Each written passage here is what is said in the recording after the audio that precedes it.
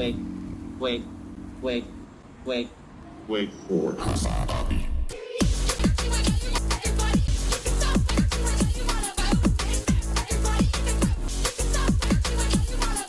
I would have never imagined this much of a fucking crowd at a college campus anywhere in solidarity with the Palestinians. This is what it's about, okay? I did not stop advocating for the cause, and now I don't feel lonely. I don't feel as lonely anymore, and that's because of you guys. I hope that you can continue advocating for the right things.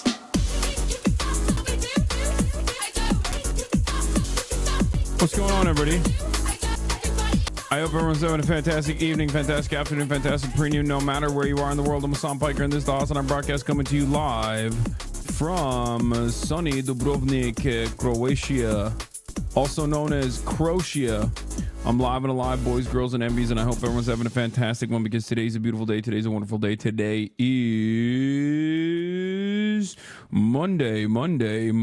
Today is Monday, News Day. Ladies and gentlemen, boys, girls, and MBs, it is the first day of July.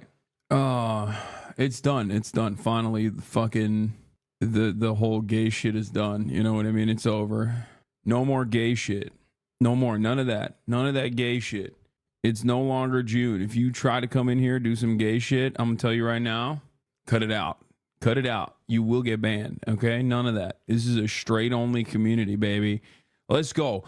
We're live, and I hope everyone's having a fantastic one. Ladies and gentlemen, boys, girls, and MBs, let me just turn this chat arena off and then turn it back on. Why the frick don't I have my... Oh, there it is. Now I can actually see sub stuff. Anyway, what? Oh, Little Effington. Quick start, early start. Little Effington. We're back, though. It's back. It's fine. Okay, what's happening? Now it's effing a lot, actually. This is new. This is new stuff. Refresh. What the fuck? Bro, I streamed yesterday with no issues whatsoever. I don't know what the hell's happening. Like, we did it yesterday. There was no effing whatsoever. And right now, I'm in a weird predicament. What the fuck? Repeated Fs, back-to-back Fs. Hello? Fucking calm down. Wait, what the hell? You're being DDoSed by the Shadow Elite? I hope not. The fuck? Bro, I was so good. I was perfectly fine. Yesterday, I was perfectly fine. I don't know what's happening right now. As you guys know, we streamed yesterday, and it was perfectly fine. Hold on. Are you on VPN accidentally? No, I'm not. And it should be fine. What? No, my upload looks awesome here. I don't know what the fuck's happening. I'm looking at my upload, and it's like 40. My upload is 40. My download is 14. I don't know why it's like dropping some frames all of a sudden. That's weird. But it should get better in a moment, hopefully. God, I'm hot. I'm getting a little bit of a throttle. I'm getting a little bit of the throttle hit in the face right now, I feel like. They're throttling my ass a little bit at this hotel. I think it's going to be fine in a little bit. Just hold on. That court was fucking beautiful. Oh, yeah, we'll talk about that. So, folks, this is the part of the broadcast where I tell you a little bit about my personal news. We just got through that windy, patchy area, but I think we're good. It's not Twitch. It's probably my internet here, but who knows. Anyway, the rules have changed. Twitch has immunity now. They can F you whenever they want. That's always been the case, my friend. Let me tell you, okay? Folks, this is the part of the broadcast where I tell you a little bit about my news, about what's going on in the world of HasanAbi Piker in between the time period where I press the stop streaming button and press the start streaming button. Yeah, this is it. This is that part of the broadcast for all the parasocialists out there. And I hope you guys can see me. I'm in Croatia, like I said, family vacation type shit. But of course, that doesn't stop me from doing my job, my due diligence, my J-O-Megalo-B, especially considering that this is a very contested election and the election cycle has already started. Is this a bathroom stream? No. Hasan, talk about you destroying the American checks and balances system by going on vacation and making crime legal. I didn't make crime legal. I only made crime legal for very wealthy, very rich presidents. Okay. You have to remember, crime is still very much illegal for the poor unless you become a president. But having said that, we'll get to that in a second. That's not what this is about. That's not what this is about. What this is about right now, for this very moment in this broadcast, is parasocial shit. Okay, so I'm in Croatia. I'm you know, getting a little bit of sun, seeing the Adriatic Sea. How's the trip so far? Not like fantastic, I will say. It's whatever. I just hate being away. The Aussies are currently in my house with Kaya. They're taking care of Kaya. They're holding Kaya hostage, and I am, you know, I'm having a good time. I'm just kind of doing my own thing, right? Like, everybody's got their own opinions. Everyone's got their own ideas. Me, on the other hand, I was like, I came to Croatia. I know that there's this fucking insane basketball court in Dubrovnik, and I'm going to go see it. And that's what I did. Sometimes you got to do that. Sometimes you got to pop out and just be like, I'm doing my own damn thing. I don't care. I don't care if you guys want to come. I don't care if you guys don't want to come. It's all good. I went to the old city, and I didn't even see any of the old city, which is beautiful, by the way. That's where they shot Game of Thrones. You know, it's like a big deal. There's a lot of tourists there. That's what they go to see. It's pretty cool. It's like literally just people living inside of a castle, like casually, you know, like these are people who are just like straight up living inside of a castle, dude. Like, I'm not even joking. It's just an actual castle. But yeah, you look bronzed as fuck. The lighting is making you ripped as well, brother. It's not the lighting that's making me look ripped. I am kind of fucking yoked out of my goddamn mind, I'll be honest. Like, no disrespect to anybody out there, not to flex my own horn here, but I do feel pretty goddamn good on that front. You know, I've been eating good out here, let me tell you. Okay, I've been eating for the past 2 days. I feel bloated, but you know, overall still doing the best. Like, I know I'm in the pocket because, like, in my mind, name one Croatian dish. I can't. I'm gonna talk shit about that. Hold on. So today I woke up, I'm like, I'm gonna go to this fucking old town. I'm gonna go to this basketball court. It's in a beautiful part of the city. It's literally connected to the castle. Okay, it's in between the castle and the pocket. There is a public court, and I think that's sick, right? And so first I'm like, I gotta go get a basketball. So I Google where to buy a basketball in Croatia, right? Croatia. And I find out that there's this store called like Tommy's, and inside of it there's like Sports International or some shit. I don't know. I go there. First of all, they don't even fucking sell any like real Croatian jerseys in there, which is honestly a fucking crime. Like, I wanted to get, you know how I am. When I went to Australia, I went and got a bunch of kits, and I love that shit. So I was like, I'll get a Croatian basketball jersey if they have one. You know what I mean? It'll be fun. They don't have it. These motherfuckers are tall for no reason, okay? Every time I see a tall Croatian man, immediately my Ottoman epigenetic memory kicks in. Yeah, Intersport. Thank you, Barada. That's the fucking store I went to. Anyway, anytime I see a tall Croatian man, immediately I'm like, you would be a phenomenal Janissary. Like, in my mind, I don't know what it is. Like, I guess being Turkish, like being Ottoman, you just have this, like, you see a Balkan man with muscles and you're like, I want to put you in the front lines. I want you to go to war. Why are you pushing suitcases around at a hotel? Like, you should be in the front of the line. You should be the most excellent Janissary warrior, or at least play basketball. You know what I mean? I straight up asked the dude at the door. Okay, I straight up asked the dude at the motherfucking door. I was like, bro, do you play basketball? Because he was like around my height. He's like, no, I play handball. I'm like, dude, what? Handball? The fuck are you doing? You're just wasting that shit. Honestly, like, who the fuck? They're like, yes, we play water polo. We play handball. We play water polo. I'm like, no, dude, that's fucking unacceptable. Okay, cut that shit out. Cut that shit out. Basketball time. I've never seen so many goddamn tall, lanky ass motherfucking white boys out here, bro. I swear to God. Did you tell him that? Yes, I did. Straight up to his face. I was like, do you play basketball? I'm looking for a basketball court. I'm looking for a place to buy a basketball. And he's like, no, handball. Dirk Nowitzki said, Dad said basketball is a woman's sport, handball only. Yeah. Bro, find Jokic 2. I swear to God, Jokic 2 is like in every corner. Okay, you know how people say like Australia, oh, everyone's so sexy in Australia? that's how I feel about the Balkans. But like, instead of sexy, because they're definitely not, I just look around and I see so many men over 6'3", 6'4", and I'm like, you should be balling. Why are you not balling? Why are you handling luggage? Why are you driving a taxi cab? You should be playing basketball. Like, not even a joke. Like, this is an entire nation of fucking Osama bin Ladens or Barron Trumps that are just like tall enough to ball, but just aren't doing it for some reason. Like, it doesn't make no sense. Anyway, but yeah, like I said, that's my autumn and epigenetic memories. Like I said, it's just like I see a tall, strong Balkan man immediately. I wanna put him to work, right?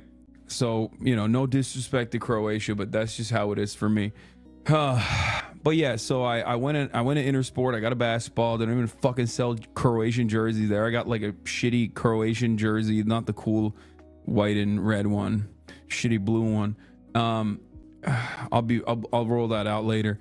I wanna wear it in front of Alexa, my Serbian goat. So in any case, so I finally go. I get there. There's so much fucking traffic. Holy shit. This entire country is on the coastline. For those of you who don't know, I mean, here, this is what the motherfucking country looks like. Okay, they were like, absolutely not. Bosnia Herzegovina, you are not getting even a fraction of the fucking sea line. Like, so the entire country, and I mean the entire country for the most part here, I mean, I'm not even joking. Like the entire country is just like one coastline, so it's one fucking lane. It's literally one lane, bro. There is just like, it's only beach. I mean, it's very pretty, but it's only beach. So like, basically, when you want to get to places, you just got to go only beach. So it's one lane. So sometimes, like, I don't know what's fucking happening. I don't know if there's like a goat up front or whatever, but like sometimes the road just gets clogged up. And when the road gets clogged up, you're just sitting there. Okay. I'm sure it's just like it's because of the tourist shit. Come to Zagreb for the public transport, bro. That shit is far as hell. I'm in the fucking southernmost tip. Okay. I've also been really annoying to the taxi drivers. Anytime I get in a cab, I'm asking the dumbest fucking questions. I'm like, so has anyone ever fucking swam across to Italy? And he's like, it's 120 kilometers. I'm like, okay, what about a kayak? He's like, no, current too strong. I'm like, come on. Someone tried it. I'm like, what if you're at the northernmost point and you try to cross the Adriatic with a canoe? Okay. Would you land in the southernmost point of Italy? He's like, no. You know, just American activities. Yeah, classic American activities. If you zoom in, you can see Bosnia also has a couple miles of beach. These are questions that I feel like I have to ask. You know what I mean? Like, I can't let this shit sit and fester inside of me. These are questions I have to ask. You gonna do a meet? No, dude. How many fucking Croatian fans do I have? Like 8? What are we gonna do? Get together? All 8 of us? First of all, we wouldn't even fit in the fucking old city. That shit is crammed, okay? Anyway, let's do a meet in Zagreb. I'm not going up there. Okay, that's not happening. It's just entirely too close to Hungary. Okay, I'm not about that lifestyle. All jokes aside, Croatia is beautiful. Half of Australia and New Zealand's in Croatia now, so maybe. How's the air conditioning situation? If you haven't noticed, I'm fucking straight up raw dogging it right now. I'm not wearing any jewelry. I'm not wearing any of my cool shit. And honestly, that is because it is hot as a motherfucker in here. Okay, let's be real. This shit unacceptable. Okay, Europe, figure it out. This is my goal here. Okay, my goal. I'm like that one NATO guy. I forget his name. You know how he's always talking about balkanizing Russia and like trying to get the Philippines to join NATO or whatever. Like, for me, I am the NATO envoy, but for air conditioning. I go to European city centers and towns and I'm like, have you guys heard about air conditioning? Shit is incredible. That's what my job is here, actually. I'm trying to get the American HVAC business owners some work out here because, like, god damn, dude, this shit is, holy moly, this shit is unacceptable. It's untenable. It is unsustainable. White Croatia, big dog. It's my family. My family is demanding it. So, you know how I am. I'm a big mama's boy, daddy's boy, so I gotta do what I gotta do. Anyway, so To be fair, most Australian and New Zealand crime figures are in Turkey. What, really? I don't even know what that means. When you come back home, help me make bidets a normal thing everywhere here. Dude, don't even get me started. I had to go get... Still crying about AC? Okay, it's a joke, man. It's beautiful out here. I don't give a shit. It's the bidet thing is like not a joke though. I had to buy baby wipes to wipe my butt with because I can't handle this fucking no water ass bullshit, dude. Raw dog in the toilet is actually unimaginable. I don't understand how these fucking barbarians operate. Okay, no bidet. Like, what are we doing? What the fuck? Anyway, I got too used to it. I got too used to it in my house in America. In any case, Americans need to invade Europe and bring AC to them, and then Turkey needs to invade America and bring the bidets to America. Do the water bottle technique? No, I don't want to fucking do that. That shit sucks. Anyway, here's the tic tac. Yeah, I was like, you know what? I'm gonna fucking make the most of it. There's a guy named Yasuo. He's a basketball player from Japan. He's a pro, and I follow him, and I'm a big fan of Yasuo. And Yasuo always does this thing where it's like kind of ASMR, where he'll always go and rain or shine or fucking snow, he'll always go out and he'll play basketball, and he does this thing. So I wanted to do this as like a nod to him, basically. I'll show you guys an example after my video is done, but like, yeah, I went and shot this. Look how beautiful this is though. It's pretty crazy. Put that on there. Do you actually hoop in those shoes? I don't actually hoop in these shoes normally, but I had to today because that's the only type of shoe I had, and there wasn't any basketball shoes at the Intersport that I went to, which is pretty fucking crazy. Boom! Look at that shit, dude. That's right, baby. Moby That's right. Why is it so quiet? I didn't put any music on it. If you would have drained a 3, it would have been cinema. Are you on any performing supplements, trend or anything? No, but thank you for thinking I'm on trend. That's like pretty fucking pog for me to... Pretty fucking pog that you think I'm on trend. Moby. Wait, where's the fucking tic tac, dude? Let's blast that shit off. As a matter of fact, let's get you guys in there. Get invested. I posted it too early, I feel like, so it didn't bang in the way that I wanted it to bang. But yeah, here it is. Oh fuck, it's effing again. God damn it. God damn it, shit is effing again, bro. Chill out, bro. Chill out. I'm here. Anyway. Pause on pause if you got a minor F. Yeah, I don't know how the fuck that works. To the person who asked if I'm on trend, thank you very much for thinking that. You made it on a viral TikTok. What is this? Favorite tweets from the presidential debates last night? Him get on top me. There were way better tweets, honestly. Did you get big so Nick Merckx can't call you fat anymore? Or do you think he will still call you fat despite him being fatter now? No, it wasn't about Nick Merckx at all. But good. It wasn't even Nick Merckx that called me fat. It was actually Dr. Disrespect that called me fat. Anyway, where was I? So yeah, I did that shit. I hung out at the beach. I put my tippy toes in the Adriatic, and then I ate some food. The food is kind of fine at the hotel, but like honestly, if you don't eat seafood, you're kind of cooked out here. It feels like it kind of makes no sense. It's like Croatia is so close to Italy, and yet like the food is so far. You know what I mean? So like if you don't eat seafood, you don't really have anything. Like I've been asking people like, what's the fucking fast food equivalent? Like I don't know how to ask people this question without coming across weird, but it's like, what is the fucking immigrant population here? You know what I mean? Like I just want to be like, who are your like, I guess look, I'm from Los Angeles. Who are your Mexican people? Because this shit sucks. So like, I always try to hit that angle of like, well, I'm Turkish, you see? So you know how in Germany you have döner, which is Turkish food? Like, what is that equivalent here? And they're always looking at me like, no. And it's odd. Like, what is happening? Don't say that. No, that's not American at all, bro. I want to eat good food. Fuck you mean? Like, I'm sorry, no disrespect, but like white people food is kind of ass, especially if you ever eat white people food in Europe. Like that's real white people food. You go up north in Europe, dude, that is like actual white people food. That shit is ass cheeks. Okay, you need to have a motherfucker with some melon and make something, because otherwise that shit is gonna be bad. Okay, it's just like, that is just facts. If you don't understand that, I don't know what to tell you. Literally go eat like British cuisine in England and then talk to me. Okay? So like I try to be like, so what's the, who are your minorities? Like where is the food, the real food to eat? because so far, like I downloaded this app. They have their own fucking, they don't have Uber Eats. They have their own delivery app, and there's like 3 restaurants, bro. 3 restaurants, and it's like Asian food, which is like, I see no motherfucking Asian person here, not even tourists, okay? I do not trust Croatian Asian food. I will not be trying that shit. Like Australia, bomb ass Asian food, close to Asian countries, hella Asian population. Like I'm eating that shit there. It's gonna be good. Croatia, there ain't no motherfucking Asians here, bro. Even the tourists aren't Asian. How have you cultivated the tourist population and there's not even like a big chunk of Asians in the tourism population? Like how the fuck?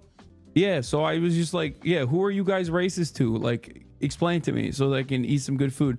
Anyway, and like, yeah, there's Asian food, which is like no shot. So the guys were telling me like it's there's like smash burger. He's like smash burger, and it's like, bro, that is like, I'm not trying to eat a burger. Like I'm from America, you know what I mean? Like what the fuck?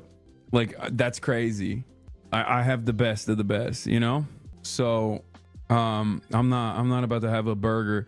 And then there's also pizza. It's like burger, pizza. Eat jevap. Jevap means answer. What the fuck is jevapi? The Asians are in Zagreb. Oh, okay. Well, they're not in fucking Old Town, let me tell you. When people in Croatia ask where you're from, do you say Turkey or America? Of course I say America. I can't hide that, dude. Look at me. Like only after the conversation continues do I say I'm Turkish. And then they get really stoked because like a lot of Croatians have been to Istanbul and shit, I think. But like honestly, do I look like I could tell some motherfucker I'm not American? Look at me. Look at me, dude. I walk up, I'm like, hey, what's up? Where are your minorities? Where can I play basketball? Why are you so tall that you're not playing basketball? This doesn't make any sense to me. What the fuck is a handball? Like, this is the type of shit that like no one else has this level of like idiotic self-entitlement. I am so American in that regard. Where are your minorities is crazy, bro. Yeah, dog, it's not crazy. If you're trying to eat food, like, listen, let me tell you like this, okay? Pushes come to shove, you're hungry, and you don't want to eat the same fucking turkey medallion again, okay? You gotta sometimes, you gotta take it up to, you literally, when you're in a situation where you're just like, bro, I need to eat like some decent food, please, you have to, sometimes you just gotta come out of pocket like that, okay? You got to come out of pocket and just be like, where are the minorities? Where are the people that you're racist to? Like, explain to me, because I need to eat some good food, actually. Because, like, everything else here is like, it's all right. Because I don't eat seafood. I'm sure the Croatian seafood is like bomb. You know what I mean? Bro is standing racism for some good food, fair cause. No, it's not me standing racism. It's me just, you know, getting down to brass tacks. Yeah, basketball is kind of not popular. Our local team is in first Croatian league, and we have around 500 to 100 people in the crowd, maybe a bit more when there's a matchup with the best teams. Yeah, this is kind of a bummer. What is this? All these Balkan states seem cool on their own, but don't you think it'd be cool if they were all united under the same banner? Seems like an interesting idea to talk to the locals about, don't you think? Bro, that's what I'm saying. I should definitely bring that up. I should definitely bring that up to the locals and be like, listen, I know it's kind of awkward for me to say this as a person of Turkish background, but like, don't you think it would be better if there was like a much larger entity that controlled the entire region, you know, under one banner? I'm just saying, listen, hear me out. But like, don't you feel like that would be better? Or the second best option, if you don't want the best, second best option, bring back Tito. Okay? Tito is Yugoslavia. I'm just saying, let's give it another shot. Okay? Hey, arrest me. Okay? Arrest me for having good ideas. I'm sorry. Arrest me for having some good fucking ideas. All right? Don't fuck around and say that. Seriously? No, I'm not going to say that. I don't want to be a dickhead. Found this. Croatia is inhabited mostly by Croats, 91.63, while minorities include Serbs, 3.2%. Yeah. That's when you know the food is going to be cooked, dude. You're like, what's your minorities looking like here? And they're like, oh, it's more white guys, actually. You didn't like salmon or shrimp? I don't eat any seafood. Anyway, let's blast off. Let's get started. I'm an hour early because like, you know, it's fucking, I want to start at like 7 p.m. at least here. It's like a little bit more reasonable. And I'm live. Do we have a blast off meme? Croatia talking. SCOTUS declares Trump God King. Biden talks to family and decides not to drop out. Far right wins big in first French elections and more. Get in now. It's my biggest L that I don't eat seafood. I know. Maybe Will knows because he did semester at sea. Yeah, he gave me advice, but it was like advice that a 20-year-old would have. He's like, yeah, get drunk at the old city and then jump off the fucking bars. There's a wall where you can jump into the water. I'm like, dude, I'm 32. Like, what are you on crack? Like, I'm definitely not going to get drunk at the old city and jump into the water from the castle wall. Like, that sounds like a fast track recipe for me to get whiplash, break my fucking neck, die in the most embarrassing way possible. I'll shit my pants. It'll be on fucking Croatian news. You know what I'm saying? They'll be like, this big Ottoman son died in the funniest way possible. Anyway, do we have a blast off meme? What's the problem with seafood? It's my problem. I just can't fucking eat seafood. It sucks. Like, I know I'm sure it's delicious. It's just not to me. I can't eat it. Anyway, all right, I'll use the Silence Austin one. Fuck, man, it's hot. Famous YouTuber dies. Here it is, boys, girls, MBs blasting the freak off, okay? Dude, this camera setup is so good. It's so much better than my fucking home camera that I feel like people are going to start looking forward to me traveling. Because, like, the audio is exactly the same. And the camera is literally better when I'm not at home. I realize that. I recognize that. I know. And I'm live early.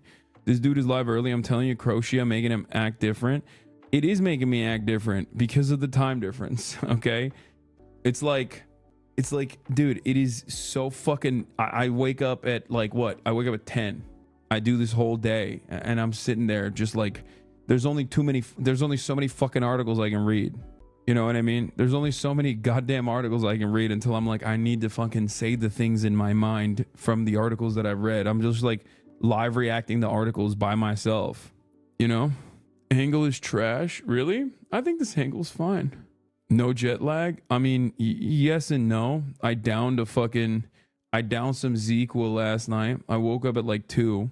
I ate some ZQL, and then that fucking cooked me a little bit because then I couldn't wake up early enough. Anyway, you have a beautiful mind, by the way. Thank you. It's nice.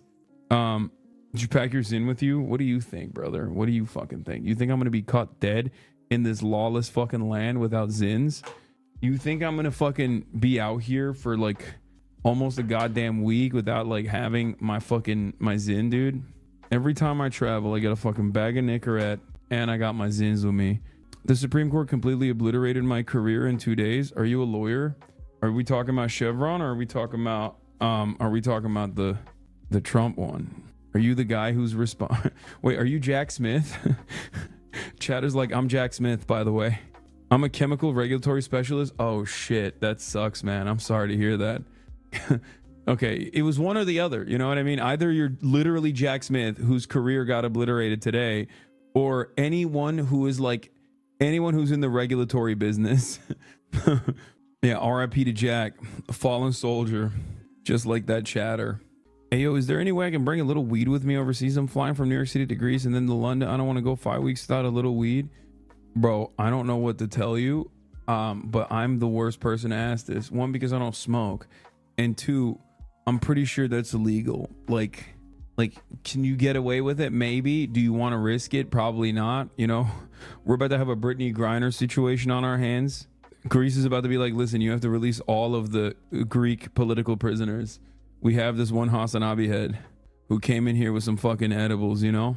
Just come here to Canada. We got head shops in every corner. That would require me going to Canada, so no thanks.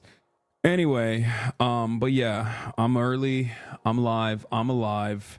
We got a lot of news to cover today because there's a lot going on in the world. Starting out with the Supreme Court. That's right. Supreme Court has ruled on Trump's claims of immunity in the election case, which is pretty fucking crazy. Things are getting pretty crazy out here. Okay. Damn, you're gonna do that to Canada on Canada Day? Sorry, I didn't know it was Canada Day. Canada Day, Dr. Disrespect's anniversary. Like, these are things that I do not, they do not cross my mind. I'll be talking about the bad parts of this and maybe the good part, okay? The good hypotheticals. Why is Chatterino pink? I don't know. Wait, they think Biden has Havana syndrome? That's awesome. I love that. Anyway, Justice Sotomayor says the president is now a king above the law. Yeah, I know. We're going to get to that. Sotomayor wrote a whole lot about that. Let's take a look at what... Oh, shit. Is it effing again? What's happening? I turned this shit on and the laptop went crazy mode for a second.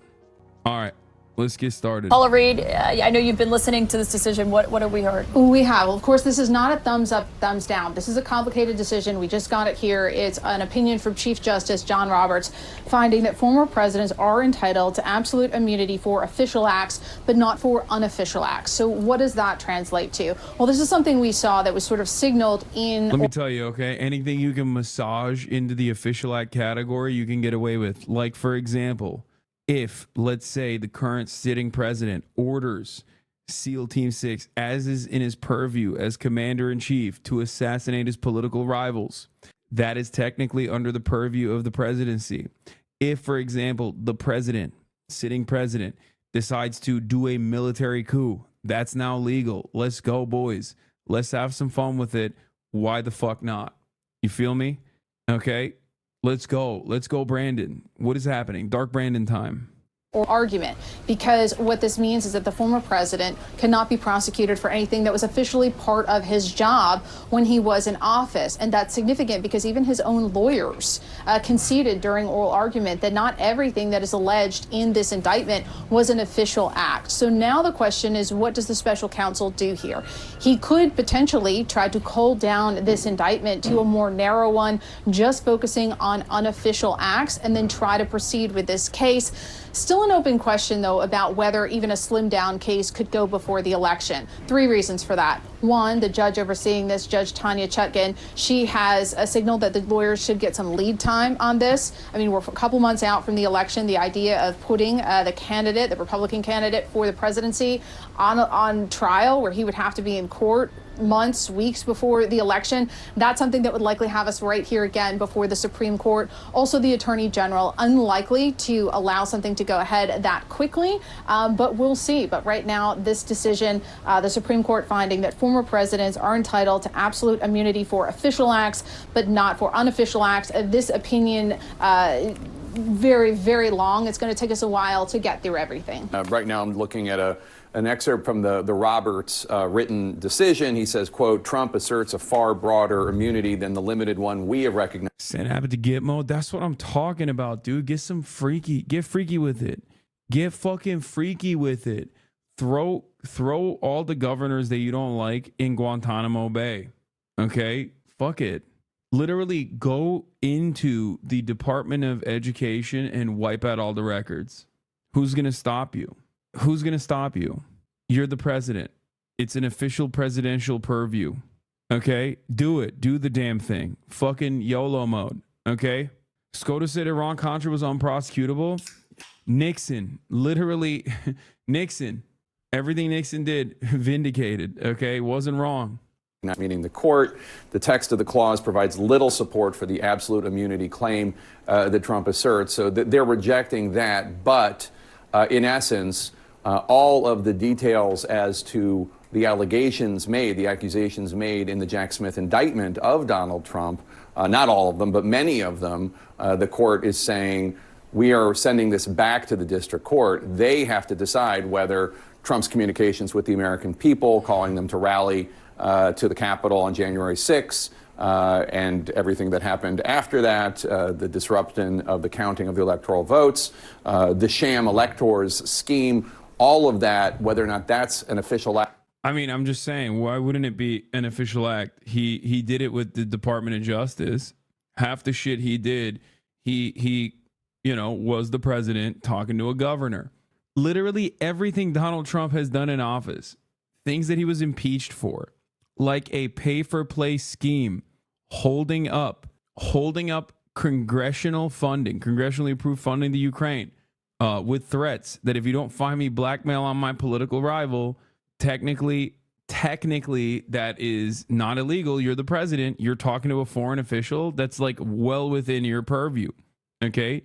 This is entirely presidential, which is so crazy because, like, as the president, you can still do illegal shit as the president. Okay? Like, what the fuck are we talking about? Like, that's Nixon. Nixon did that, right? Nixon did that. Donald Trump did that too, which is crazy. And I said this before. When, like, this was first being brought in front of the Supreme Court. I thought, they'll probably do like some fucking silly ass carve out, right? They'll probably try to do like a silly ass carve out at most.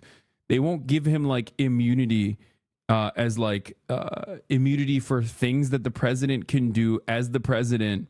They won't give him, like, they won't shelter him from that because that's like broad reaching. That's a broad reaching decision. And it's completely antithetical to like the founders, right? And what this country's foundation looks like. I mean, this is like the idea that no one is above the law, the idea that we do not want God, king, emperors. Like, that was perhaps one of the only American principles that I agree with and that is supposed to be held up in theory, right? This is a direct attack against that. This is a direct attack against that principle. This is a direct attack against the founders. Right. I'm not saying that like people are obviously not. I'm not saying that people held on to that value. Like, I'm sure, yes, of course, in the United States of America, many people are above the law, but never officially. Right. Like, never to this degree. So it is really damning. This is a really damning decision, especially a president being like, yeah, no, actually, we've decided that presidents can do whatever the fuck they want. We've decided presidents are above the law. Like, it's pretty goddamn un-American, you know? Act has to be determined by the U.S. District Court. And Adley Honig, you were saying what's most significant about that is the U.S. Supreme Court could have said, we're remanding this to the district court, to the lower court, and whatever they say goes, and we will uphold that. They didn't say that. Exactly. To the contrary. This case will not go before the election. It will not be tried before the election, and here's why. The Supreme Court has just said there is such thing as criminal immunity. The test, as we anticipated, is essentially official acts versus unofficial acts. We're sending it back to the district court, and this is an important detail, the court says several times, whatever the district court finds can be appealed before trial. Jack Smith had made an argument of, well, maybe the district judge, the trial judge, can work it out and send it to the jury, and then the jury can separate official from unofficial acts. Several times in this opinion, the Supreme Court, the majority, says explicitly whatever the judge decides about what's official or unofficial, what's immune or not immune, that can be appealed back up. 0% chance that happens before November. So why? I like that we have the distinction now, which is like official crimes versus unofficial crimes. Like, if he steals a fucking candy bar, like, that's prosecutable, right? But as president, if he sends the SEAL Team 6 to go and, I don't know, steal all the candy bars from the factory directly, then it's like, well, technically he's authorized to do that. So it's like within the official scope of the presidency, or at least something that you can defend on that idea. That's wild. I saw a reporter tweet earlier basically saying that after this, if Trump wins, he's going to start every sentence as an official act. He will say it 100 times a day to do anything he wants. Yeah, I mean, it's pretty fucked up. Does this mean that a president could never be prosecuted for war crimes? I mean, no president was ever going to be prosecuted for war crimes anyway, but this is definitely official, yes. At least not by the American courts. Surely calling the Georgia governor to ask for votes is unofficial? No. That's the president who maybe genuinely was afraid that there was voter fraud happening and wanted the fucking Georgia governor to investigate and find 11,746 votes. Before today, you could say that that is illegal and ridiculous and what the fuck are you doing? Except after today, well, he did it in a presidential manner. So who's to say it's illegal? Sorry, it's 11,780 votes, not 86. I was wrong. I was off by 6. It's great. Do that. I mean, if they are saying, hey, we're the U.S. Supreme Court and we're going to have the final say on this no matter what, why not just make it clear? Everything's delineated in the indictment. Why not just make it clear? And if Judge Chutkan decides... No, the official act isn't legal. He can't be prosecuted is all. Yes. Wait, what did I say? No, yeah, he can do illegal shit. X, Y, or Z, we will agree with that. Why not just be explicit? Because the Supreme Court, they're in a court of appeals, they want to see a record. right? And I think, with Judge Chutkan just kind of... Bro, this guy looks like the shittier version of the general that they have all the time. What was it, McMaster or whatever? You guys can't find another type of guy? What's happening? He looks exactly like that fucking general, dude. General Thumb Man.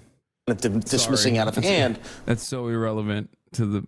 all conduct whatsoever. The president has no immunity for all criminal conduct, for any criminal conduct. They've gone back and said, no, you need to go look at this and then come back to us based upon what we've said in this opinion. And the other thing is, it's the right and rules governing when and how to appeal aren't set in stone or aren't entirely clear. And I think they felt some need to delineate that this is an appealable order. They aren't always, and sometimes some things you have to wait to appeal until the end of a trial. They're giving whoever it is, and probably Trump, the opportunity to appeal during trial. Well, let me ask you, do you think that if Judge Chutkan had ruled differently initially and said, basically closer to this, the conversations with the Justice Department are clearly official acts, I'm not going to count them, but the other ones, like if there had been a less of a...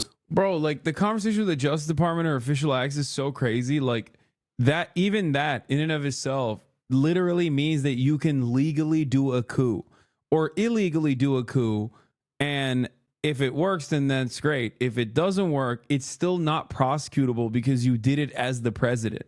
Like, that is what this... maybe I'm misunderstanding this, but like, remember the hypothetical that I brought forward to you guys, and then they literally used that shit early on against the Supreme Court, where like, I think it was Sotomayor who asked the question to Trump's prosecutors, or Trump's lawyers, and was like, so do you think the president can use SEAL Team 6 to assassinate someone? And they said, yes, under a hypothetical, that could be perfectly valid. That could be perfectly considered permissible. That is literally now, after the Supreme Court decision, like, maybe I'm wrong, and I'm just going off of like what I read from what Sotomayor was saying, but that kind of feels like that's what's allowed now. That is like allowed. It's valid. So to them, to everyone listening, I say, Joe, send them in, baby. Put a bunch of fucking doorbusters up in this bitch, okay? Send them to Mar-a-Lago. Send them to Mar-a-Lago. Send the fucking door kickers in the Mar-a-Lago. Get it done. You feel me? Get it done. It's not illegal. The Supreme Court gave you the opportunity. Don't be a bitch. That's the only way you're going to win, okay? Yeah, I mean, she literally brought this up, which was like a hypothetical, but now not so hypothetical. Sotomayor's dissent. The president of the United States is the most powerful person in the country and possibly the world. When he uses official powers in any way under the majority's reasoning, he now will be insulated from criminal prosecution. Orders the Navy SEAL Team 6 to assassinate a political rival, immune. Organizes a military coup to hold on to power, immune. Take a bribe in exchange for a pardon, immune. Which, by the way, it's ironic because with the exception of like ordering SEAL Team 6 to assassinate a political rival, Trump basically did the other two things. That is the reason why they're having this fucking deliberation. That's the reason why the majority, supermajority Republican Supreme Court made this decision known. The entire reason why this happened was because Trump was doing that, okay? He tried to do the shittiest coup of all time, no military riz whatsoever, constantly kept calling the generals gay and fucking woke and losers, so they didn't do a coup with him, but he still tried nonetheless, turned into an insurrection, yada, yada, yada. That's one thing. The other thing is he also did quid pro quo with other foreign leaders. Like he straight up did that. He also, and this is, I can't say this with 100% certainty, but I'm pretty sure there was a lot of fuckery going on with the presidential pardons as well. This motherfucker pardoned Paul Manafort, Steve Bannon, and every other person that was in his like orbit on his like up until the last day of office. So it's pretty wild. And none of that shit's prosecutable because that's like within the purview of the president. Whew, it's pretty crazy. It's pretty wild shit, dude. This is like, I feel like this is a constitutional crisis, but I guess at this point, we're so used to it, we just don't even think about it. We're just like, whatever, you know? Whatever. Is that why you're streaming from abroad as an insurance policy so Trump can't go after you win? First of all, the entire world is America's playground. If an American president wanted me assassinated, they could do so. And they basically could do so before. But now they definitely can do so, okay? It is what it is. This is, yeah, Nixon vindicated, baby. That's right. My Maoist king, Richard Jebediah Nixon, vindicated. Total and utter cultural victory, total and utter legal victory. Why are we even chirping about this guy? He was good. He was not bad. Watergate was awesome. We should do more Watergates, actually. Anyway, I like how they made political assassinations officially legal for the world. Yeah. Yeah, Watergate is chill, dude. I don't know what you guys are fucking chirping about. Anyway, I mean, look, you might be saying, Hasan, aren't you a little bit hypocritical? After all, you don't give a fuck. You are basically God King at the top of the hour. You serve a 3-minute ad break. And to you, I say, you're absolutely right. You're absolutely goddamn right. I do serve the 3-minute ad break at the top of the fucking hour. And honestly, there's not really much you can do about it, with the exception of subscribing for $5 or for free. I'm not a crook. Neither is Nixon. And if you don't want to be cooked at the top of the hour, all you need to do is subscribe for $5 or free with Switch Prime, or by getting gifted a sub if you're lucky. Here's the 3-minute ad break now. Some of you might have noticed I'm an hour early, and that's because I'm in Europe, okay, and in European time. And honestly, I kind of like it. I kind of like starting at 10 a.m. I wouldn't be able to do that in Los Angeles because that would require me to wake up at 5 a.m. But yeah, why you look like this right now? Okay, bro, we got to chill out with this, okay? Listen, thank you for saying I'm yacked. It's kind of fucked up, though. Don't say true. You guys suck. Don't say true. Don't say true to that. God damn it. Anyway, we'll get through the Sotomayor dissent in a second. Let's continue. The sweeping, of course he can be indicted on any of this stuff, ruling by Judge Chutkan. Would this not have been ended up where it was today? Did she open? I like that they also were like, hey, by the way, if you do try to continue prosecuting him, you got to bring it back up to us again. And who knows what we'll say next time. You know what I mean? The door for a decision like this. She did. I think Judge Chutkan's going to have a lot of regret. When she issued her opinion, it just said there's no such thing as automatic immunity for everything a president does his whole 4 years. When I was reading that, I said, okay. And the Supreme Court said, hold up, that's not true, actually. We've decided that you're wrong. That's crazy, man.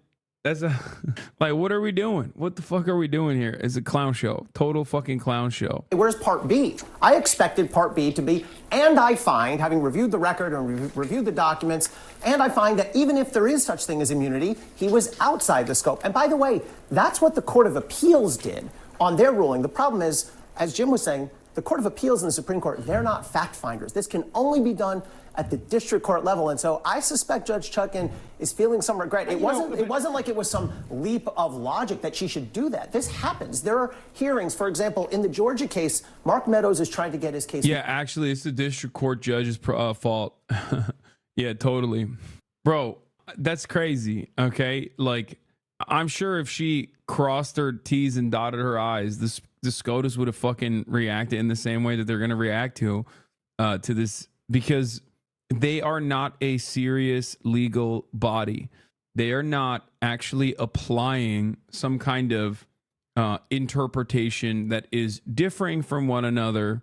Okay, they're just literally managing the influence that they have alongside the interest that they have. Okay, that's why when you're a Republican, you fucking react like a Republican would. If you're a Democrat, you react like a Democrat would. Like, there's some differences. You know, you have like a little bit of a centrism, at least for those institution lovers in the Supreme Court, you know, John Roberts being one of them now. But ultimately, yeah, this was the expected. This was well, not to this degree, but like some kind of mechanism to defend Donald Trump, to ensure that Donald Trump's court case is not held before he officially becomes president. Was the ultimate goal here. Over to federal court. The question there is almost the same thing. Was Mark Meadows in or out of the scope? You know what the federal judge did there in Georgia? He held a hearing. Mark Meadows testified. He said, I find, based on this hearing, you're outside the scope. If Judge Chutkan had done that, we'd be in a very different position. Where I don't agree with that, though, is that either of the parties would have had an opportunity to appeal the portion of that opinion that they did not agree with, because it would have been somewhat of a split the baby gobbledygook that they would have had a right to appeal. You can't tell me that either Jack Smith or Trump's team would not have attempted to take it up, and the Supreme Court would have created similar gobbledygook. But we would have as had they an answer today. right now. Well, If she'd already done the hearing, we'd know right They would now. have gone up to the Supreme Court, though, and I think We'll never know. This is on Yeah, Earth. appeals process would have This taken is place. on Earth too. All I can tell you is, having been covering the U.S. Supreme Court and their, just to go back to Bush v. Gore. Yeah. The reason that the conservative court in Bush v. Gore was able to do what they did is because the Florida Supreme Court let them. Yeah. The Florida Supreme Court made so many bad decisions and bad rulings, it was easy for the U.S. Supreme Court to come in and say, no, stop the count. Yeah, what's interesting here, and there's a great line, I'm skimming it very quickly, in Justice Sotomayor's dissent, where she says, the majority pays lip service to this idea that the president is not above the law, and then in effect says that for certain official acts, the president is in fact above the law. It's how do you sort out what this actually means? Let's do that right now, because in the oral arguments, there were certain examples that were given. Let's explore a couple of those and what today's decision means. First one was raised by Justice Sonia Sotomayor back in, was this April? What about getting SEAL Team 6 to assassinate a political rival? Let's roll that tape. If the president decides that his rival is a corrupt person and he orders the military or orders someone to assassinate him, is that within his official acts for which he can get immunity? It would depend on the hypothetical, but we can see that could well be an official act. That was a stunning moment in April.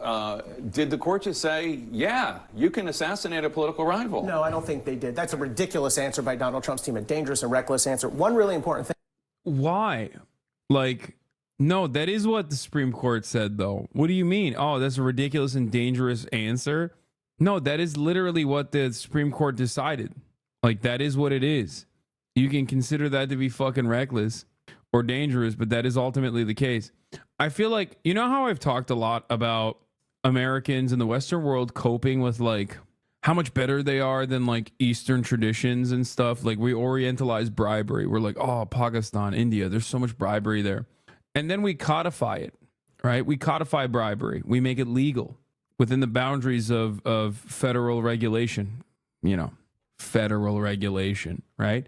What do? We call it lobbying. Corporate lobbying is legal. It's somehow different than bribery. And I feel like this is a very Russia moment. We talk about Vladimir Putin assassinates his political rivals. It's really fucked up. And it's here we have the American Supreme Court literally saying no, it's fine. It's illegal, but it's within, it's an official, as long as it's an official act, it's not prosecutable. So how is that any different then? How is that any different? How is that any fucking different? We're over here chirping about Russia all day, every day, but we're yeah, no, it's actually illegal now, so it's different. We're doing it through legal channels. The basis for Donald Trump's legal argument that maybe he can order an assassination and still be okay is this preposterous argument that they offered below that, well, a president can only be indicted if he's first impeached by the House and convicted by the Senate. The Supreme Court explicitly rejected that argument. They said impeachment has nothing to do with this. That's not the test. To your question, Jake, someone's got to decide what's the official act, right? And the challenge here, and this was what Sotomayor was getting at in her point, somebody has to make the call as to whether even the preposterous... It's just so stupid. You just added another hurdle to clear. Oh, is this an official act actually, or is this not an official act actually? Who gives a fuck? What do you mean? That's insane. It's just illegal. What you are adding an unnecessary hurdle, an additional bar to clear in order to prosecute a former president. Okay, that's ridiculous. And they did this with fucking Chevron deference too. They did this with the other decision. Now you can't have a regulatory agency act under the boundaries of any of the former acts that gave the EPA and all these other federal regulatory agencies the power to fucking react, which they rarely ever do so anyway. But when they did, now they can't do that. Now they're open to litigation. Now a court has to fucking come in and decide whether or not they're allowed to do certain things. And that in and of itself is also adding another additional layer to the regulatory body's mechanisms. It's just completely, utterly unnecessary. And the ultimate goal is to basically allow presidents to do whatever the fuck they want without any sort of legal scrutiny. That's number one. And allow corporations to do whatever the fuck they want without any sort of regulatory scrutiny. It's great. And this happened in the same fucking week, by the way. The Supreme Court is nutty, dude. They're so insane.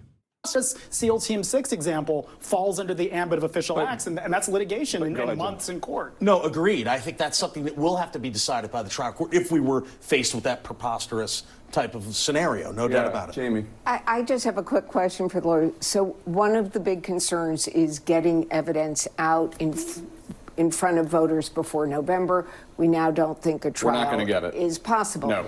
Is it possible, one lawyer just texted, would an evidentiary hearing be a way for Jack Smith to get some of that evidence out there in the public record? Sure. So the district judge now has to have an evidentiary hearing. She can absolutely do that before the election. She can hear from witnesses. We're not going to get a verdict. I guess the judge will say some things were official or unofficial, but there's not going to be a convicted felon tag hung on Donald Trump for this case. I also should add, this is a major problem for the Georgia case because the factual allegations are very similar for Fani Willis's case. Now, that case is beset by its own series of problems, but now they're going to have to contend with this immunity problem as well.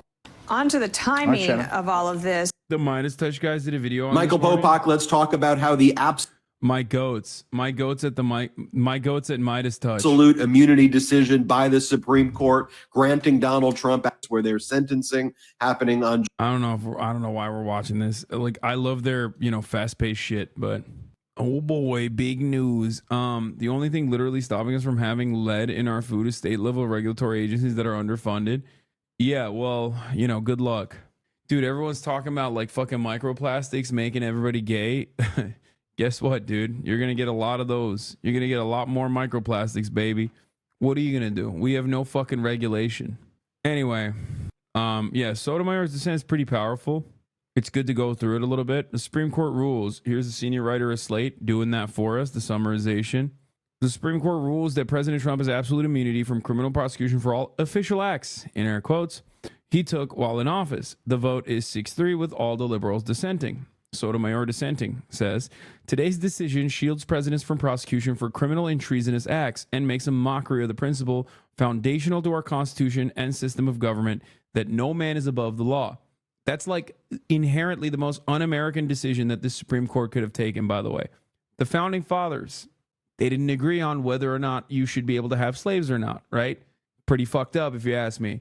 But there was two things that they were united on, okay? Well, with some exceptions, but for the most part, the spirit of like the American nation's development, the fundamentals, the one good thing that they maintained for the most part was no man is above the law and presidents are not God kings. Okay, no emperors, no monarchs, none of that shit. And also secularism too, but that's like, even that's being called the question right now. You got the Louisiana Supreme Court, you got Oklahoma with the Bible reading and whatever in public school. So like even they're fucking ripping that shit apart too. They're just flexing at this point. I feel like the American Christian nationalist right is basically just, in flex mode. They're like, what are you going to do about it, bitch? We'll do whatever the fuck we want. But ultimately, like, the entire spirit of this nation was built on the idea that presidents can't be fucking emperors and that no man is above the law, right? Why is there even a system of checks and balances if that's not the case? Anyway, but yeah, now they've very openly declared, no, some men are above the law, actually, presidents, who are kind of like God kings in that sense. You were in a TikTok slide with 2 million likes. Created didn't like your tweet though. Yeah, I saw that. Anyway, we watched it earlier. I don't know why the creator didn't like my tweet. It's fucked up. Project 2025 incoming, they told you. Guys, you need to understand something. Biden is currently president. This is why I keep telling you motherfuckers, like, Project 2025 is nothing. Because it's everything. Okay? It's not like this is a new thing. This is like what I've been warning everyone about for years and years and years. Republicans, like, very early on realized, if we do court packing, if we just put ideological judges and justices and we slam them into the fucking court structure, we can just completely capture the judiciary. And then we can just no longer have to utilize the legislative body There's too much discourse. There's too much back and forth in the legislative body.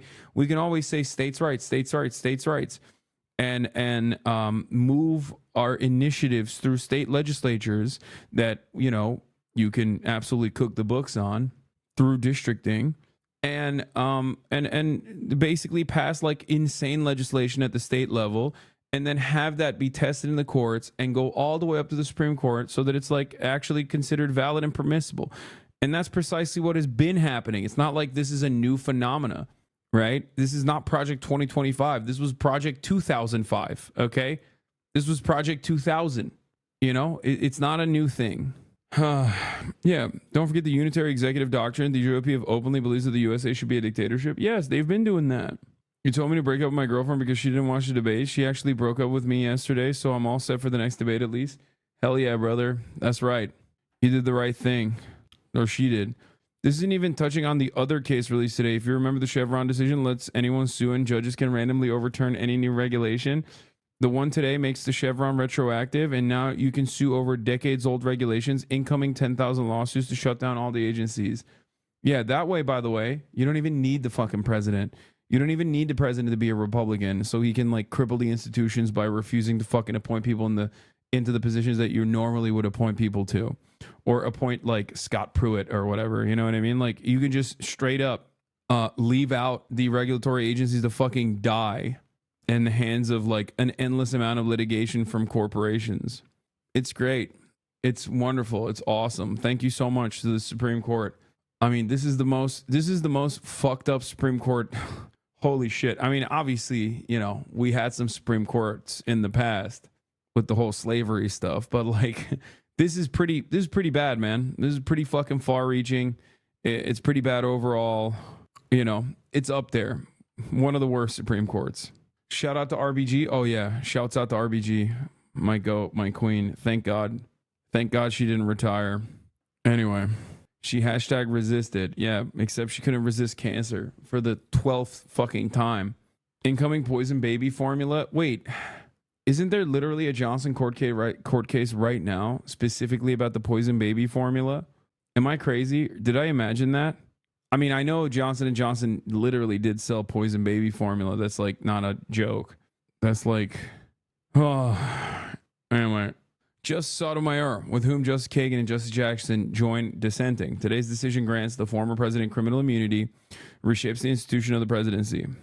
It makes a mockery of the principle foundational to our Constitution and system of government, that no man is above the law.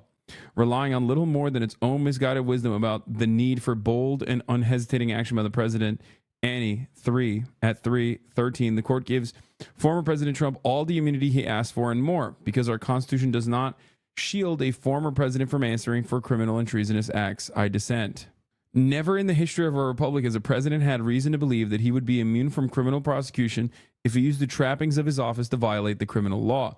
Moving forward, however, all former presidents will be cloaked in such immunity. If the occupant of that office misuses official power for personal gain, the criminal law that the rest of us must abide will not provide a backstop. With fear for our democracy, I dissent. Today's decision, Mark Joseph Stern follows, says, is about as big a win for Trump as he could have possibly wanted or expected. The conservative supermajority creates a sweeping new kind of presidential immunity that will insulate many of his alleged criminal acts from indictment and prosecution. Just huge. Justice Sotomayor's dissent is one of the most terrified and terrifying pieces of judicial writing I've ever encountered. She lists the criminal acts that the presidents can now take with the Immunity Act and says the president is now a king above the law. Yeah, we talked about this already. I covered this part already. You can order the Navy SEAL Team 6 to assassinate a political rival. You can organize a military coup to hold on to power. That's now legal.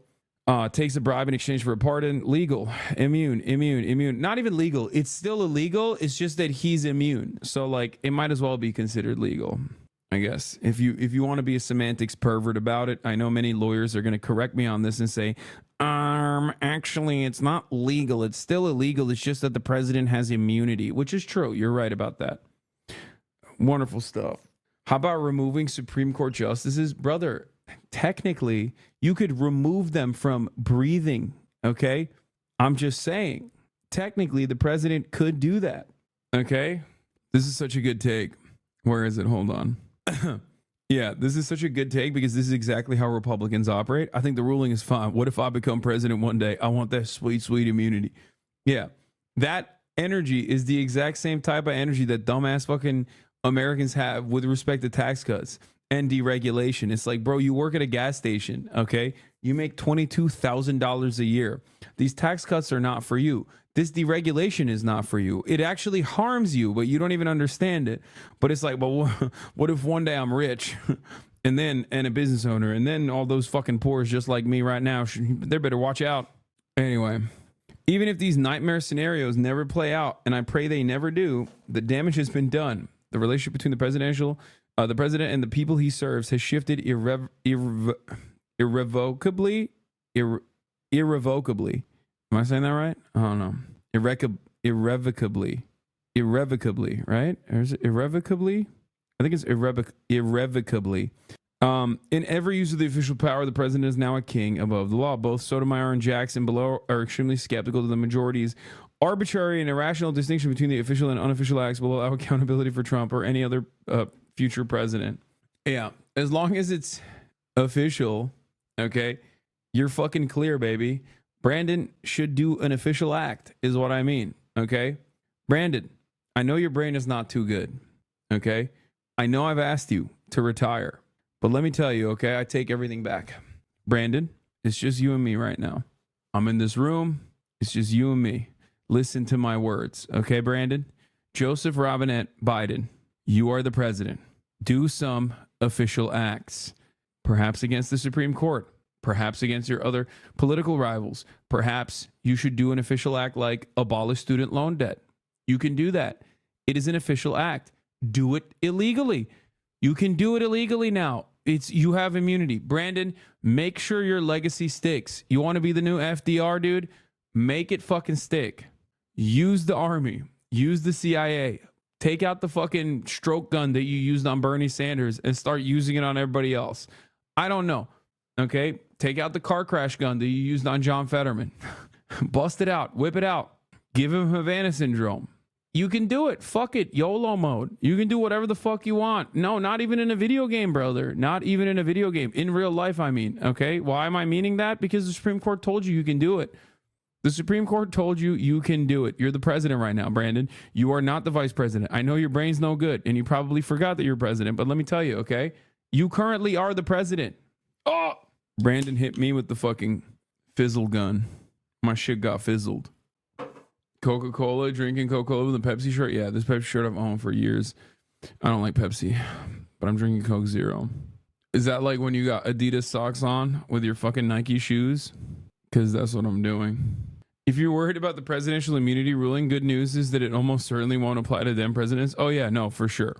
Yeah, let's be real. That's for, Republican presidents only. That is a certainty. Okay, do you think he remembers saying this? Yeah, good thing it's not politicized, dude. He was so right to not do that. What did I tell you? Here's another HasanAbi classic. At the time, people would be like, Hasan, but if we expand the Supreme Court, then they'll expand it again when a Republican's in power. And I was like, yeah, dude, make it 900 Supreme Court justices. I don't give a fuck. What are you, stupid?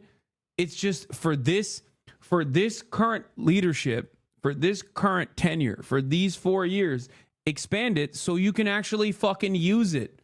Because you currently can't use it. It's being weaponized against you. So literally fucking use it. It's already politicized, stupid. You're so stupid. And I said this back then. People were like, oh, what about the institutions? And then what happened?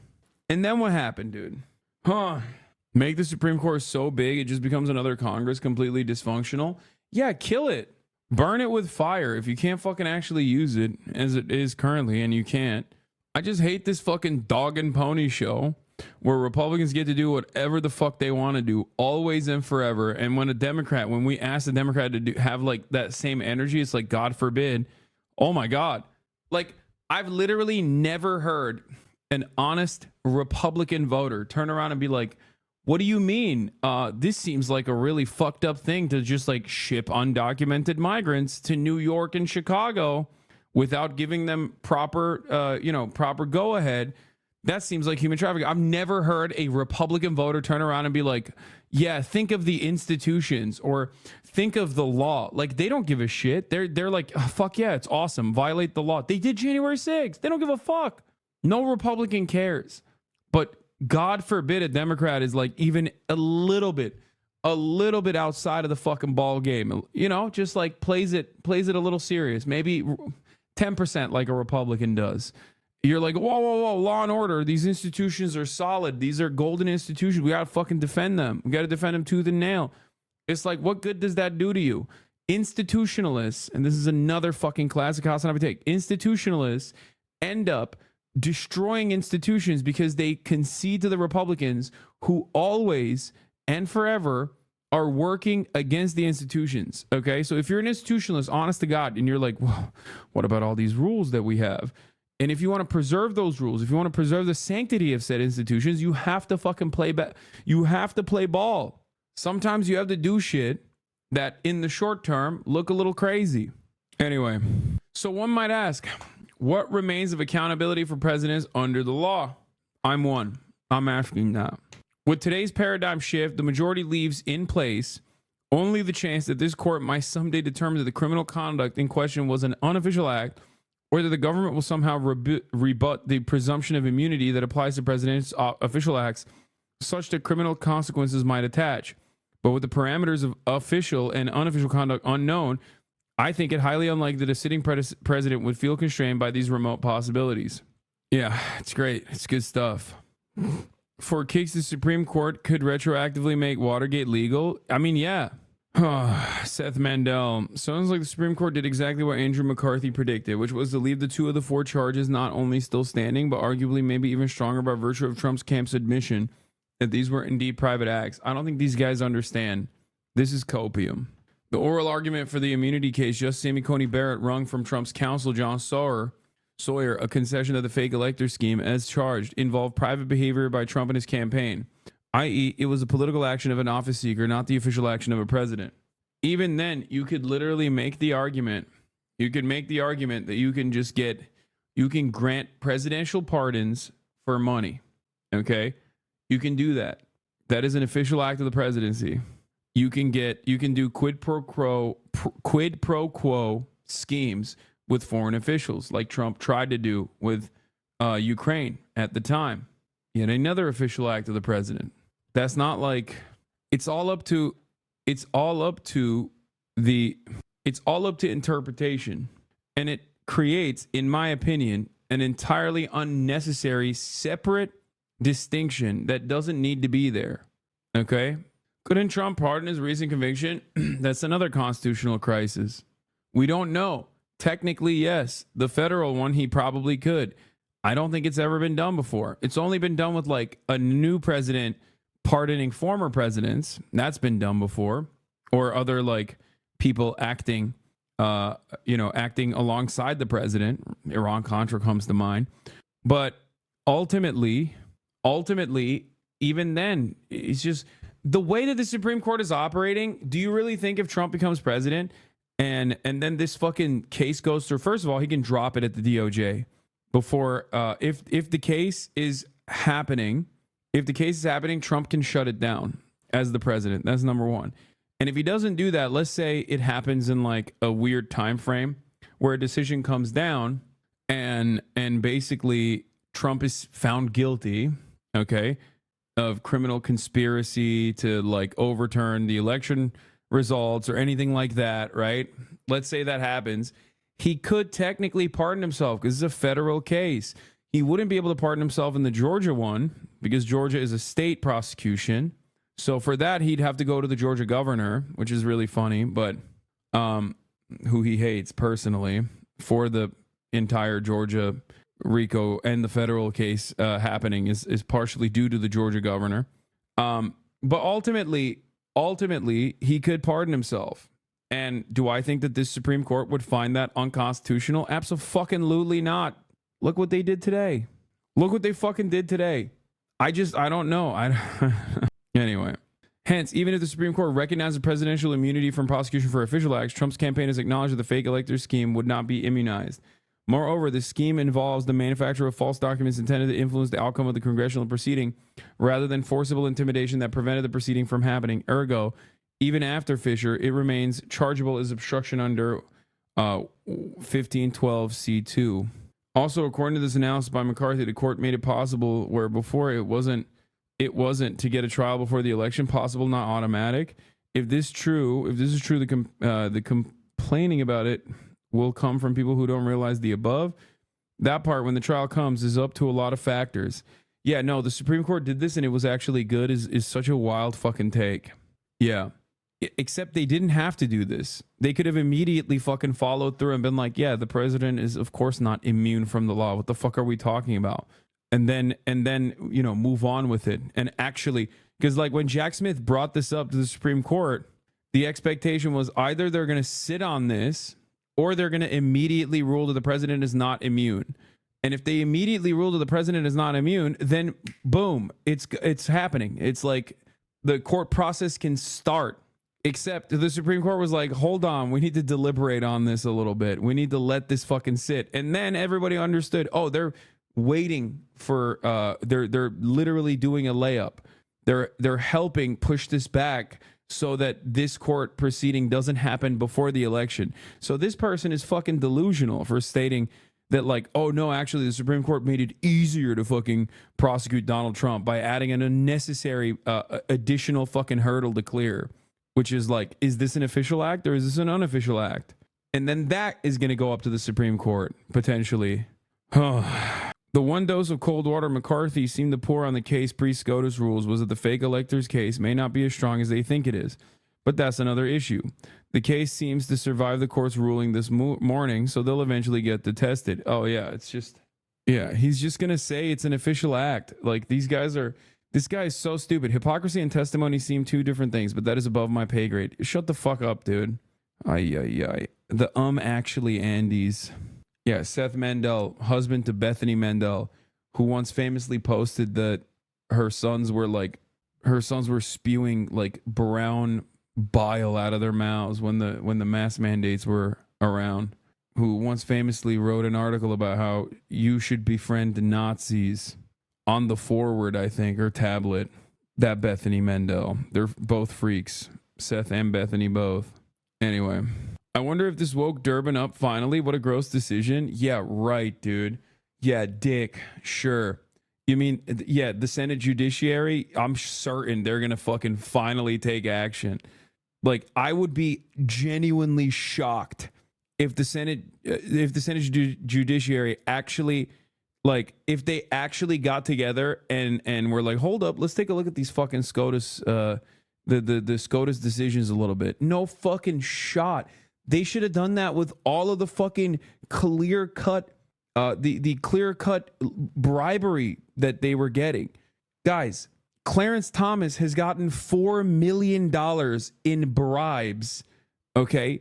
Sometimes from the people that he's, like, deliberating on, over the course of from 2012 to 2024. What are we talking about?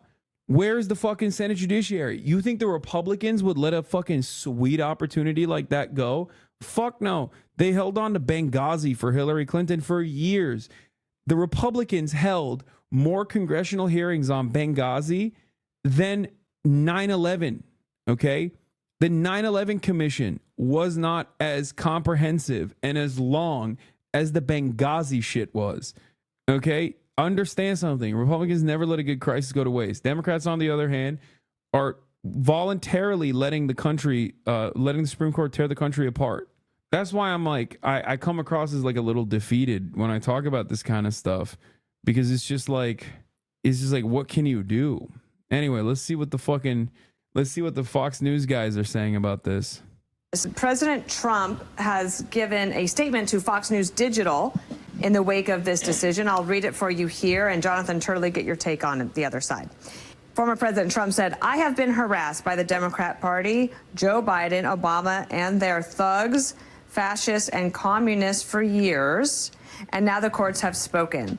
This is a big win for our Constitution and for democracy. Now I am free to campaign like anyone else. We are leading in every poll by a lot, and we will make America great again. So that's his take, although I mentioned earlier, there's another date on the calendar. This is his July 11th sentencing in New York. And I agree, Jonathan, with him when he says, I'm free to campaign like anyone else. Will that be true at the end of... Put him in jail, bro. That'd be so sick. Fuck it. Democrats, put his ass in jail for like literally improperly filing shit. Okay? That's it. That's the meta. That's the way. That's the way this is going to go. Put his ass in Gitmo for mismanaging, for improperly filing, for false records, false business records. Put him in Gitmo. Fuck it, dude. Put him in that Colorado prison on the mountain where all the terrorists and like the fucking worst guys are. What is it called? I forget. ADX. Yeah, put him in ADX Florence, dude. Fuck his ass up. Yeah. Motherfucker's going to ADX Florence for hush money payments made to a porn star. First ever. They're sending his ass to Gitmo. Yeah, put him next to El Chapo Guzman, dude. Fuck it. Day on July 11th as well? Well, I would hope that the judge in New York would not impose a jail sentence because I don't think it's warranted under New York law. Oh my God, my goat, Jonathan Turley, Donald Trump's favorite esteemed legal scholar. This case is not over. Jack Smith is not going to go quietly into that night. I want to note two other aspects of this opinion to complete this circle. The court deals with the so-called fake electors issue. And it says, look, that question in dealing with state officials is not something that we see as falling within these core areas. And so the district court's going to have to look at those communications to determine to what extent there is this immunity, presumptive or not, that might apply. But then it also talks about President Trump's January 6th speech and all of his tweets. And the language there seems quite favorable towards President Trump and says that presidents are expected to speak forcibly on issues, forcefully on issues that are important to citizens. And it really puts a emphasis on the fact that this is something that presidents do.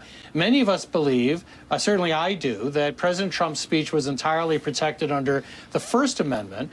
But the court is also saying this is a function of what presidents do on matters that divide the public. So on that, you have another section that's going to help out the Trump team dramatically in front of the district court. The one area that might be a sticky point is going to be the electors issue. Yeah. And even Trump's counsel in front of the court acknowledged that that was going to be a tougher one. But otherwise, this is a very good day for the former president. This opinion is quite favorable on most points. I'm Steve Ducey. I'm Brian Kilmeade. And I'm Ainsley Earl. That's it. I want to turn to... Bro, they're not even fucking flexing that hard. That's crazy.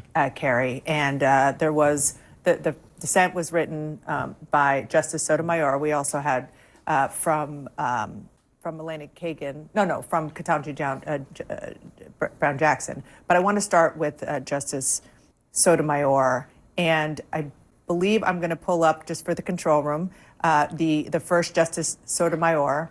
Never in the history, so this is what she said, never in the history of our republic has a president had reason to believe that he would be immune from criminal prosecution if he used the trappings of his office to violate the criminal law. Moving forward, however, all former presidents will be cloaked in such immunity. If the occupant of that office misuses official power for personal gain, the criminal law that the rest of us must abide will not provide a backstop. With fear for our democracy, I dissent. It's a very strong statement by Justice Sotomayor, and it's understandable from the context of how broad the majority seems to interpret immunity in this case. The majority doesn't just say that the former president is immune for official acts, which it makes very clear. It also really broadens it out. And there's a part that I want to point to in the opinion where it says the immunity we've recognized extends to the outer perimeter of the president's official responsibilities, covering actions so long as they are not manifestly or palpably beyond his authority. And so I think although the court in this case really hands it back down to the lower court in this specific case involving former President Trump, it is tipping the scale for the lower court to really take a very expansive view of what official acts are. So this is a court of confusion in some ways. It tosses so many things back to the lower courts. And let me just give one specific example that she was talking about, Sotomayor. She talks about what if the president orders the Navy's SEAL Team 6 to assassinate a political rival, immune, organizes a military coup to hold on to power, immune, takes a bribe in exchange for a pardon, immune, immune, immune, immune. I'm not sure that's accurate. I mean, it's a bit hyperbolic, but I think what that does is nicely underscore that we're going to have some really difficult decisions to make. It's not clear whether there would be immunity. I mean, a district court judge could easily look at that scenario and say, no way. I find that ordering an assassination of a rival through SEAL Team 6, that's out of the scope. So I don't necessarily agree with. He keeps saying this, but it's like, on principle, yes, it is accurate. Okay? Because a district judge says that, and then it goes back up to the Supreme Court, and then the Supreme Court says no, then what do you do? To that extent, but she's right. We now have some very difficult problems to wrestle with. I think she's a lot closer to right than wrong. Yes. I think that when you combine her concerns with the way they articulated this position again and again and again, they come back to this idea that, oh, this immunity is absolutely necessary. Not only is it constitutionally required by separation of powers, but if without it, a president would be chilled from taking bold and decisive action. They repeat that again and again and again. So basically what you have here is the Supreme Court imposing its judgment that that principle, that we must have bold and decisive presidents, is more important than the principle that Justice Sotomayor is advancing, which is we should have presidents who obey the law. Back with the team here in New York. Tim Naftali, you're a presidential historian. You focused a lot on Nixon. What do you make of this? This decision was written as if America has never had a corrupt president. This decision is blind to the ways in which presidents have used their core constitutional authorities to hurt the American people. In the 1970s, the Congress of the United States, the courts, and the American people pushed back against something that was called the imperial presidency. The imperial presidency was one that used the color of national security, one of the core presidential authorities, to wiretap people, to break into their homes, to break into their psychiatrist's office, Daniel Ellsberg, to audit their IRS files, all under the color of what the Supreme Court would describe today as a core constitutional authority. Now, those were official acts according to this court, because according to this court, your motive as president doesn't matter. If you do this in order to hurt an American citizen you don't like, to hurt a political opponent, according to this court, it doesn't matter. You have just talked to the CIA, you have just talked to your Attorney General, you have talked to the Secretary of Treasury. By doing so, you are engaging in an official act. This opens the door to abuses of power, the kinds of abuses of power that we had in the Cold War at a time of the imperial presidency. It is beyond belief that a court of people who lived through the 1970s would have forgotten how it was that Richard Nixon abused power. I don't think they forgot. I think they're just like, Richard Nixon plus Riz equals Donald Trump. They're chill with it.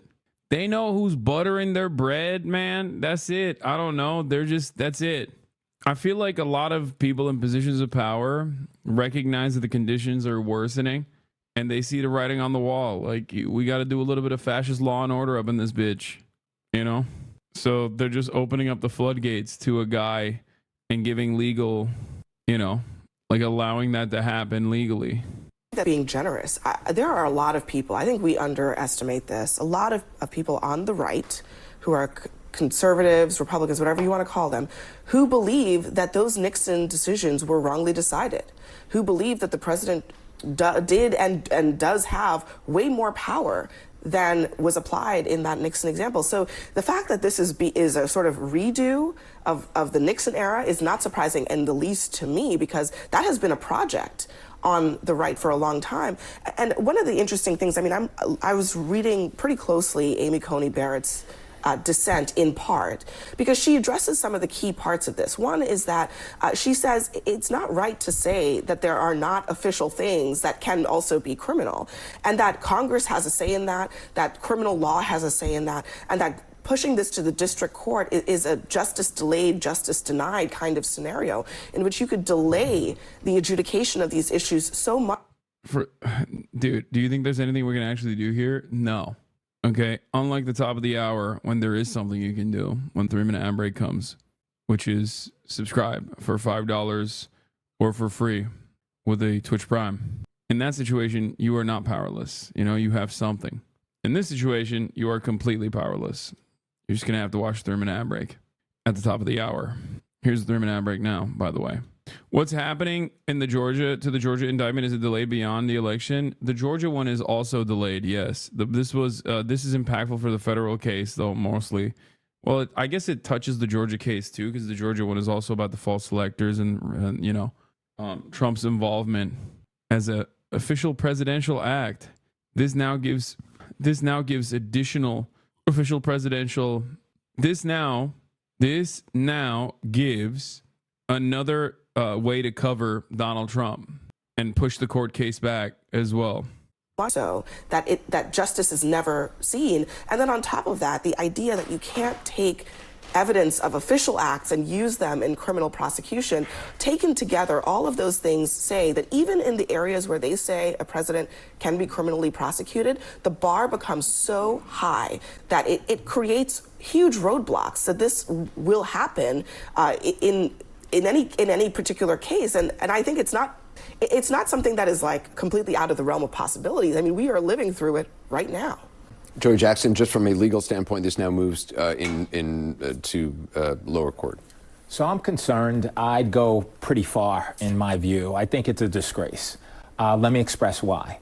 We look to the Supreme Court for clarity. We look to the Supreme Court to be definitive and give definitive determinations.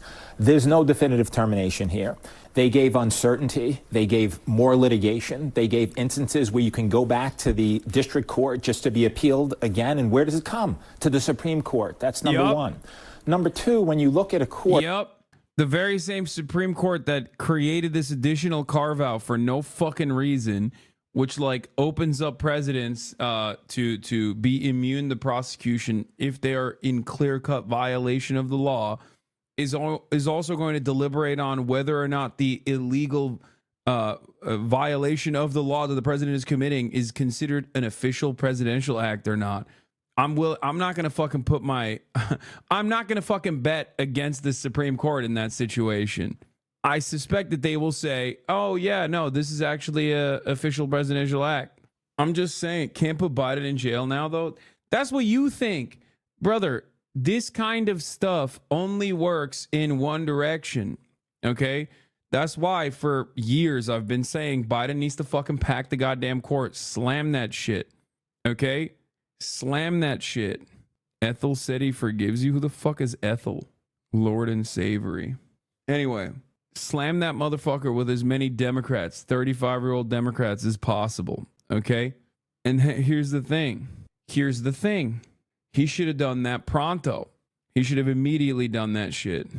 Or look at courts to give that guidance, and they should be nonpartisan. Especially because, the other point I was going to make is that Republicans don't give a shit. Republicans will always use anything and everything to their advantage. That's it.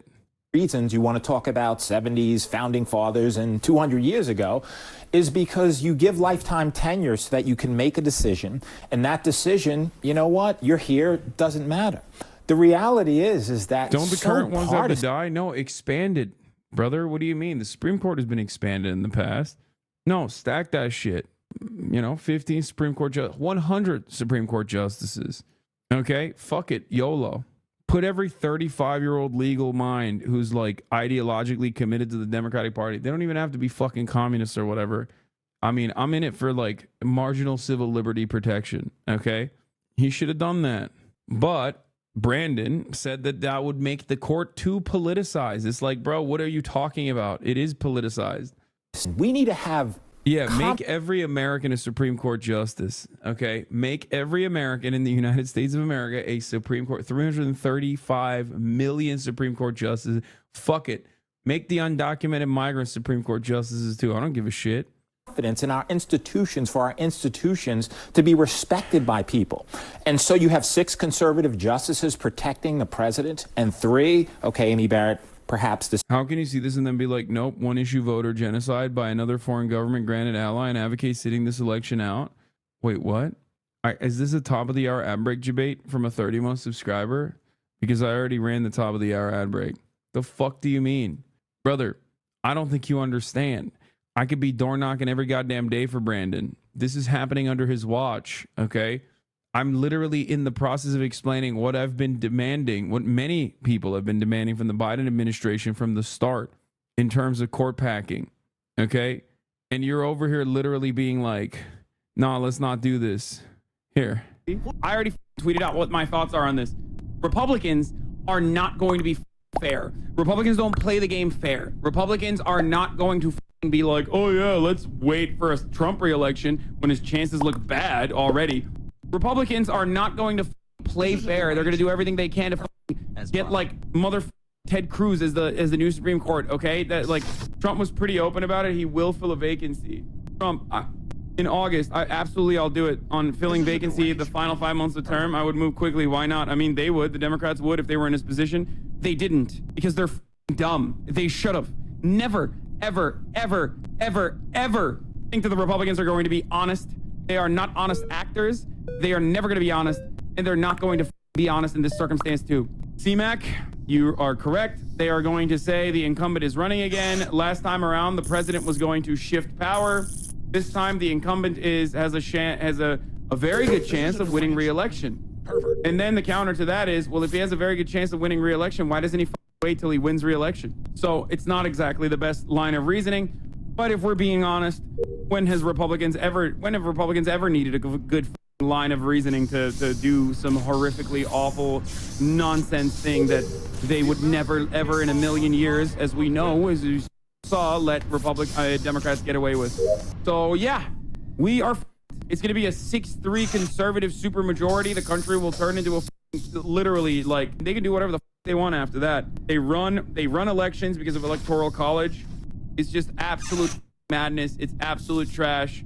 Republicans win, GG's, all because of Hillary Clinton had to be like, it's my time, and ran the shittiest goddamn campaign. Can't wait to see the disputed election get decided by an 8-person Supreme Court. Yeah, 8-person Supreme Court with 1 liberal justice missing, by the way. The Obama administration should have replaced Ruth Bader Ginsburg when the time was right. She was old as and had cancer already at the time. The Obama administration should have done everything they can to get that last Supreme Court. That was 4 years ago. Highly suggest you plan a day trip to Vienna if you have the time. I don't. Also, why would I go to Vienna? Oh, to see the social housing, to see the public housing. I have been to Vienna before. It's beautiful. Court justice because the Republicans would never, ever, ever, ever, ever, ever, ever let that go. Yeah, they were so sure the Republicans would never win again against the Obama coalition that they got so cocky. They thought Hillary Clinton was a wrap. Like, they thought Hillary Clinton was going to win. So, like, we'll just let the next president decide. Yeah, guess what? The next president is spear dicking his agenda. Breaking, Trump will nominate someone in the coming days. GG's, boys. Hey, absolutely GG's. Multiple sources close to the President Trump with the direct knowledge tell ABC he's expected to put forth a nominee to fill Ruth Bader Ginsburg's seat in the coming days. Yeah, democracy doesn't die in the darkness. The democracy dies at Applebee's, okay? You love... There you go. Anyway, Republicans will never... The Republicans will never stop abusing the institutions because the institution defenders are stupid. Listed in part, but 6 Supreme Court justices protecting the president and the other 3 liberal justices saying, are you kidding me here? And then you have, to Tim's point, you cannot use the president's motivation as evidence. You can't use the president's discussion with Department of Justice officials or advisors as evidence. What is that? And so I just thought that when I'd see an opinion, it would provide some direction, it would provide some clarity. This seems to me to be protection and cover, and this is going to go on for years ad infinitum, and I'm concerned. We begin with Judge Jeanine Pirro, the 5 co-hosts. Oh yeah, AOC came out and said articles of impeachment against the U.S. Supreme Court, which is awesome. I'm glad that she's saying shit like that. Judge, great to have you here. I've been watching you throughout the morning. First, I want to get your reaction as we do continue to hear from members of Congress, as obviously the political fallout of this we have yet to fully see. She plans to file articles of impeachment, Judge. Here's the tweet. Throw it up on the screen. The Supreme Court has become consumed by a corruption crisis beyond its control, she writes. Today's ruling represents an assault on American democracy. You know, you were talking about how Dick Durbin is going to do something. Dick Durbin and Hakeem Jeffries are going to kill her. They're going to be like, all right, shut the fuck up, AOC. That's what they're going to do. They're going to attack. Democrats, in many respects, are very similar to Israel. They don't know. They only got one speed, which is when in doubt, attack the left. Okay? And that's what they're going to do. Like, literally, that's all Israel does. When in doubt, attack Palestinians. They're like, what happened? Iran is attacking us. Attack the Palestinians harder. Okay? Kill more Palestinian children. And the Democratic Party only has one speed. Just fucking do nothing when the Republicans are going crazy. And then maybe like someone who's remotely progressive will, I don't know, say some shit. A person that's like a little bit more progressive than the broader Democratic Party politicians will like chirp for a brief moment, and then they'll turn around and you know, set their crosshairs on her or him. Now it's up to Congress to defend our nation from this authoritarian capture, she writes. I intend on filing articles of impeachment upon our return. To you, Judge. You know, Sandra, whenever anyone on the left talks about an assault against democracy, you know that it has little, if any, meaning. That's their go-to line when they don't have a substantive argument. Look, our government is set up in a way that there are three branches. The Supreme Court... Yeah. Dude, I'm sure Judge Jeanine would have this kind of attitude towards the Supreme Court if it was a 6-3 supermajority liberal Supreme Court that was like, I don't know, making it legal to be gay or something. Like striking down fucking all of the anti-trans healthcare regulation, things of that nature. Yeah, I'm sure she'd be like, listen, we have three branches for a reason. For a reason. You're gonna like what the Supreme Court has to say. You're gonna shut up and you're gonna like it. Is a branch that has final decision on legal decisions in this country. They are not willing to accept it if it doesn't align with their political ideology. And this is part of the institutional breakdown of our government. We are now in a scenario where the left and the people who call themselves progressive are not willing to accept a 6-3 decision by the Supreme Court. But make no mistake, there have been administrations there. Bro, she's saying 6-3 decision, like 6 of them aren't Republican. Like as though there's like liberal justices that weighed in on it. You know what I mean? It's a 6-3 decision. Yeah, we know. We know it's 6-3. What the fuck? Like this kind of, they're compromised. Politicians who have been in disagreement with decisions for the last 150 years. But now, all of a sudden, they think they should be able to impeach a Supreme Court justice. Look, a lawyer can be brought before the grievance committee for trashing a Supreme Court justice. And the sad part about all of this is there is a final ruling in this case. Their hatred for Donald Trump, their political ideology that causes them to support someone ideologically or cognitively declined is something that they consider paramount, and they're willing to do anything to destroy our system. Yeah, I know. I said SEAL Team 6 already. Commander-in-Chief clause called Trump a threat to national security. All of that would be permissible in the scope of this decision. Yes. She's slurring. Yeah, bro. She's zooted. She's always drinking, dude. She's drunk as fuck. Well, Judge, the timing of this decision has really allowed the Biden campaign to turn the page on the aftermath of the debate. And She off the bean. She off the twisted teas. Campaign call that we listened in on where former Capitol Police Officer Harry Dunn, who's now part of the Biden campaign, spoke to this. Listen to what he said. Okay. My message today is simple. This is not a drill. Donald Trump is the single greatest threat to the United States of America in a generation. We can't let him anywhere near the Oval Office again. We can't count on the Supreme Court or any institution to hold him responsible. It's going to be up to the voters in November.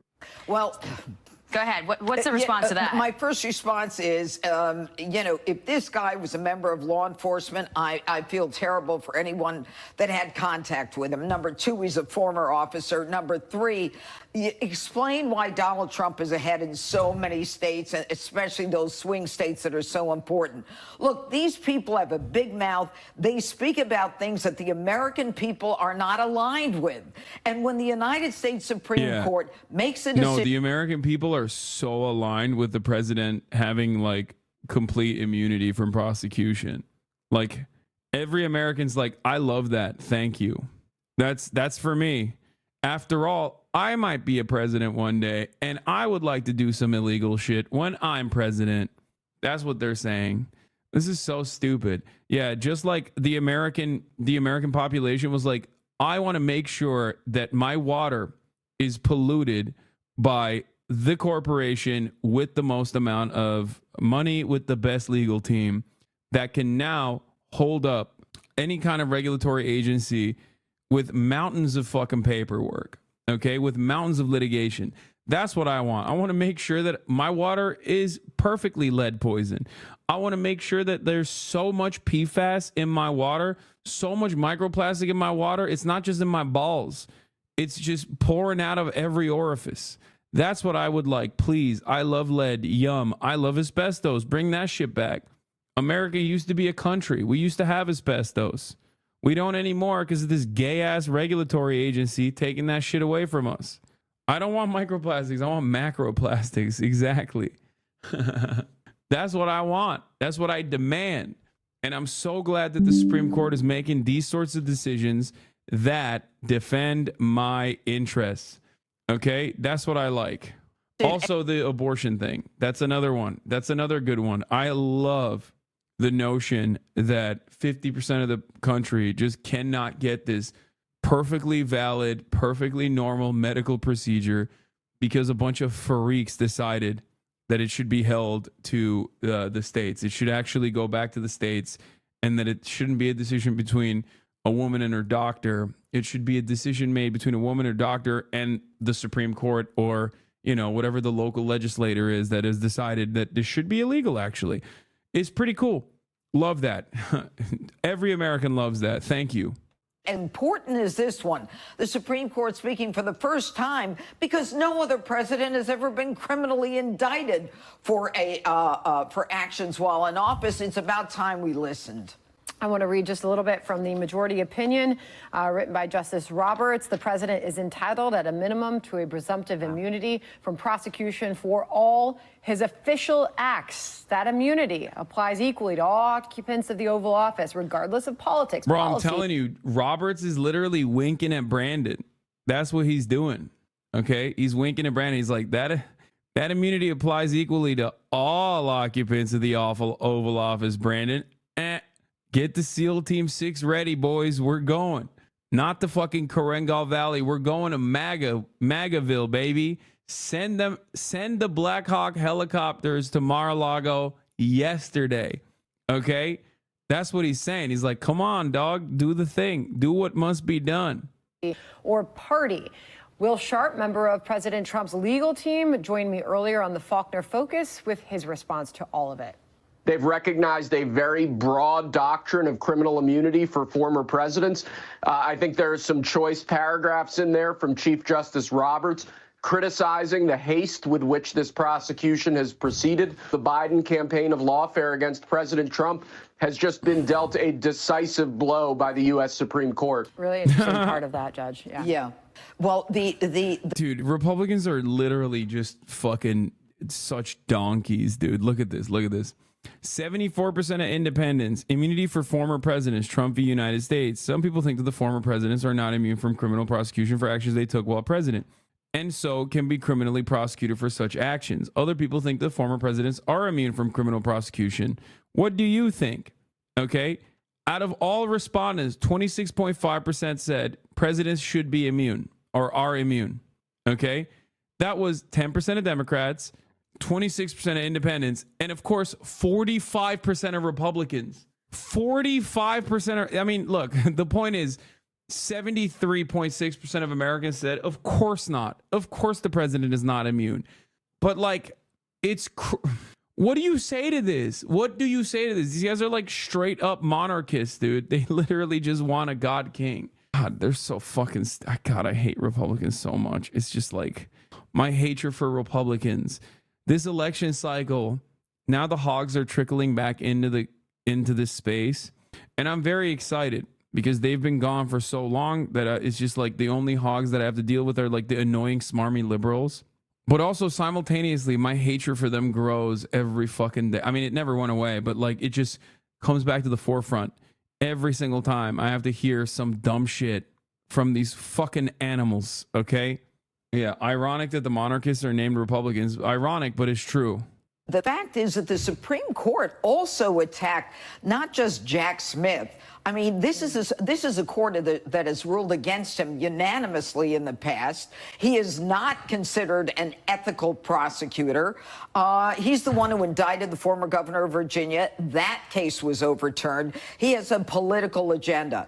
But what I think is so significant about the Supreme Court's decision is not the final recognition that when a president is engaging in official acts that involve core essential presidential duties, he has absolute immunity. And then, of course, it's remanded to the lower court to determine what are official versus unofficial acts. And for official acts, he has presumptive immunity. But they knocked down some of the indictment. They knocked down some of the arguments that the president isn't entitled to speak to his vice president or to the attorney general because the president has exclusive jurisdiction and authority over those particular issues as they relate to the Department of Justice and crimes that are being prosecuted. The Supreme Court made it very clear that there are some parts of this that are protected by the court. I can't wait for Maoist Liberal Liberation Front starting up when Trump gets elected and starts executive action the fuck out of the libs while they scream at the left for protesting a fucking genocide there. Yeah, I mean, they're gonna do that. I already told you. That's the only speed the liberals have, which is like they can't really get mad at Republicans too much because like they're just gonna do what they're gonna do, and then they're getting their messaging from the Democratic Party, and the Democratic Party is always so unimaginably incompetent.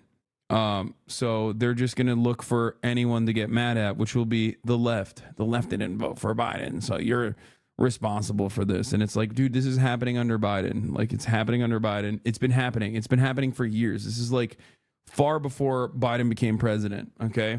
Oh, I don't just want like a Democrat.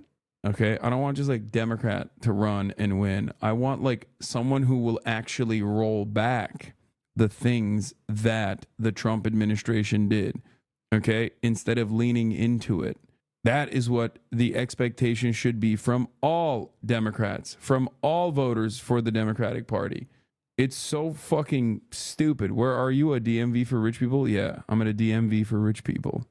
Constitutional right of a president. And let me also say that a couple days ago, the Supreme Court rendered a decision kind of dumbing down some of the January 6 charges, saying that they were not supported. And now some of the lower courts have to look at not just the January 6 defendants, but Donald Trump as well, in terms of how the Supreme Court attacked that January 6 obstruction charge.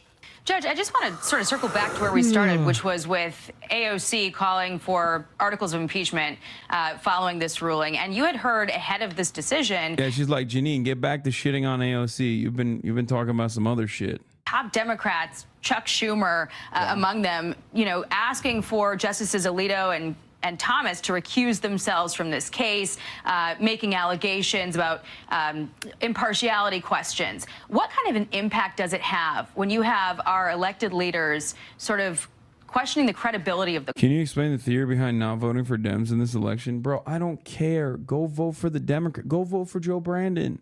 I'm not telling you not to vote for him. Now, the primaries are entirely different, okay? Abso-fucking-lutely not. But if you want to vote for Joe Brandon, go ahead. Vote illegally. Okay? Vote fucking harder. Vote harder. I'm sure we're going to save the country. Okay? Do it. Have fun with it.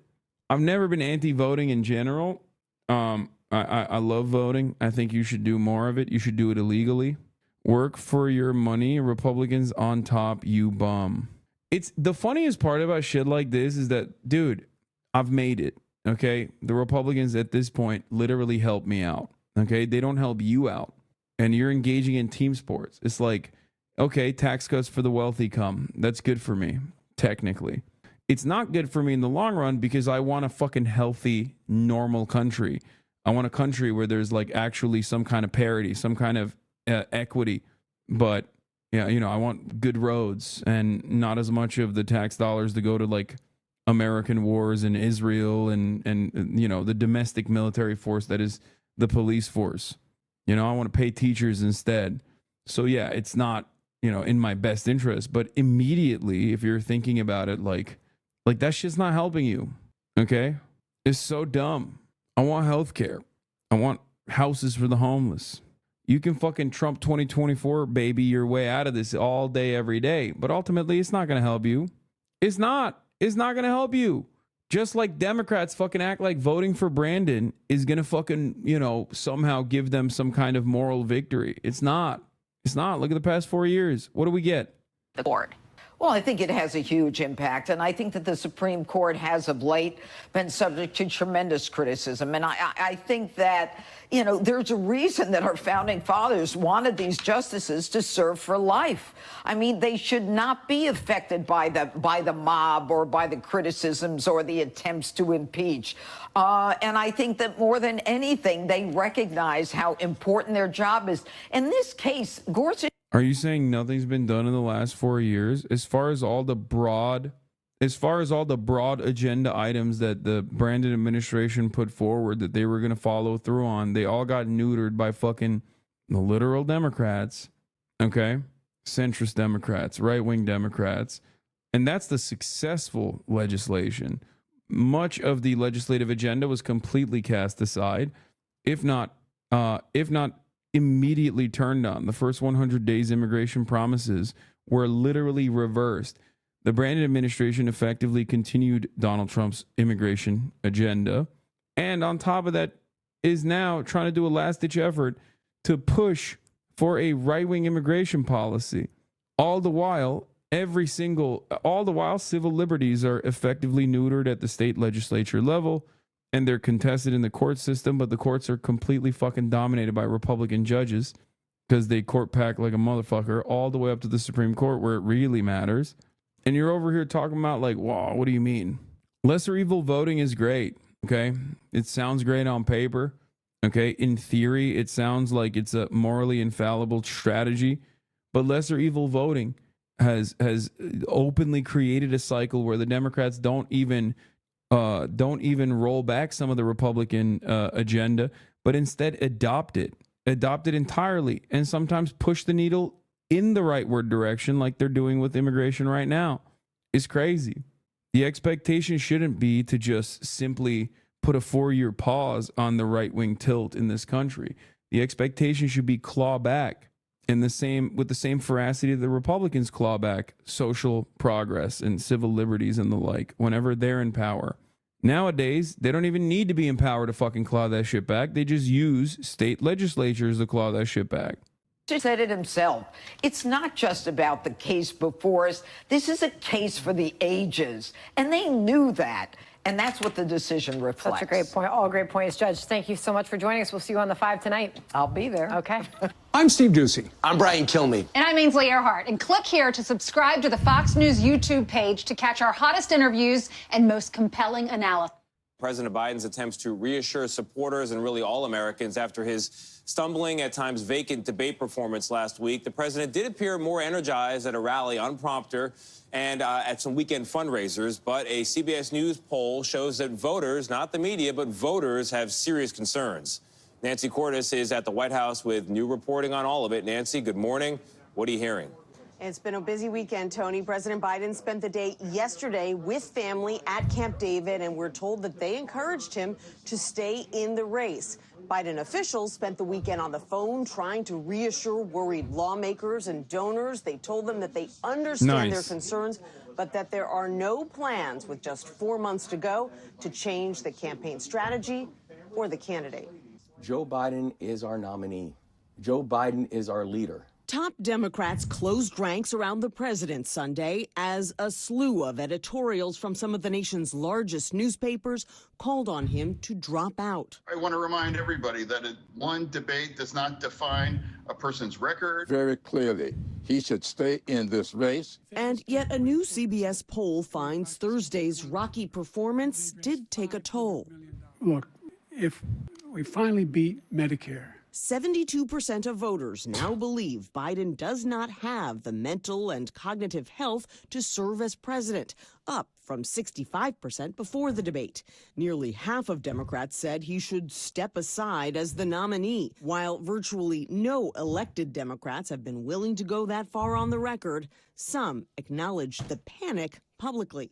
There are a lot of lingering concerns, Alex. We can't put on a happy face on this. There are very honest and serious and rigorous conversations taking place at every level of our party. Top Biden officials still haven't explained why Biden seemed to struggle the way he did on Thursday. But they tell CBS News they are staying the course. Nothing has changed. We are full steam ahead, one said.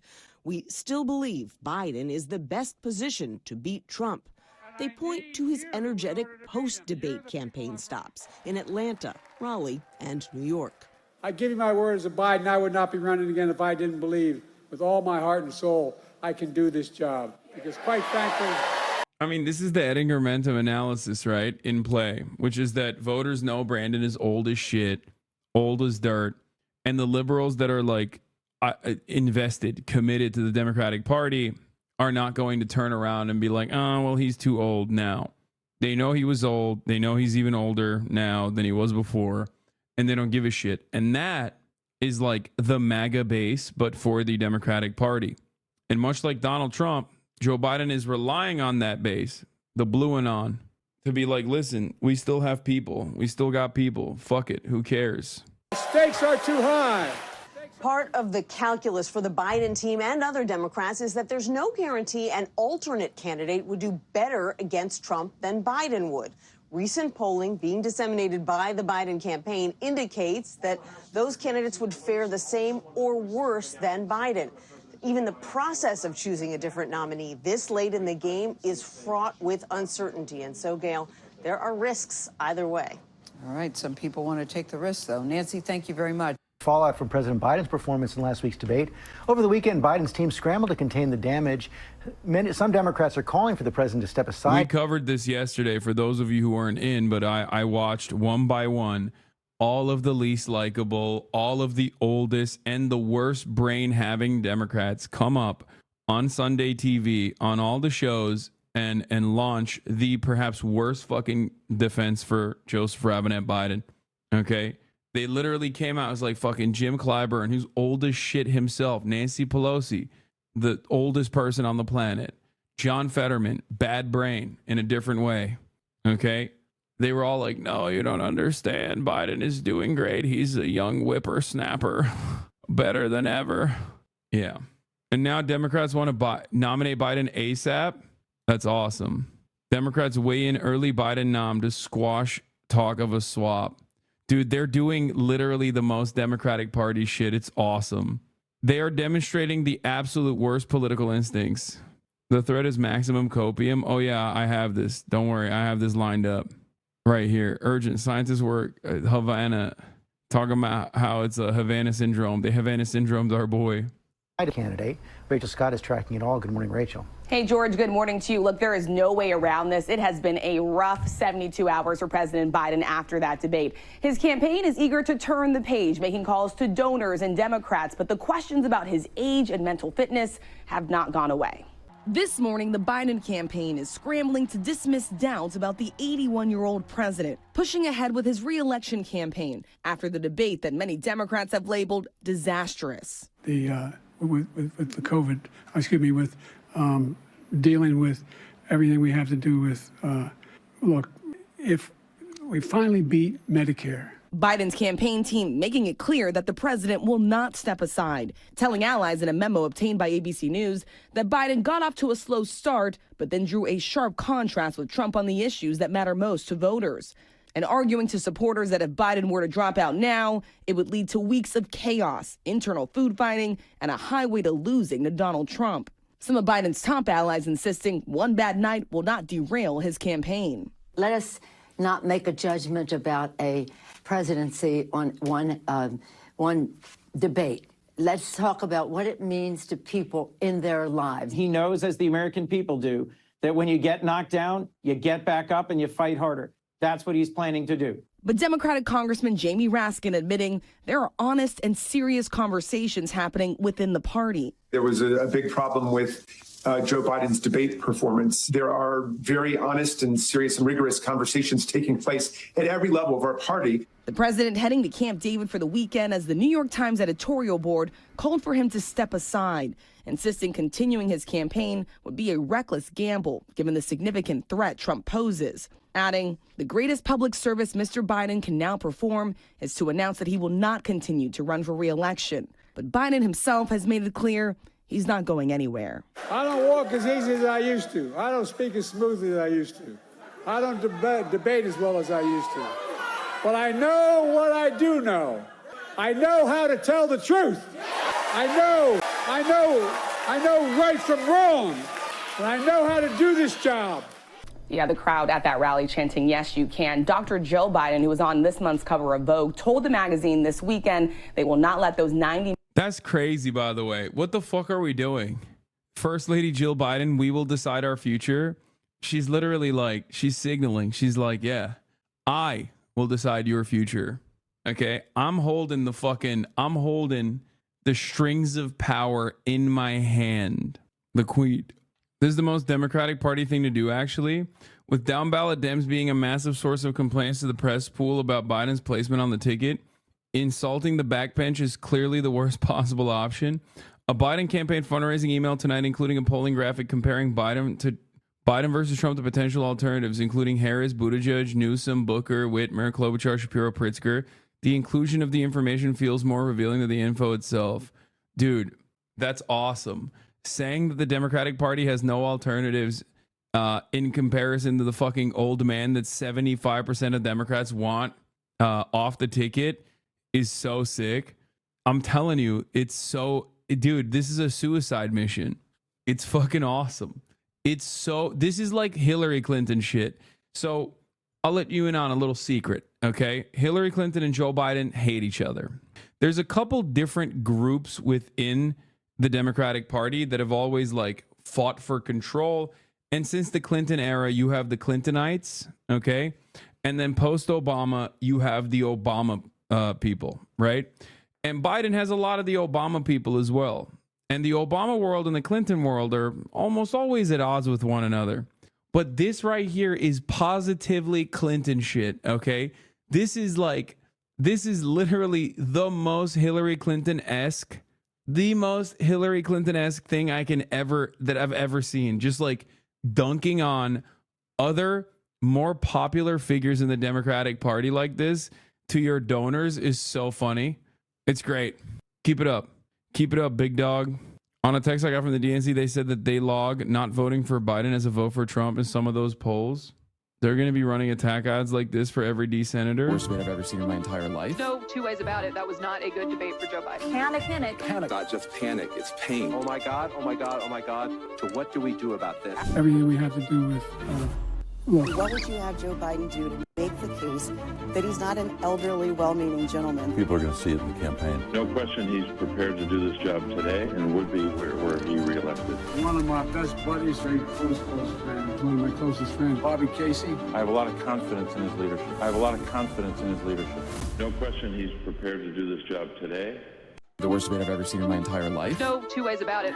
He's wearing a muzzle, brother. A Biden muzzle. The Supreme Court retroactively made Watergate legal with their decision today. Lamau, I know, we already covered that. Dude, American politics is great. It's decline.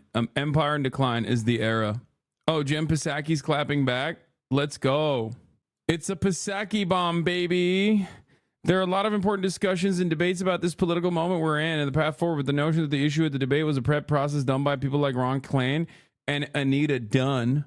Not Anita Wynn, Anita Dunn, who have successfully prepped many candidates, including Obama, Clinton, and Biden, is absurd. It was a bad debate. I have no doubt they were tough. strategic and direct. Believe me, I've seen them in action, but prep does not always determine the outcome. Biden was bad. Important combos about what happens next. But if you're directing your ire at the prep, you're not talking about the right things. Who the fuck? Dude, I thought the prep was literally just, the prep was just the worst possible way to try and defend the horrifyingly bad debate performance. Nobody actually believes the prep was at fault. Okay? No amount of preparation is going to cause you to turn the issue of abortion into an immigration conversation. Okay? It's just like, that's so dumb. That's not prep. That's just Brandon's brain being poop. Okay? It's poo-poo. It's poo-poo brain. Yeah, he prepped too hard. That's why he prepped too hard. That's why he turned around and said, we beat Medicare. He should have prepared less, dude. Yeah. No, there is no way to prepare against dementia, okay? You're going to have your on moments. You're going to have your off moments. Especially according to the recent reporting from Washington Post, the president apparently not so great after 4 p.m. Between the time frame of 10 a.m. and 4 p.m., he's fine. He's a dynamo, okay? Guess what? After 4 p.m., don't expect him. Don't expect him to have any light behind those eyes, which is a pretty fucking wild prospect for the leader of the free world. You know what I'm saying? For the goddamn president of the nation. He prepped too hard. His bitch too bad. The march of time will kill him. The march of time comes for us all. Some before others, though. And I feel like his is much closer than the average person. That's a funny tweet. I can't believe the Supreme Court just ruled that the president can sleep outdoors in a public space. Why do people think Biden having a bad debate means Trump did not? I don't know who's thinking that, but I can tell you that Biden having a really bad debate makes it worse because then people aren't talking about how bad Trump was. I talked about how bad Trump was. I talked about it in conversations that I had with fucking Piers Morgan. But the reality of the matter is most people are only hyper focusing on how fucking insane it is that we have a goddamn president who literally cannot string sentences together. Guys, pull yourself out of like the immediacy of the situation for a moment and just like think about it, okay? Like sometimes I like to imagine myself like an alien watching the planet from afar. You know what I mean? And it's just like, that's the guy? Like, really? That's the guy, that's the president right now? That is the motherfucking president right now? That guy has nuclear launch codes? The fuck? Like, it's mind-boggling. And it was mind-boggling when Trump was president. And it's still fucking mind-boggling that Biden is president right now. Anyway, yeah, they're just pretend you're in Toronto. Yeah, I that's the one other place on the planet that I would rather not be at. Is it Jover? I think the funniest part about this is that it's not technically Jover because the Republicans are so bad, which is crazy that the Democratic Party is relying on that. Like it's still not Jover, but it shouldn't be Jover at all. It shouldn't even be close to Jover. It's defined the 4 years he's been president, saying we will continue to fight, George. Okay, Rachel, thanks. Let's bring in our chief Washington correspondent, John Carl. John, in the end, this is a personal decision for Joe Biden, a family decision for the president. They were at Camp David this weekend. Yeah, let's be clear. Nobody can force Joe Biden out. It would have to be his decision. He was with his family at Camp David. They were there for a photo shoot. There was absolutely discussion of all this. I am told the family has no debate whatsoever on this. They all believe that Biden must stay in and continue to fight. As one family member told me, he is in, we are in. I will add, however, though, George, Rachel mentioned what Jill Biden said to Vogue. She also said this: President Biden will always do what's best for the country. Right now, what they believe is what is best for the country is to stay in. But this is a fluid operation. It's a very fluid situation. To remind chat why it's not Jover, Biden only has to win Michigan, Wisconsin, PA, and he's up in 2 of those within 1 point in PA. And the D's are crushing the Senate races in those races by 8 to 10, carrying Biden because ours are so bad. Yeah, except 1, it should not be that close at all. And 2, this calculation also forgets, obviously, like Pennsylvania is the most important state for this election. That's it. Like, but beyond that, you have other Democratic Party like winnable states where, the senators are doing well. Down ballot Democrats are outperforming Biden by like 10 fucking points. Okay, it's crazy. And Michigan is not a lock. According to Gretchen Whitmer, I literally, as of like today, Gretchen Whitmer came out and stated that this debate performance puts Michigan at odds, something along those lines. Gretchen Whitmer did not say that. Whitmer had phoned O'Malley Dillon with more of an unambiguous SOS to relay that Michigan in the wake of the debate was no longer winnable for Biden. Like, she still says she's not, she's the draft Gretch movement and delivers a warning to Biden. She's right. Michigan was already, she denied it. Regardless of what fucking Big Gretch is saying currently. Do in our state. There's no. Okay. Regardless of what she's saying currently, she absolutely, this statement is absolutely correct. And even before the fucking debate, it was correct. You want to know why before the debate it was correct? Because uncommitted votes are massively important in the primaries in Michigan and in fucking, like, you got Minnesota, you got Wisconsin, you got Michigan. These are places that Biden won, right? Except these are places where even in the fucking primaries, there's like a massive amount of people who are in the Democratic Party primaries. Remember, the real uncommitted voters do not fucking vote. Okay? They just don't vote in the primaries at all. We're talking, if you're voting in the Democratic Party primary, that means you're a fucking ride or die Democrat. Okay? Ride or die Democrats that went to the primaries and literally voted uncommitted in margins that are consequential, sometimes larger numbers than the fucking numbers that Biden won the state in the last election. Yeah, you got Minnesota Klobuchar's up 10, Biden's up 2 points. It's ridiculous. Anyway, Chatter said all Biden has to do is sweep the Rust Belt. Like, that's an easy thing to do. No, the blue wall back in the day, it was a blue wall. It's not anymore. So it's not an easy thing to do. But given its history, could, or rather it should. The Democratic Party should win there. Okay, should sweep. But here's why they're not. Rachel, and Democrats are concerned. We've seen some expressions of it, a lot of rallying behind the president as well. The bad debate argument is flawed because I can't recall a single bad debate that led to the entire party freaking out about whether or not the person is capable of doing the job. Dude, I think my opinion on this is that, like, everybody that's chirping now literally knew what the fuck was up, but didn't have like enough momentum to be able to come out and swing. Okay? But now they're seeing the New York Times write that article and they're like, yeah, dude, what the fuck are you doing? I think it just gave people the confidence to openly state it. Or rather, they were looking at the debate and legitimately going, okay, I want to believe all of the fucking writing about how Biden is a dynamo behind the scenes, even though I'm seeing all the fucking images of his like public appearances where he doesn't look like he has it. Okay? And they saw the debate performance and they were like, well, he didn't fucking meet the expectations. Like, what are you supposed to do? And the irony is the debate was set this early for this reason. It's not like the debate was set at a different date. It was set early for this reason. This was the reason. This is why they did it, because they wanted to, one, show how fucking kooky Trump is, and he certainly is, right? How crazy Trump is. And two, perhaps more importantly, Biden had one mission, and that mission was to show the world that he is very much alive. He's not dead. I promise you, I'm not a cadaver. Okay? I'm not a cadaver. I'm not like strung up like a puppet and people are just like moving my body and my mouth. I promise you I'm coherent. Okay? I'm not dead. And he couldn't do that. He showed the world that he is, as a matter of fact, dead. Okay?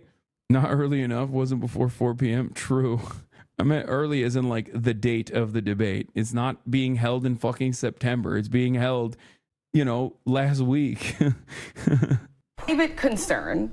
Very few speaking out publicly in the way that we saw from Congressman Jamie Raskin in that piece there. The Biden campaign was hoping that rally that the president did would sort of reassure Democrats. I talked to lots of Democrats on Capitol Hill after that rally, and they said they still have concerns because they worried about the consistency with the president. Where was that Joe Biden on the debate stage, they say? But they acknowledge the perception may not change around President Biden, and the reality may not change either, because the only person that can make that decision, they say, is the president himself. Let's walk through what could happen if President Biden decides. Some of the only analysis I agree with about VoteSnap polling focus groups that most voters already baked in two things: Trump lies and is crazy, Biden is old and frail, both suck. So turnout will be way down on both sides and no one moves sides. This isn't a persuasion election, it's a turnout one. It's why polling sucks at the moment. Response rate is 0.5%. 1 person out of 200 called answers. Yeah, no, I mean, everyone is unimaginably checked out. And you want to know why this debate is more important than everything else this time around and uniquely important? Because it was the one time people checked in. Literally, it was the one fucking time people checked in. 50 million people watched the president, the current sitting president, fail to fucking say things, okay? In a way that they had already made their minds up about. That is so unimaginably consequential. In other circumstances, you don't get this level of like John Fetterman was able to beat Dr. Oz regardless of his horrifyingly bad debate performance because, one, you know, it's midterms. Come on. Like, not everyone is invested, you know? That's just how it is. It's not the fucking presidency. And two, he had a phenomenal door-knocking operation and a long history of being a good, I can't believe I'm saying this because it was post-October 7. John Fetterman is like almost an entirely different being at this point because it's all he talks about is Israel. But before then, he was seen as like a popular figure in the state. He was a lieutenant governor as opposed to like an out-of-touch television guy, you know? So, of course, when he performed really poorly in the debate and it showed the world that like maybe he can't talk so good, that was consequential, but nowhere near as consequential as the motherfucking president because most people are just like, yo, we got an old asshole in power, cost of living is up, and on the other side, you have Donald fucking Trump. He's a crook, he's a criminal, he's a psycho. So people are just like unimaginably checked out of the process, and the one time they tune in to check into the process, see what's going on, maybe I will go out and vote for this guy again if, you know, Trump freaks me the fuck out a little bit. Or if Biden demonstrates his competency, maybe I'll reconsider. And he failed to do so. And he failed to do so in such a spectacular way that people didn't even notice how fucking insane Trump was, except for those who were paying attention, of course. It's really bad. You know what? It is time for me to step aside. How would Democrats go about picking a replacement? Well, but there are private conversations among senior figures in the party about a process that could play out. One scenario, George, is that you could have a series of debates, regional debates, where the audience could be nationally televised, but where the audience are the delegates featuring potential candidates. These would be debates that would play out in the weeks before the Democratic convention, and then the choice would be made at the convention. The convention is not till August 19th, so you could have 6 weeks play out going into the convention where debates like this could play out, and the convention, I mean, would have the attention of the world. It would be the most intense focus on a convention that we have seen really in our lifetimes. Rachel, Vice President Kamala Harris would probably go in as the favorite if this process started.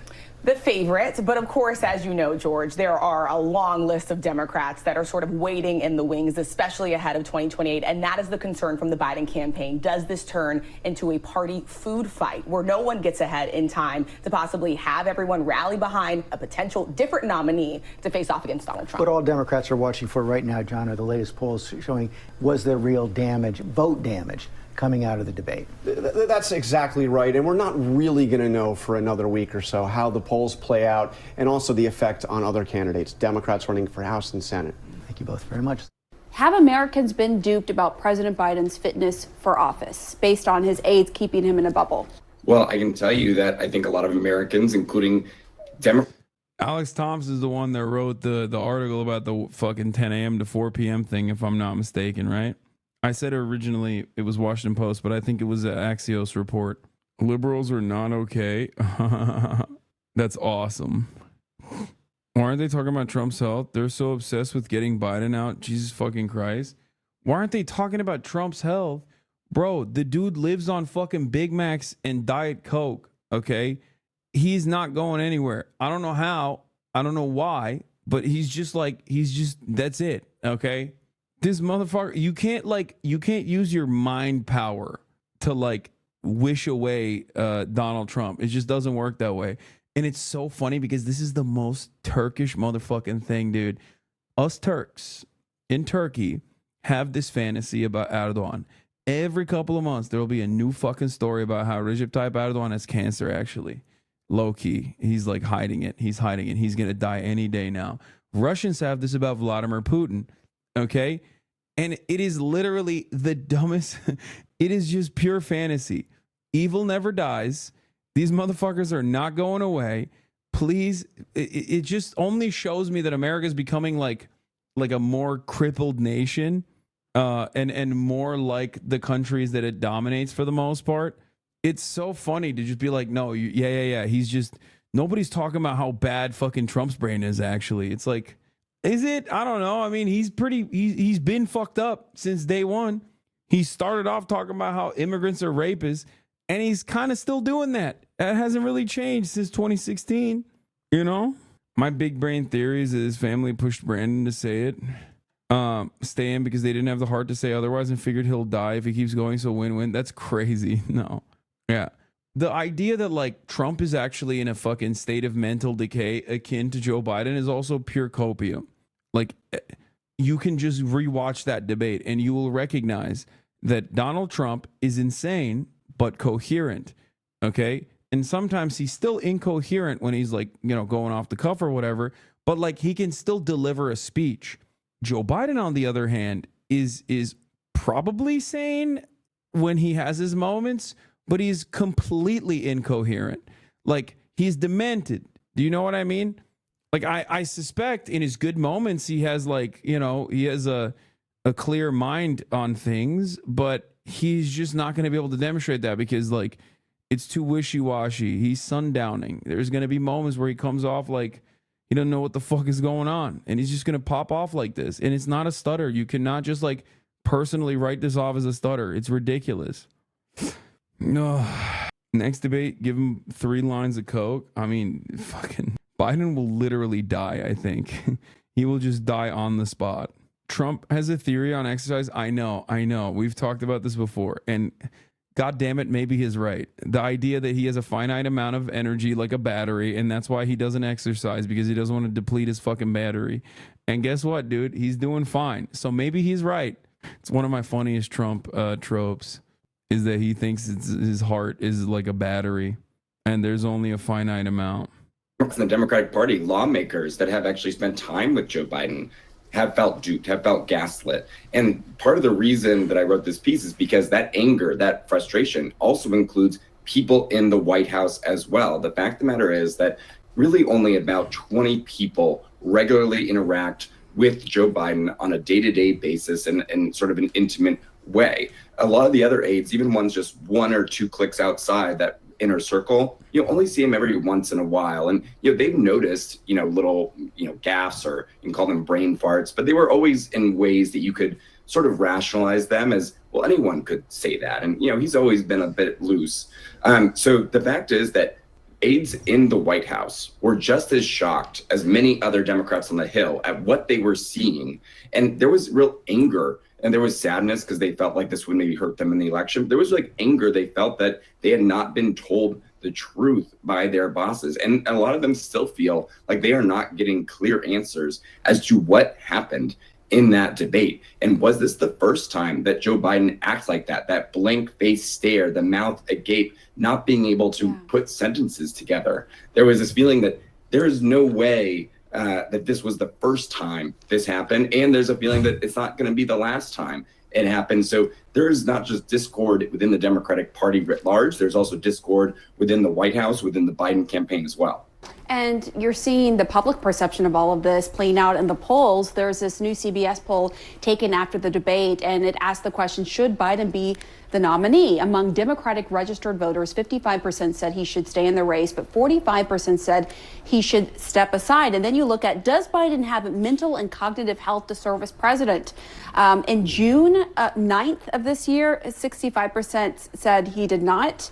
That's of registered voters. 72% now say that he does not. And so I think that really goes to the question, right, of how much is President Biden and his aides, how much are they paying attention to these polls? I mean, are these numbers good enough for a race this close where turnout will be so critical?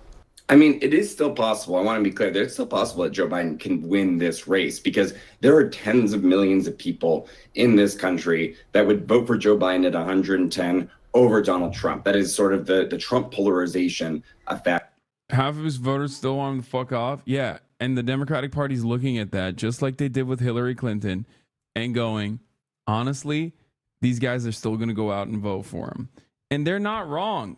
To a certain degree, they're not wrong. When push comes to shove, a lot of people are going to go out and vote for Joe Biden. And the polls also reflect that reality as well. There's a far greater percentage of people that want a different candidate in the Democratic Party, but it doesn't matter. There's still a strong, like, solidified base of support for the Democratic leadership. And part of that is because, like, the people are genuinely terrified of the Republican project. Part of it is because they genuinely hate Donald Trump and how radical the Republican Party has become. But the point is, just like with Hillary Clinton, you shouldn't rely on that.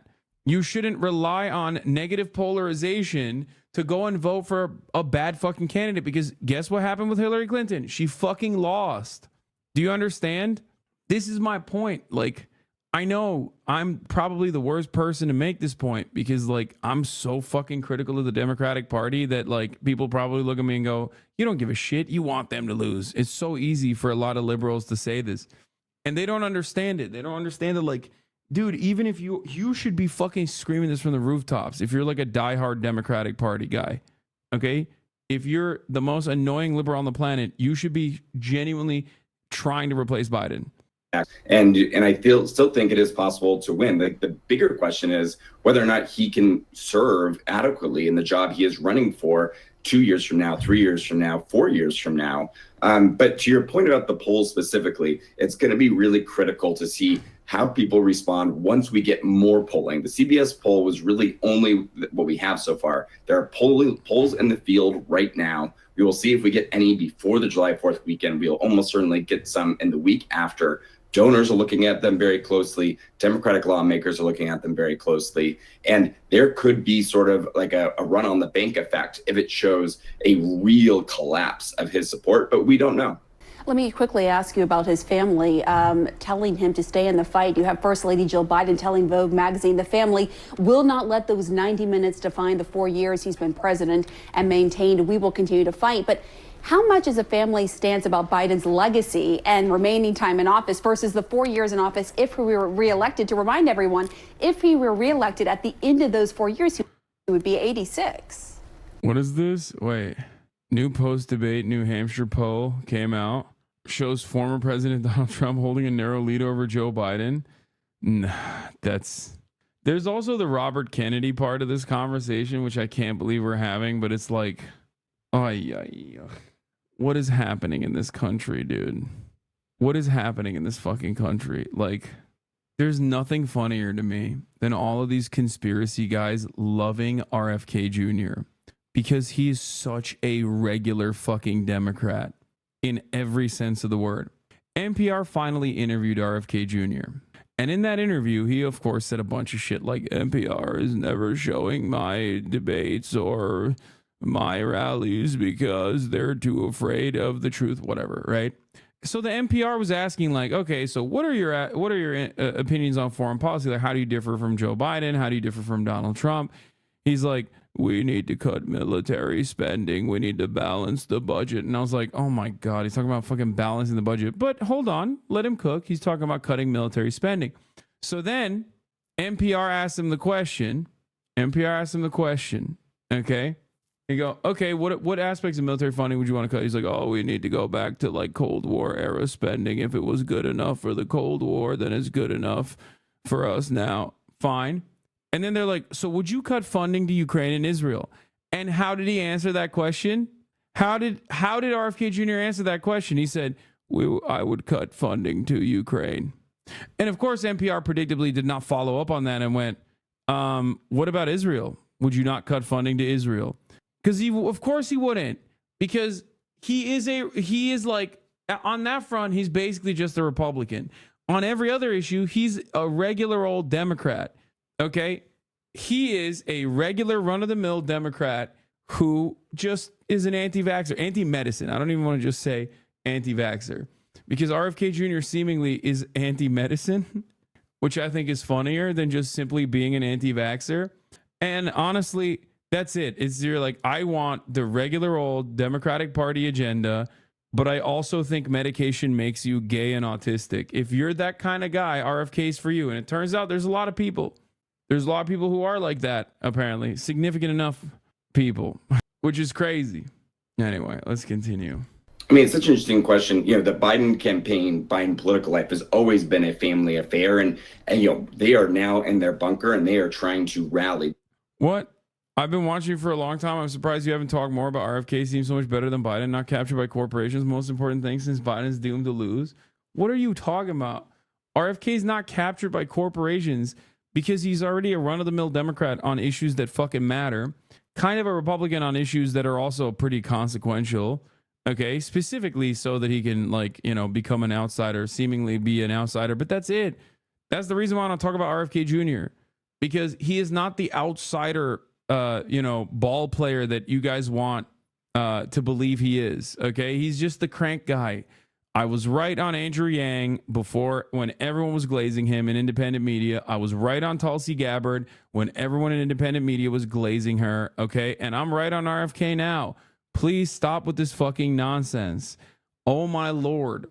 Every fucking 4 years, there's a guy like RFK Jr. that comes out, okay, and presents themselves as this outsider in the realm of politics. And every crank lover of heterodox thinking will gravitate towards that candidate like a bunch of fucking Jimmy Dore lovers out here, okay? And every goddamn year I have to have this conversation. This year I didn't have this conversation at all because most people don't give a shit. So even the cranks don't give a shit that much. So they're not constantly coming in here being like, well, what about RFK? What about RFK? What about RFK? RFK, if you look at his fucking policy papers, he's literally just a regular fucking Democrat. And somewhat of a conservative Democrat, as a matter of fact, on a lot of issues. He's also an unconditional dick rider of Israel. He's both anti-Semitic in the sense that he believes Ashkenazi Jews and the Chinese created COVID together, but he's also a relentless Zionist, which is awesome, I think. It's just really funny that people are like, this guy is a real outsider. It's like, bro, his last name is Kennedy. What are you talking about? An outsider. This is the closest to an American political dynasty we've ever gotten, aside from the Bushes, He's a libertarian. Come on. Yeah, okay. When I was 20, first following you, I thought Andrew Yang was an awesome candidate because of UBI until I watched your stream and realized what was going on, lol. Yeah. They sometimes feel at their strongest when they are under pressure like this. They sort of unite and link together. The problem is that, to your point, there's some serious concerns from longtime Biden allies, Biden confidants, that staying in this race could tarnish what is otherwise a pretty incredible, improbable in some ways legacy of political life. Because if he stays in this race and loses to Donald Trump, that could end up being the first line of his obituary. And that's what people who really love Joe Biden are still a little bit worried about. Alex Thompson, thank you. So let's get more now from CNN's senior White House correspondent, MJ Lee. MJ, Biden campaign aides are vehemently dismissing the possibility that he will drop out. Of course, we don't really have that temperature check of polls to see where the American electorate is on a Biden candidacy. What are you learning today? Yeah, Brianna, that's absolutely right. The campaign for now is digging in.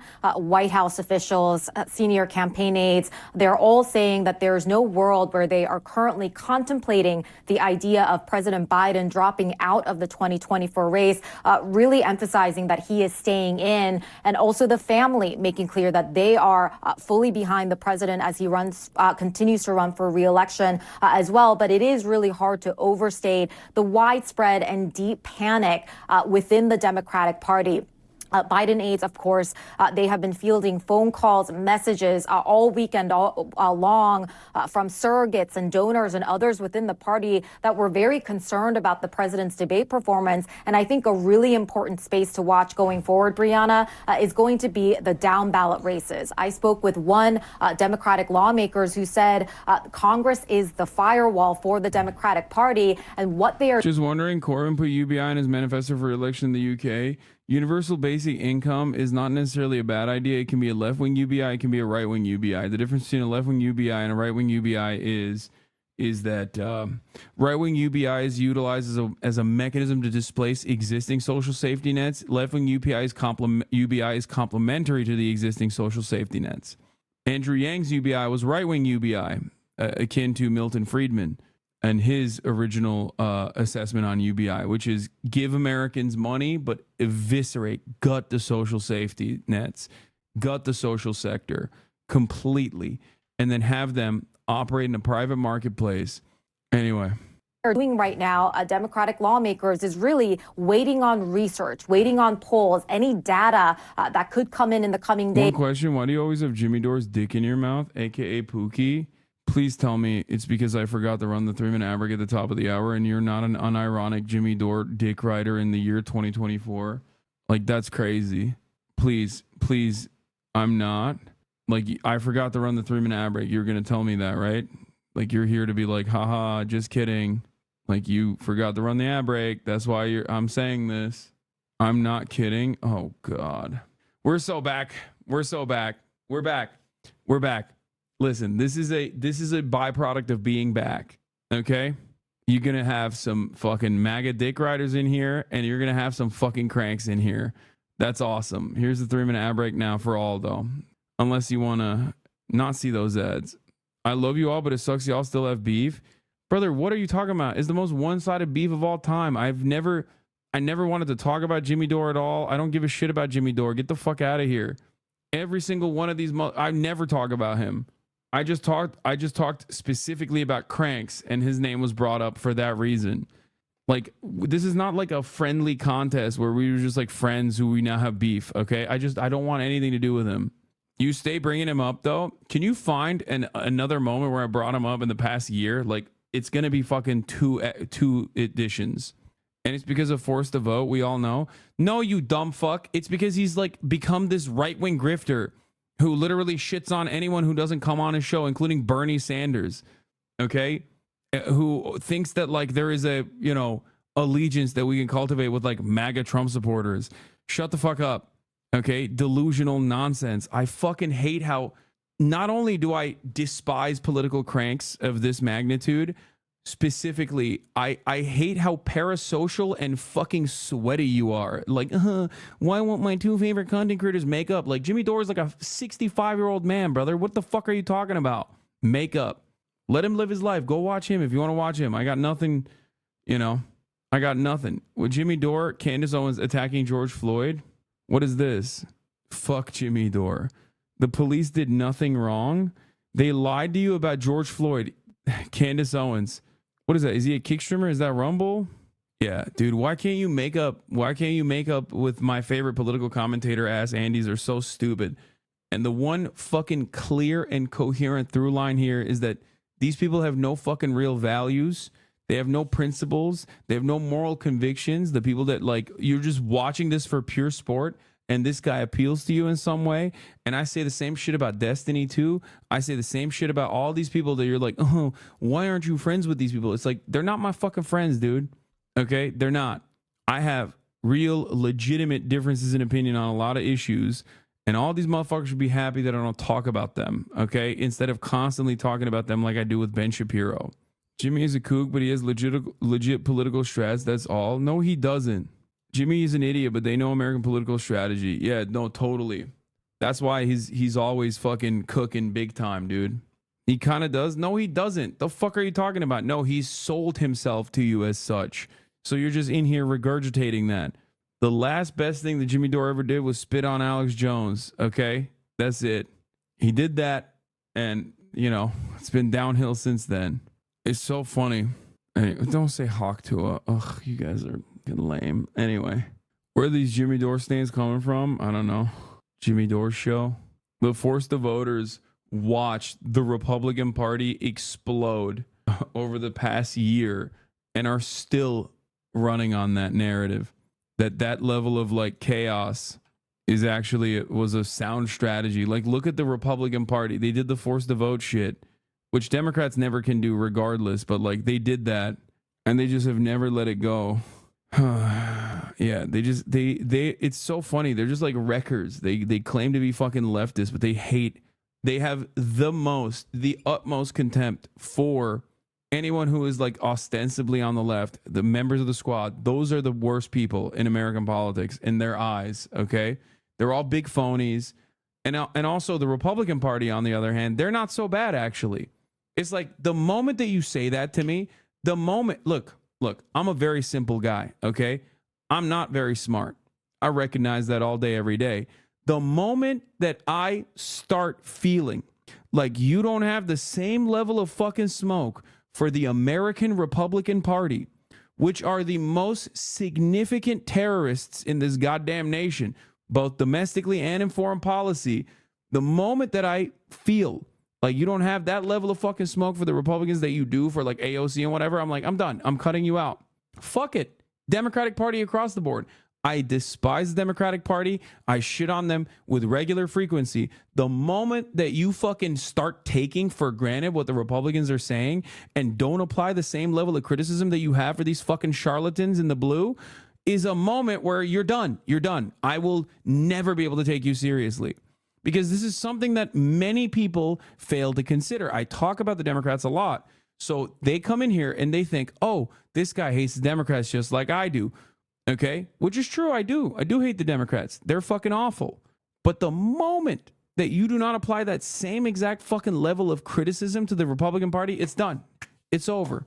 I will never be able to take you seriously. The moment that you come at me and go, Josh Hawley is a real, pro-labor candidate, huh? He went to the picket line. Get the fuck out of here, okay?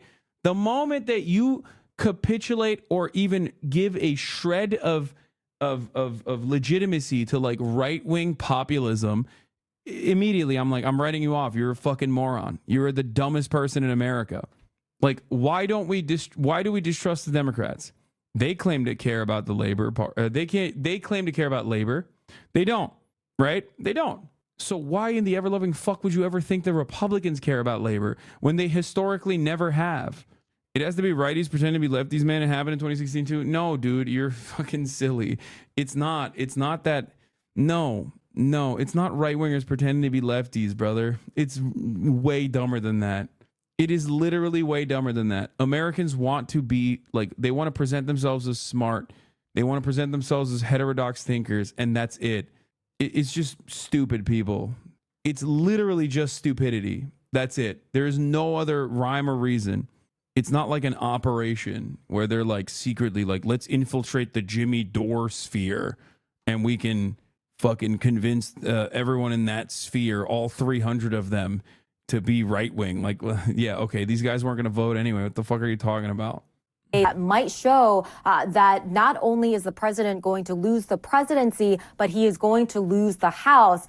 This Democratic lawmakers was essentially making the point that if such data were to come in, then the dam could break loose, and lawmakers who so far have been publicly behind the president could change their tune and say that it's time for somebody else to step in. But the campaign for now is doing their best to try to spin the debate as much as possible.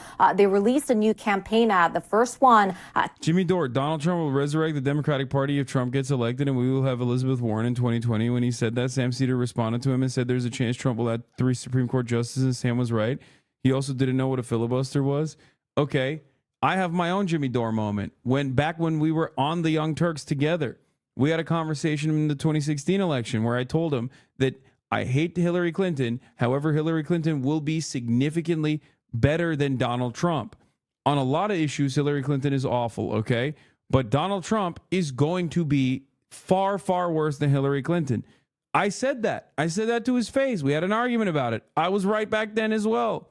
Yeah, Jimmy Dore used to be on the TYT. So was I, for those of you who don't know. But how do you know that? I don't know, because I have eyes. I experienced the past of, the Trump presidency. I saw it. I saw it happen. I experienced it, as did you, I hope. Since the debate, basically highlighting what they said were the lies that Donald Trump spewed during those 90 minutes. Take a look. I know I'm not a young man, but I know how to do this job. I know right from wrong. I know how to tell the truth. And I know, like millions of Americans know. Like, you can't be serious if you're asking, like, how is Donald Trump worse, right? Like, we have a 6-3 overwhelming supermajority in the Supreme Court. That alone is enough. Like, what are we talking about? He also completely diminished every federal regulatory agency. He either put direct lobbyists into positions of power, okay? He put the worst corporate animals into positions of power, including like billionaires, and he refused to appoint people into positions that he was supposed to.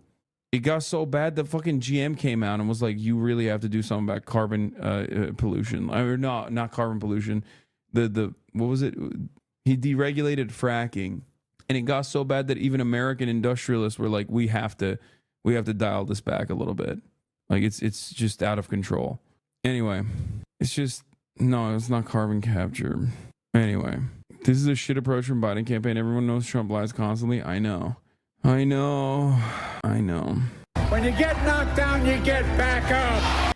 Really speaks volumes, Brianna, that this ad pulls from Donald Trump and what he said during the debate, but only pulls from the president and his appearance. I mean, dude, I'm still not done with the Trump shit. Largest fucking tax cuts for corporations and the wealthy at a time when like unimaginable profits were happening. Unimaginable profits. Since the Reagan era, Donald Trump brought forward the largest tax cuts. And the funniest part about those tax cuts were that at the top marginal tax rate, those tax cuts are permanent. Every other tax cut, however, all the little fucking $5 at the end of the month that you got back in your pocket, those sunset because they don't give a fuck about you, okay? Tax cuts are made permanent for the wealthy and the corporations, lowering the corporate tax rate, lowering the top marginal tax rate. Meanwhile, your tax cuts have sunsetted or are slated to sunset next year, okay? It's so fucking stupid. It's so stupid. It's... Anyway. At a rally the day after the debate and not from anything that he said during the debate. Yeah, certainly. Is there any reaction, MJ, from the White House or from the campaign when it comes to this Supreme Court ruling on presidential immunity? Yeah, I mean, they're certainly seizing the news cycle to make the points that they already had been about January 6th and the issue of democracy overall, saying that this all goes to show, and their message hasn't changed on this, that January 6th was an event where Donald Trump played a terrible role for the country. And that all of this just is a reminder of the threat that Donald Trump represents. This is what one senior advisor to the president said in a statement. They said, today's ruling doesn't change the facts. So let's be very clear about what happened on January 6th. Donald Trump snapped after he lost the 2020 election and encouraged a mob to overthrow the results of a free and fair election. They also said Trump is already running for president as a convicted felon for the very same reason. He sat idly by while the mob violently attacked the Capitol. He thinks he's above the law and is willing to do anything to gain and hold on to power for himself. Just goes on to say that Trump is worse than before, more unhinged, commenting on what he said recently about being a dictator on day one. So basically, they're trying to make the point that regardless of the Supreme Court ruling today, their message on this point, at least, is going to remain the same. We had heard that Joe Biden was going to be holed up at Camp David yesterday with his family, and the initial reports were that they were going to discuss what's going on. Actually, they got together for a photo shoot with Vogue magazine. Annie Leibovitz, the infamous, very famous photographer, took... By the way, I want to say something here. Maybe you guys will disagree with me, but the part of the reason why the Republicans are not in unison being like, oh, no, don't actually fucking take Biden off the ticket, he's doing fine, is because of what I just mentioned, that the race is close still. Like, because I feel like if they genuinely thought they could beat Biden, they would be like not hitting it as hard that he's like mentally ill and whatever, or demented. But the reason why they're not doing that is because the race is close, and therefore, like, they are using this as an opportunity to continue hammering the narrative that like Joe Biden is demented. They don't want Joe Biden to be replaced. They just want to keep hitting Joe Biden. Part of the reason why they don't want Joe Biden to be they are worried about Biden's replacement, but they're worried about Biden as well. That's a better way to put it, because like, why the fuck else would they be constantly talking about like, yeah, you got to replace Joe Biden. You got to replace Joe Biden. It's because one, they know that it's not going to happen. And two, they're basically fucking worried about Joe Biden anyway. So they're trying to hammer him as much as possible on the demented front. The pictures. And you've been doing the same thing for the last 3 to 4 days. So what do you like to see from Biden's camp for him to step down? What's our path to victory here? Answer the question. How do we keep him out of office? Biden or someone else? Yes, someone else. Yeah. Replace him at the convention. Explain to the American population that these things happen. Joe Biden comes out with a swift exit, says like, listen, I've been a statesman for, for as long as many people have been alive. And I think it is my final act. Like I want to make sure that the end of my presidency has a solid legacy. Has this ever happened before? Why is it that motherfuckers that come in here with so much attitude are completely oblivious to the history of America? Yes, yes, it has happened before. Okay. 1, presidents die. Okay. That's happened. 2, it has happened before. Lyndon B. Johnson.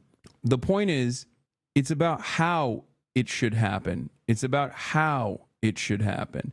No, the attitude, I'm asking a question. No, the attitude is coming from this, and you've been doing the same thing for the last 3 to 4 days. That's where the attitude is coming from. Don't fucking try to sneak that in here as though you didn't come in here with some goddamn attitude. Okay? You did come in here with some fucking attitude. You're saying that I am cynically attacking Biden in the same way that like Republicans are. Okay? Don't try to fucking don't try to do this thing where you're like, oh, well, is that a fact or no? The energy and the motivation behind why I'm saying Joe Biden needs to be replaced is not the same as fucking Fox News. Unless you're so stupid that you stupidly fucking subscribe for 3 months to a Fox News style political commentator. Is that what you're saying? I don't think you're stupid. Like immediately going, oh, you're being critical to Joe Biden in an election year who is like 800 years fucking old, and repeating the same criticisms that you've had of Joe Biden that you've had since 2020, since even before he ran, as a matter of fact. While he was running, I was saying this shit, okay? While he was running, I was like, why are we dropping the incumbent advantage that we're going to have when Joe Biden's brain is like obviously deteriorated even back then in comparison to how he was in 2018, in comparison to how he was in 2016, in comparison to how he was in 2012. I'm sorry that I'm not going to shut the fuck up about like something that I'm obviously correct on now that like you're worried about Biden's prospects. Okay? It's so ridiculous. And it's basically the same exact principle behind Hillary 2016. Can you give us the example of this happening before? I'd like to be educated on this. Yes, Democratic candidates or Democratic incumbents have dropped out. Okay? I already did. I'm worried mainly about minorities. What happened today is crazy. What happened today happened under the Biden presidency, number 1. Number 2, Biden literally refused to fucking pack the court because he said it would be politicizing the Supreme Court. What happened today is literally another fucking direct example of another thing that I criticized Biden on heavily in the beginning of his fucking presidency that he didn't follow through on. Okay? He refused to expand the Supreme Court. He refused to push to expand the Supreme Court. He said he can't do that. Okay, now that I answered your former question, it's really funny that you're also turning around and being like, well, what about the minorities? What do you want? You want Biden to fucking kill the minorities personally instead of Donald Trump? Is that what you want? That'll make you fucking content with the situation at hand? We're always like, oh, well, he's a little bean. He's a small bean. He can't do nothing. Then why the fuck are we voting for him? Like, what do you mean, small bean? I want a big bean, okay? I want a bean that can do something. Apparently, and I was reading the New York Times this morning, they weren't going to talk at all about Joe's future because there were too many outsiders who could listen in. But the family, if you're worried about what might happen to minorities under the Trump regime, you should probably, I don't know, get to fucking phone banking and lie to every person that you talk to about Biden's immigration policy, which is Trump's immigration policy from 4 years ago.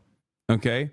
You should lie to voters so you can get them to go out and vote for Joe Biden. Because Joe Biden, on the other hand, is taking a right-wing stance on immigration.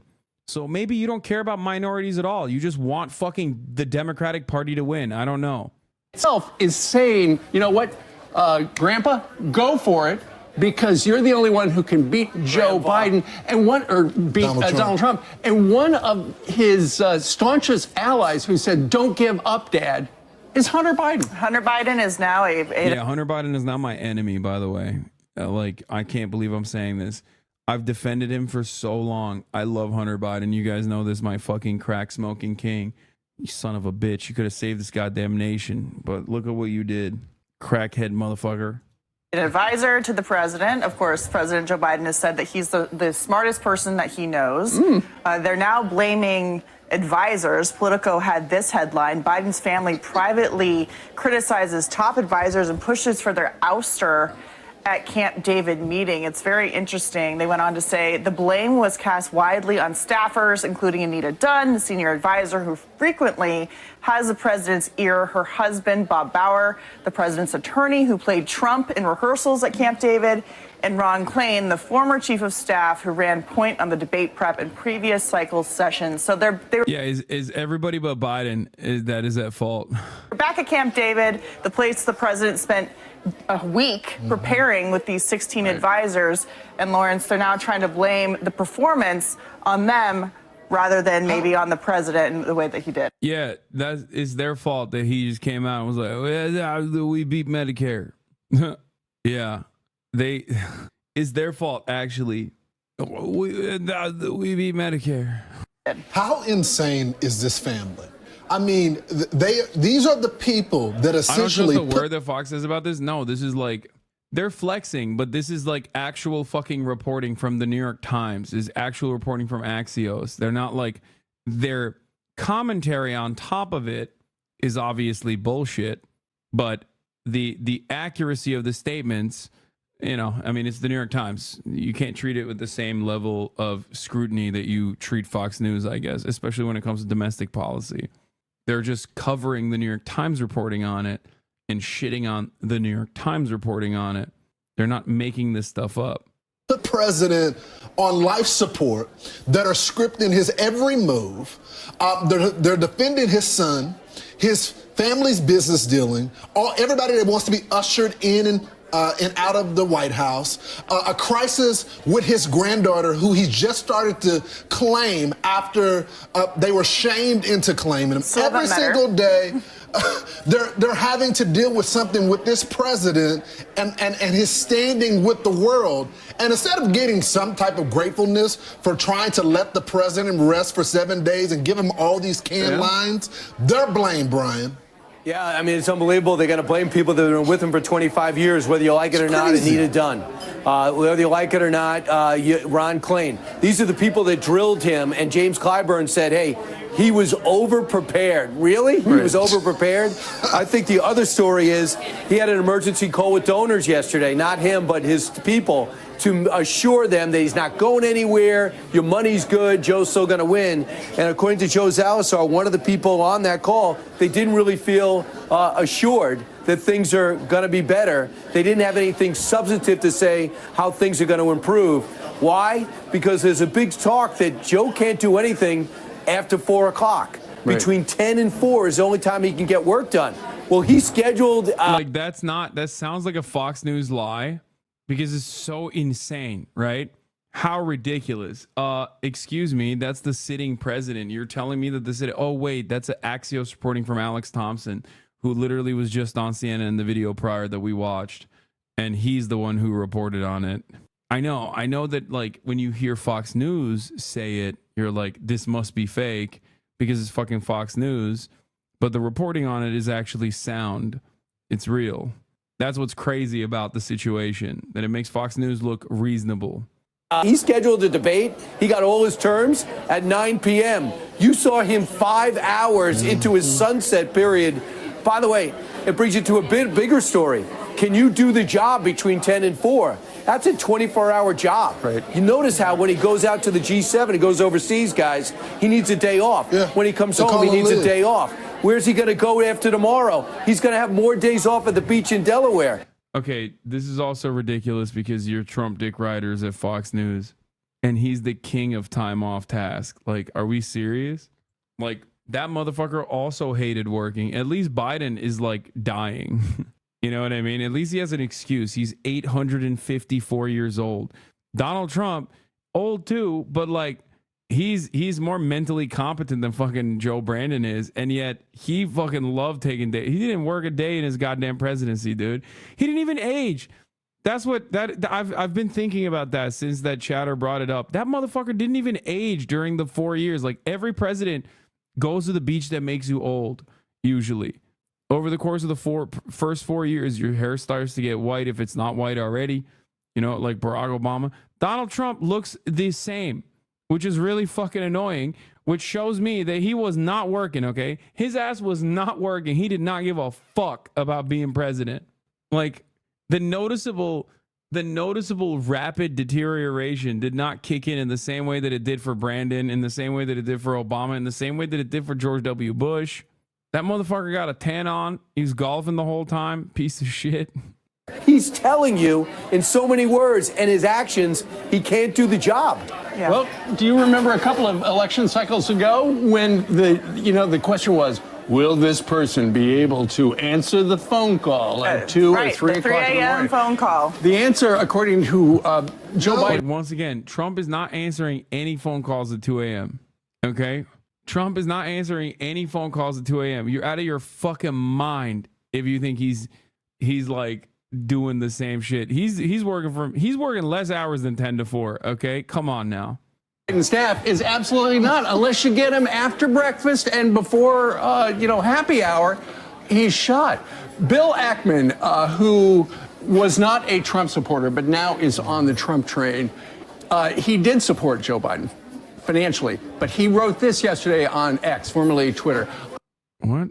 Donald Trump was exponentially better than fucking... Oh, people are going crazy. Donald Trump was not exponentially better than Joe Biden. I no longer blame President Biden for not stepping aside. He no longer has the mental acuity to make important judgments about himself. It is becoming increasingly clear, however, that the fault lies with the First Lady, Jill Biden. And anger is growing at the First Lady because let's face it, she's with him everywhere. That's right. She knows when he goes, sleepy time. Yeah. She and White House aides have, and we're hearing more and more about this, have for the last 3.5 years essentially concealed the condition of the President of the United States, which makes you wonder, and we have said this for years, who is putting the stuff in the teleprompter? Who is really the President of the United States? Because if she's calling the shots, I don't remember her name being on the ballot. Yeah, well, this has been described as Joe Biden's the emperor has no clothes moment. They've been trying to hide him away for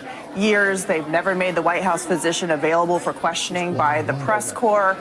You, of course, have the Robert Hur report, which the White House and Department of Justice will not release the audio of that interview with President Biden on his classified documents case when he was not charged with a series of felonies they say he did commit because of his memory and his performance in that interview. And, of course, now going back to Jill Biden, First Lady, we have breaking news on the Vogue cover. She's on the August cover of Vogue, and they say that she will be the president's closest confidant and advocate going into November. So they were working on this story for a while, and they put an update at the top saying after the debate there's talk about whether he should continue, and she is going to keep pushing for him to continue this race. It's amazing that she made it to the cover, and we have a former First Lady that was an actual model and couldn't manage to be on the cover. Joe Salazar, he's an elected DNC. They're so mad. Why won't you put Melania's sexy ass on the cover? That's really fucked up. God, these guys are... This is the difference, okay? They're just so permacucked. I can't believe Melania's sexy ass was not on the cover. Put her on the cover right now. Member from Colorado. This is what he said about the call, because they're gaslighting us all. He says, I was hoping for more of a substantive conversation instead of, hey, let's go out there and just be cheerleaders without actually addressing a very serious issue that unfolded on American televisions for 1 million people to see. There were a number of things that could have been said in addressing the situation, but we didn't get that, Brian. We were being gaslit, and we saw more of it yesterday all over the Sunday shows. Watch. Do you think President Biden should drop out of this race, Senator? Oh, absolutely not. Joe Biden's decision to go forward is a decision that we will all embrace because of the record he has and the performance that will come with it. It's not a and that whole abandoned Biden thing, that's the dumbest I've ever heard. Joe Biden has earned and Joe Biden deserves the confidence, the respect, and frankly, the partnership that we now have to provide to him. I've been a part of debate preparation before, and I know what when I see what I call preparation overload. And that's exactly what was going on the other night. The only Democrat who's ever beaten Donald Trump is Joe Biden. He is our candidate for November, and he has the best shot to beat him. All right, Brian. Unbelievable. Yeah, it's so interesting that Chris Coons says now he's the only one who can beat Donald Trump, and he's not wrong. It looks like Kamala Harris head-to-head loses by about 5 points. And all you have to do is look at Gavin Newsom's record. He's got 44% approval in California. So I don't know if he's going to bring that national. Governor Pritzker, is that going to be an option? It looks like the machine is with Joe Biden. Barring an episode, he's going to be the guy. And I also think it's important to point out that the one person who came out and said we're talking about all options was Jamie Raskin. He said, we're sticking with Joe Biden, but we're having serious conversation behind the scenes. I'm Steve Ducey. I'm Brian Kilmeade. And I'm Ainsley Earhart. And click here to subscribe to the Fox News YouTube page to catch our hottest interviews and most compelling analysis. Good morning and welcome to Morning Joe on this Monday, July 1st. This morning, we are waking up to a sea of headlines and opinion pieces from major news organizations, former party leaders, and very loud whispers, mostly behind the scenes, from present leading Democrats who say it is over. Here's a taste of the global call for President Joe Biden to get out of the race. The New York Times editorial board says Biden is not the man he was 4 years ago, calling his candidacy, quote, a reckless gamble. Editors at Georgia's largest newspaper, the Atlanta Journal-Constitution, echoed that take, demanding the president pass the torch. Not Mika. Quote, Biden deserves a better exit from public life than the one he endured when he shuffled off the stage on Thursday night. And then there were the headlines. Sneering, mocking, jeering all at once. This was the performance that has gotten us to this point. We have 1,000 trillionaires in America. I mean, billionaires in America. And what's happening? They're in a situation where they, in fact, pay 8.2% in taxes. If they just paid 24%, 25%, either one of those numbers, they'd raise $500 million, billion dollars, I should say, in a 10-year period. We'd be able to wipe out his debt. We'd be able to help make sure that all those things we need to do, child care, elder care, making sure that we continue to strengthen our healthcare system, making sure that we're able to make every single solitary person eligible for what I've been able to do with the COVID, with dealing with everything we have to do with, look, if we finally beat Medicare. Classic case of over preparing. That's like, I'm looking right at it. I'm telling you, you hate to see it. Another classic over prepared moment. It was bad. He said, we quote, we beat Medicare. He couldn't seem to land a thought. It was an unmitigated disaster by any measure. More than 3 days after that debate, it is still hard to comprehend what we saw from the president. The weak, raspy voice, the inability to complete basic thoughts. Most importantly, the failure to call out Donald Trump on his endless lies. Where was that? And yet, the very next day in North Carolina, there was Joe Biden, back to form, finding his voice, his winning smile, the vintage sparkle back in his eyes. Bro, that's crazy. Like, I get defending Joe Biden. That's one thing. But, like, Mika wants to fuck him. The glaze is out of control, dude. He's so sexy. His beautiful smile, his winning smile. What the fuck? Bro, that's not baby girl you're talking to. That is an 800-year-old man who's the motherfucking president of this country. Okay? What is happening? Appearances that were as different as, well, night and day. I don't debate as well as I used to. But I know what I do know. I know how to tell the truth. I know right from wrong. And I know how to do this job. I know how to get things done. And I know, like millions of Americans know, when you get knocked down, you get back up. So what was different? A little more sleep? Perhaps it was an event during the day, rather it... The funniest thing is, like, bro, it's not like you got knocked down. Like, you fell down like an old person. You know what I mean? Like, you didn't actually... Like, it's not like Trump beat you. Like, it's not like Trump beat your ass. You beat yourself, dude. You just fell and you couldn't get up. So I don't even know what that means when he says, like, oh, you get back, you get knocked down, you get back up again. Like, does he mean like at the top of the hour when there's a 3-minute ad break, you get knocked back for a second and you're like, whoa, whoa, whoa, chill.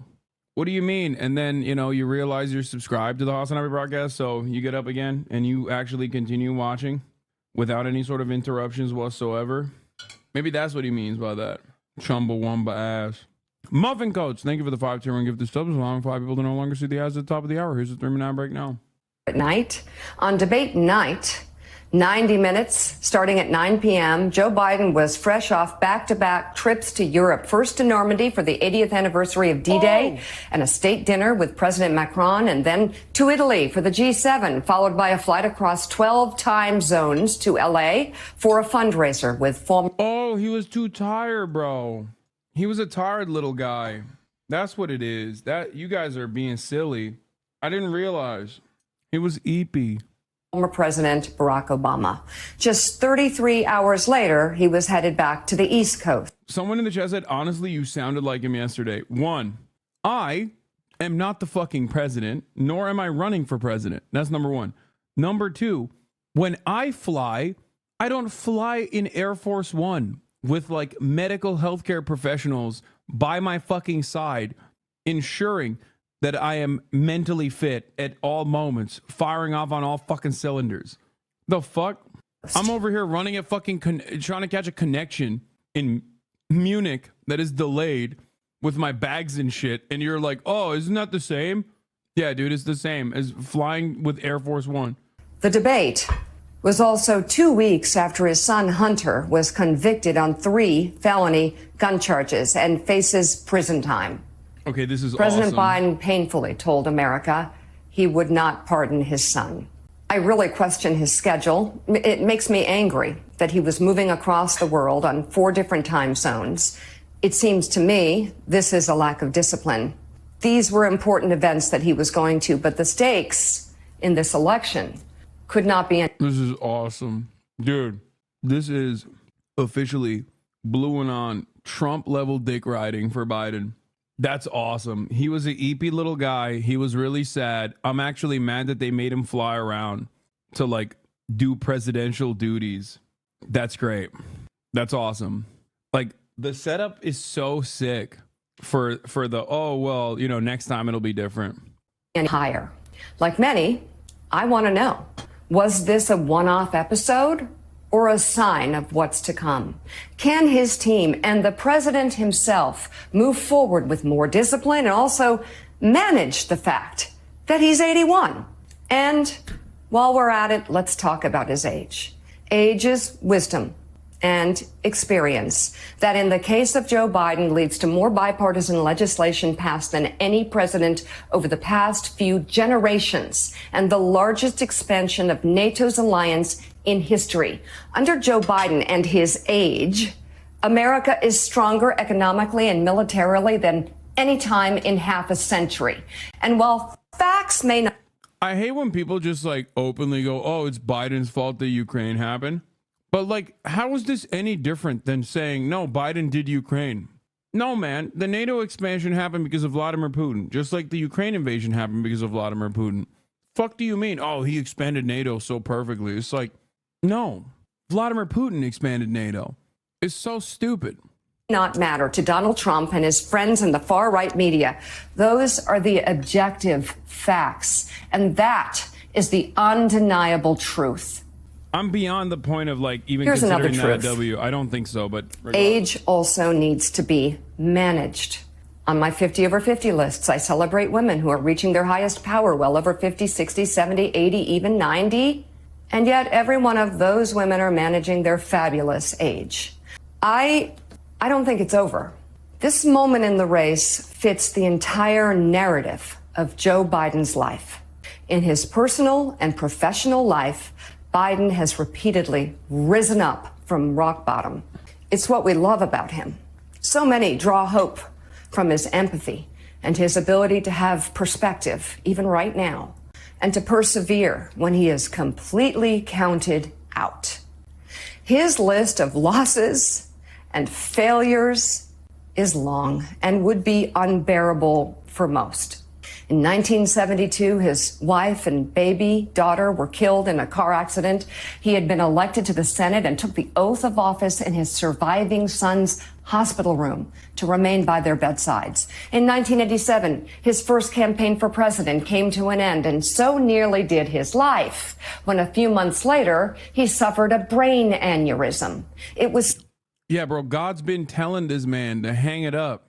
Also, his 1988 presidential run didn't fucking come to a close because of the brain aneurysm that came after. It came to a close because he was ritualistically humiliated by every media outlet for plagiarizing his fucking speech. Now, of course, back then, shit like that mattered. Nowadays, nobody gives a fuck.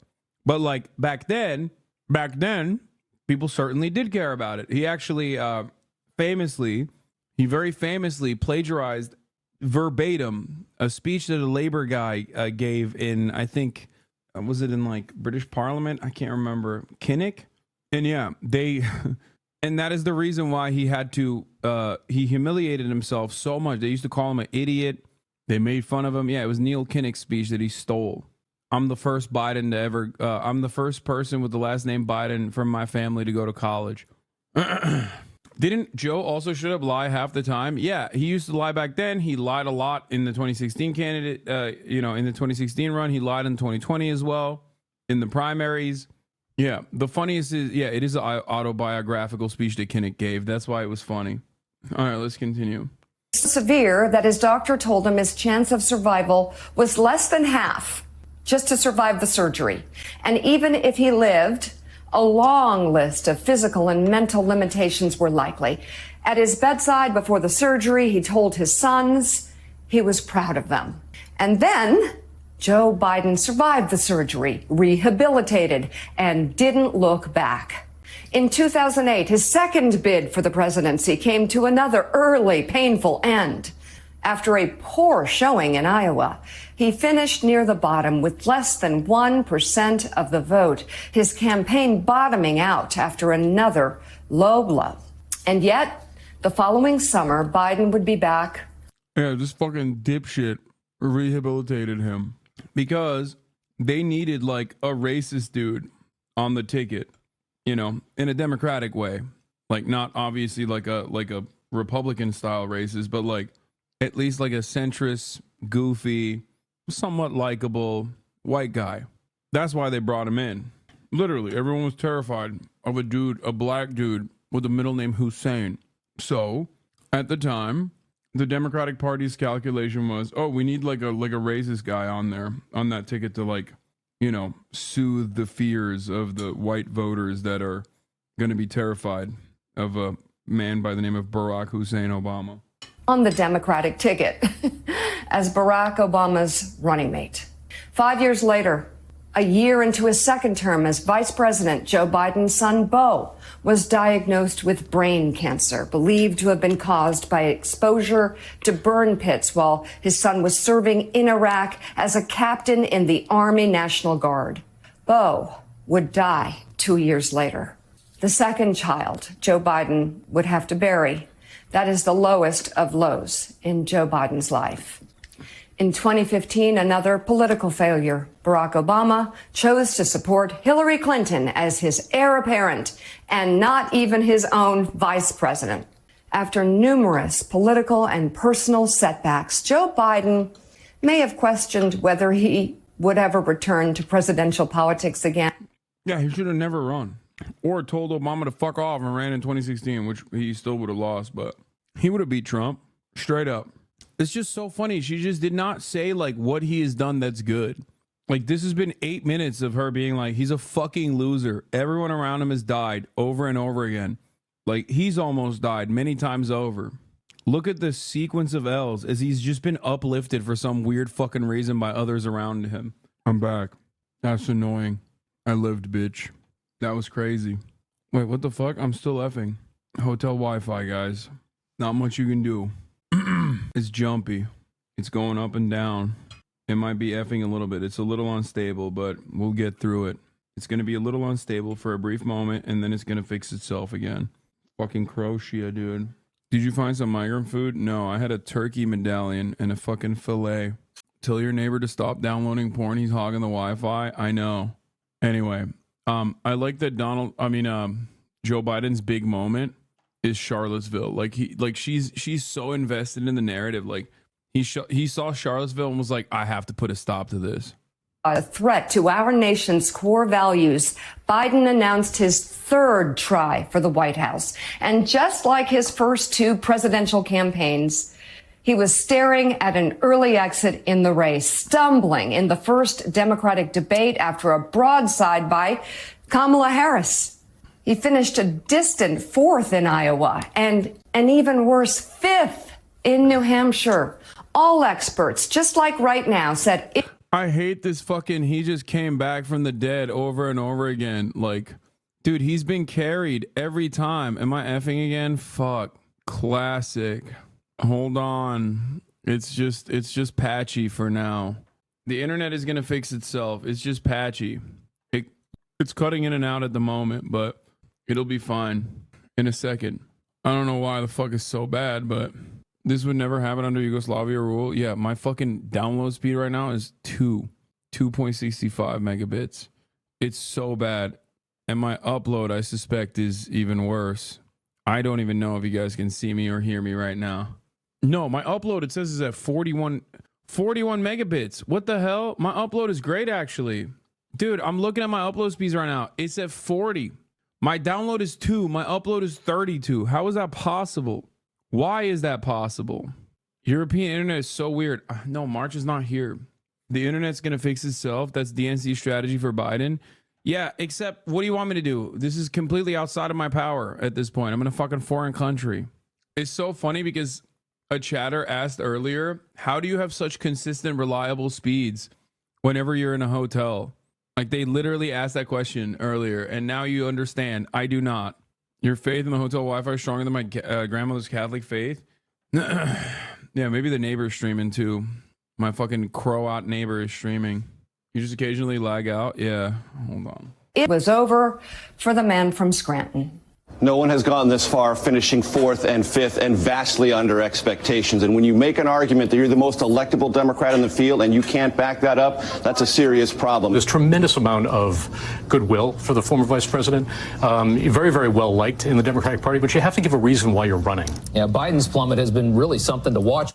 It was quite an awkward interview on the set of Morning Joe in New Hampshire. Awkward for everyone on the set, except Joe Biden. As his political obituary was being written, Biden was joyful and ready to keep fighting.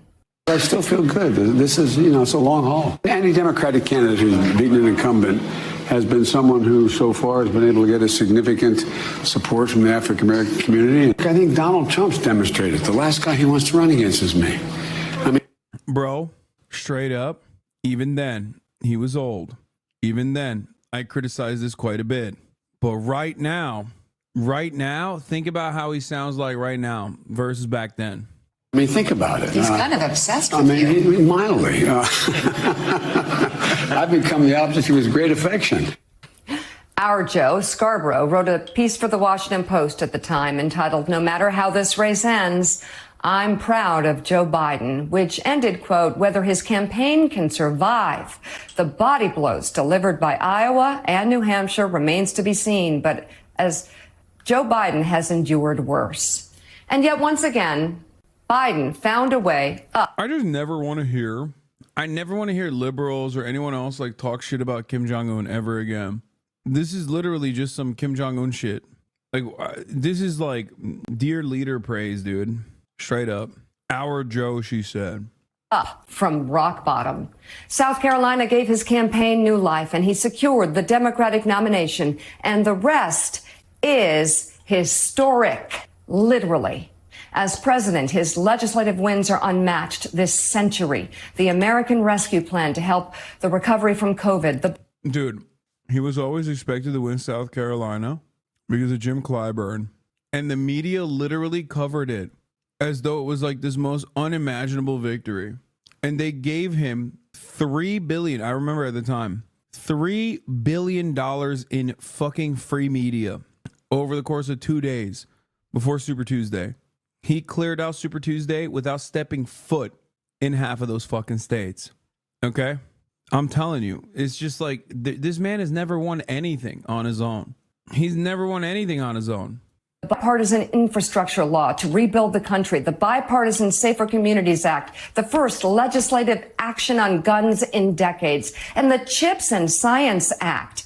He expanded health care for veterans through the PACT Act. He signed marriage equality into law, and he got the Inflation Reduction Act passed to address the rising costs of living and deliver historic action on the climate. He appointed and got confirmation of the first black woman to the Supreme Court. He protected the Affordable Care Act and provided billions in student debt relief.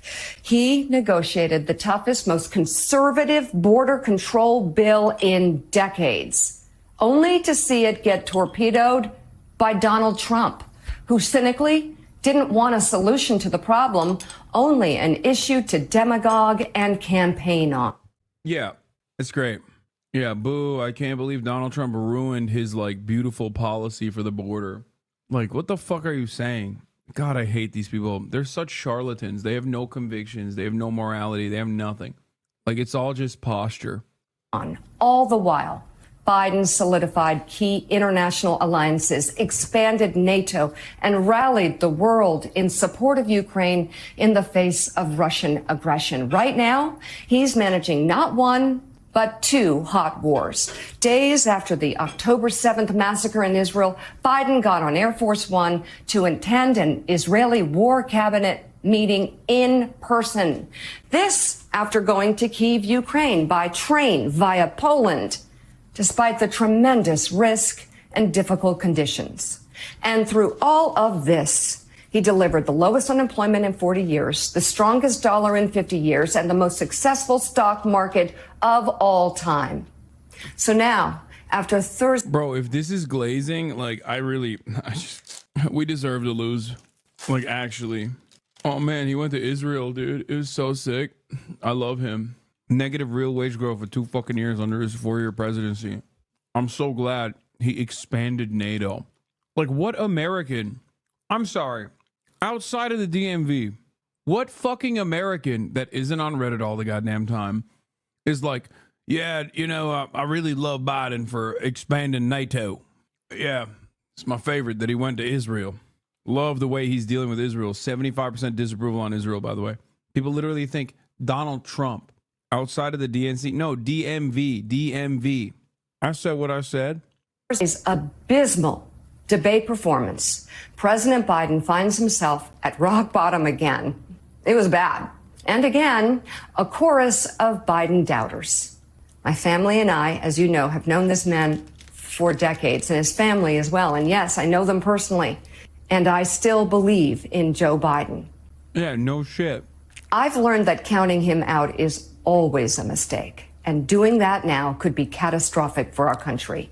Do there need to be changes? Yes. Managing him. Management. To his schedule. Changes maybe even to those around him.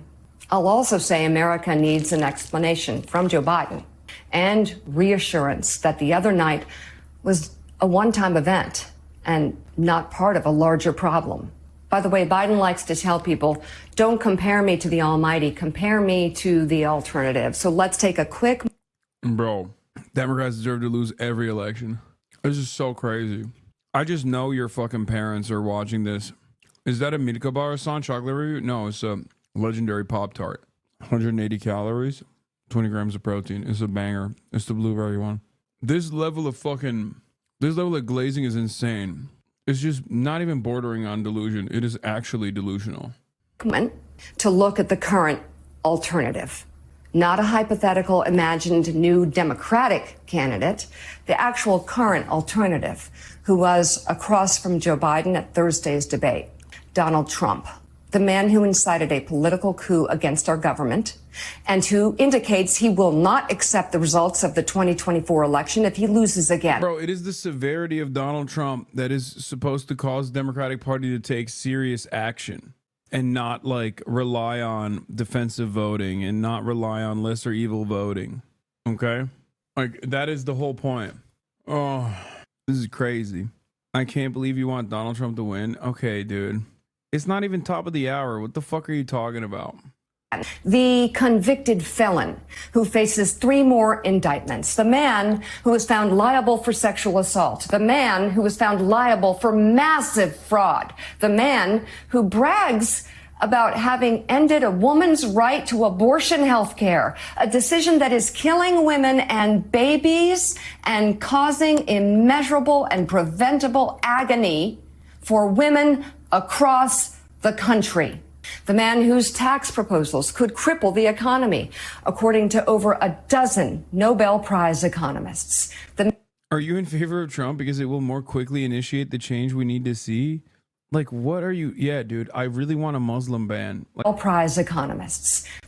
Are you in favor of Trump because it will more quickly initiate the change we need to see? Like, what are you? Yeah, dude, I really want a Muslim ban. Like, I want to deport every Muslim in the country. And I also think immigrants are rapists. And I want to deport every fucking immigrant in the nation. That's why I'm a big fan of Donald Trump. Damn, I didn't know you were like that. Yeah, you fucking idiot, because I'm not like that. That's how do I deal with a person like this? I don't know. Like, who's dumber than Joe Biden? This fucking guy, it seems. What the fuck are you saying? I forget that I have a lot of newcomers in this community who don't understand when I'm being sarcastic. I would have expected that, you know, someone who's an anchor baby whose name is Hasan would probably be saying sarcastic shit when he says, I love a ban on Muslims, and I think all Muslims should be deported, and I think all immigrants should be deported. Like, I would expect people to be like, oh yeah, he must be saying the opposite of what he actually believes, to imply that those are the things that Donald Trump is into, and therefore, of course, I would not be into those things. The man who would end key global alliances. The man who has promised retribution against his perceived political enemies. The man who on a regular basis makes no sense at all. When he May I have a follow-up question? Sure. Sounds crazy and slurs his words and talks about batteries and sharks, why aren't there calls for Trump to drop out? Where are they? My controversial opinion is the shark thing they keep dunking on him for, but it's like, it's actually a classic Trumpism, and it's actually not bad at all. It's that kind of fire.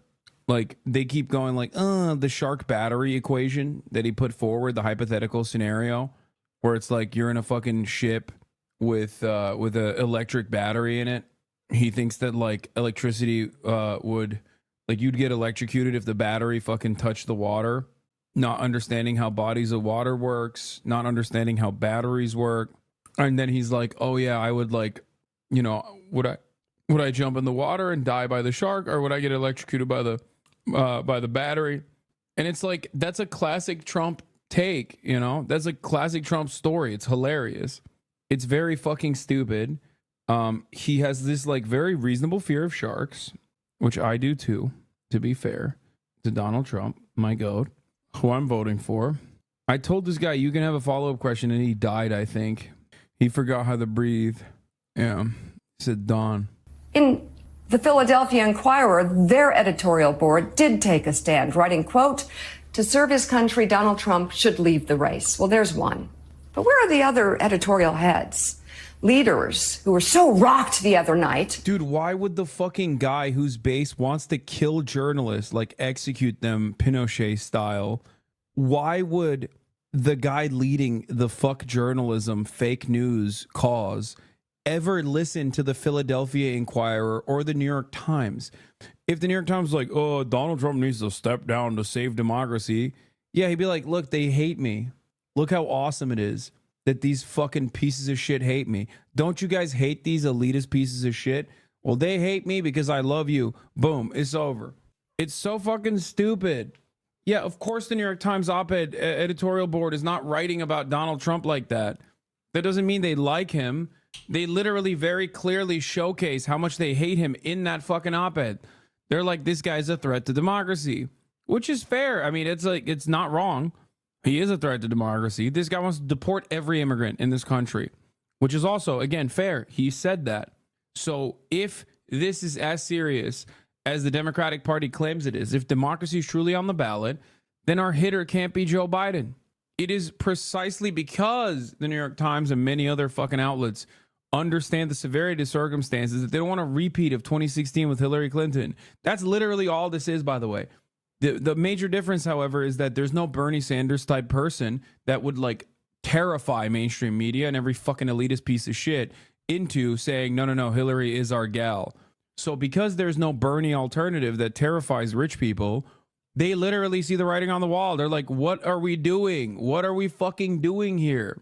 If democracy is on the fucking ballot, you can't have Joe Biden be the guy. Like, what's the argument? Yeah, someone said, Mika wants Trump to drop out because she wants Joe Biden to go up against a better Republican. Like, what's the argument? Is that what the New York Times is supposed to be writing? Hey, we here at the New York Times love the Republican Party. That's why Donald Trump needs to drop out so that you can find someone who can handily defeat Joe Biden. Like, that's a ridiculous article that the New York Times would never write. Philip DeFranco title is wild. Did the Supreme Court? Biden can legally kill Trump with SEAL Team 6 now? I mean, he's right, and he should say it. Wait, am I in the Thumbo on this? Purely official.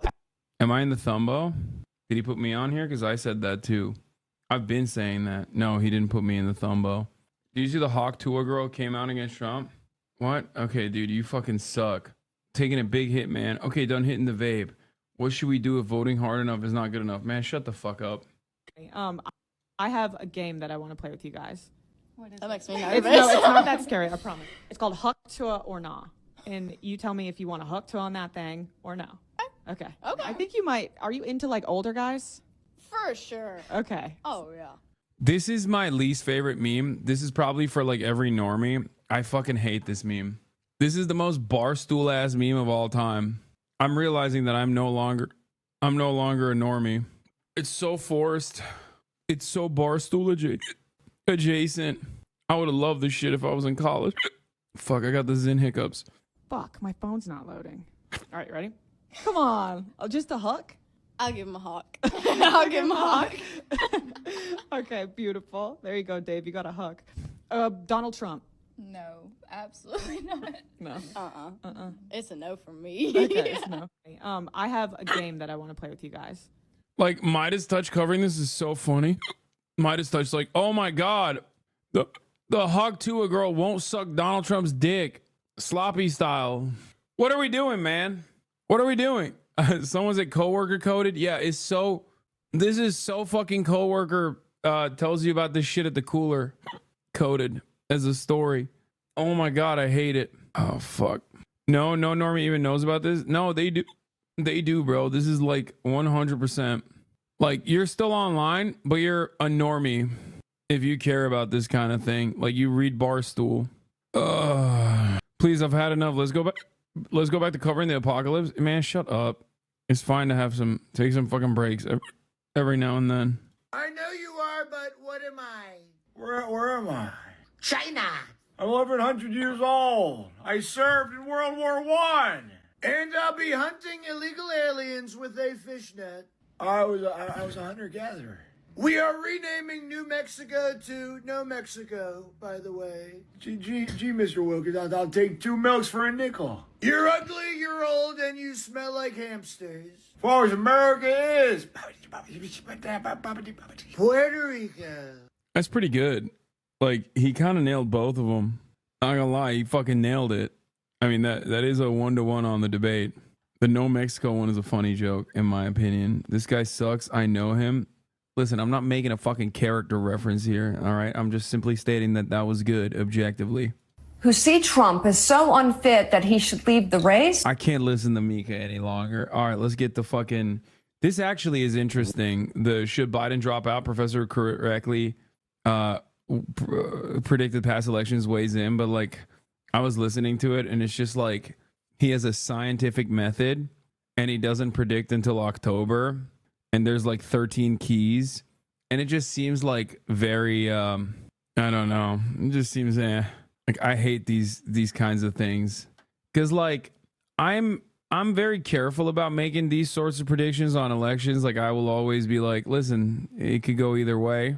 And then motherfuckers like Austin, if they get it right, will fucking rub it in your face forever.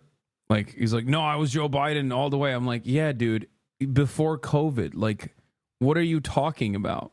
You had no fucking idea that a biblical Holocaust-style event was going to occur. Like, you just like Joe Biden and the Democratic Party, and you said he's gonna win. And then literally an insane world-changing event occurred. And that's the only way he barely won. Like an actual biblical style plague, dude. It's just so silly.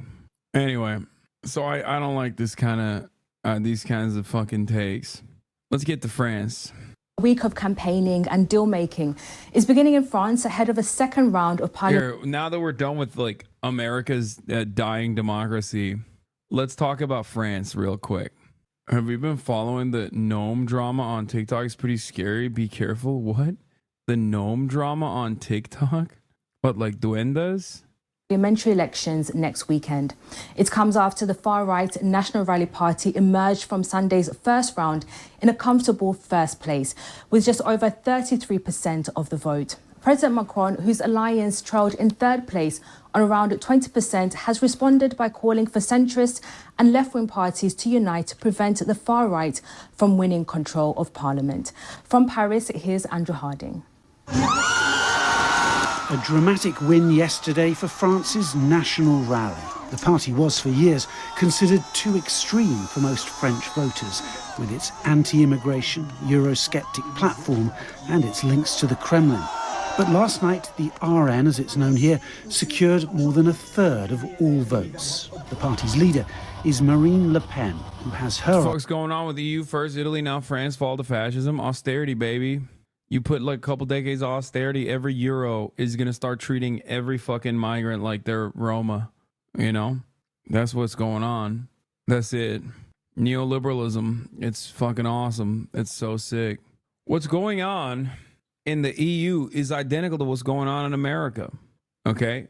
You got a bunch of people who are like, man, shit is expensive, dude. And then you got one side that's going, you know why shit's expensive? Because black people and brown people. That's why shit's expensive.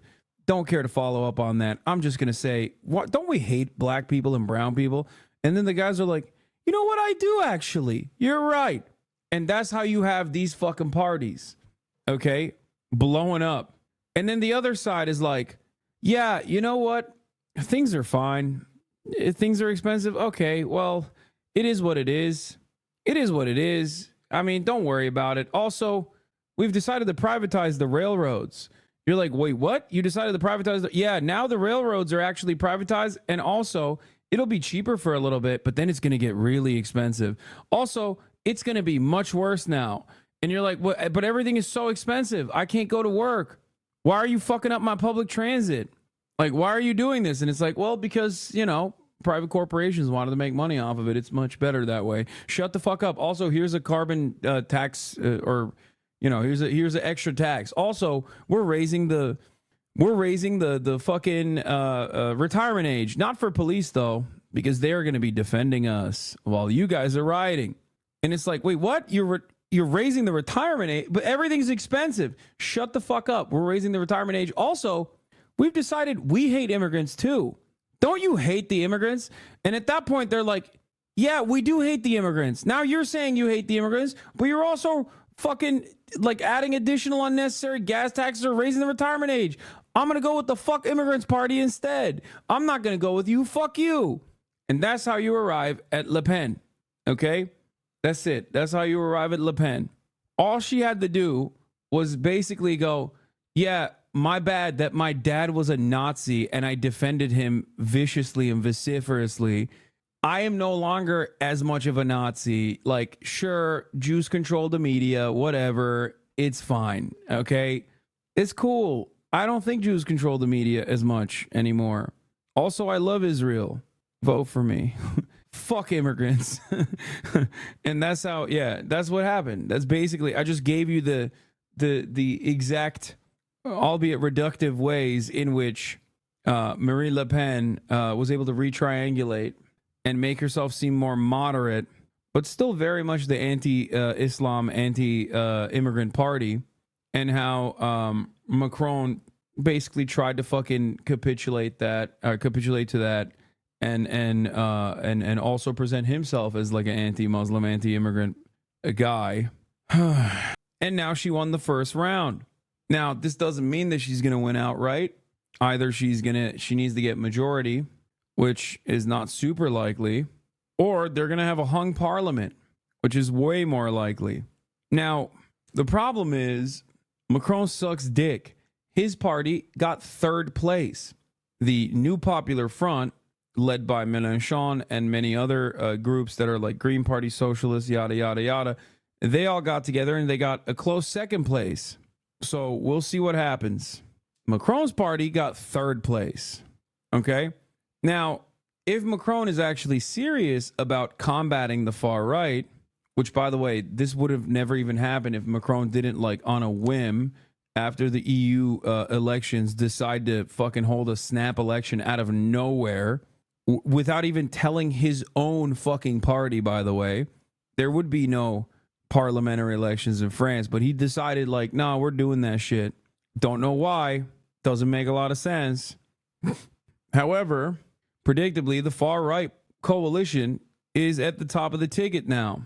Now, will Macron actually put his money where his mouth is and push for the New Popular Front? Probably not. Seems like his finance minister came out and was like, we cannot have a kook like Mélenchon, a far-left extremist, running the country. Macron himself has simply just said, you can't vote for the far right. That's it. But he hasn't gotten himself to put support behind New Popular Front. So those are the two options.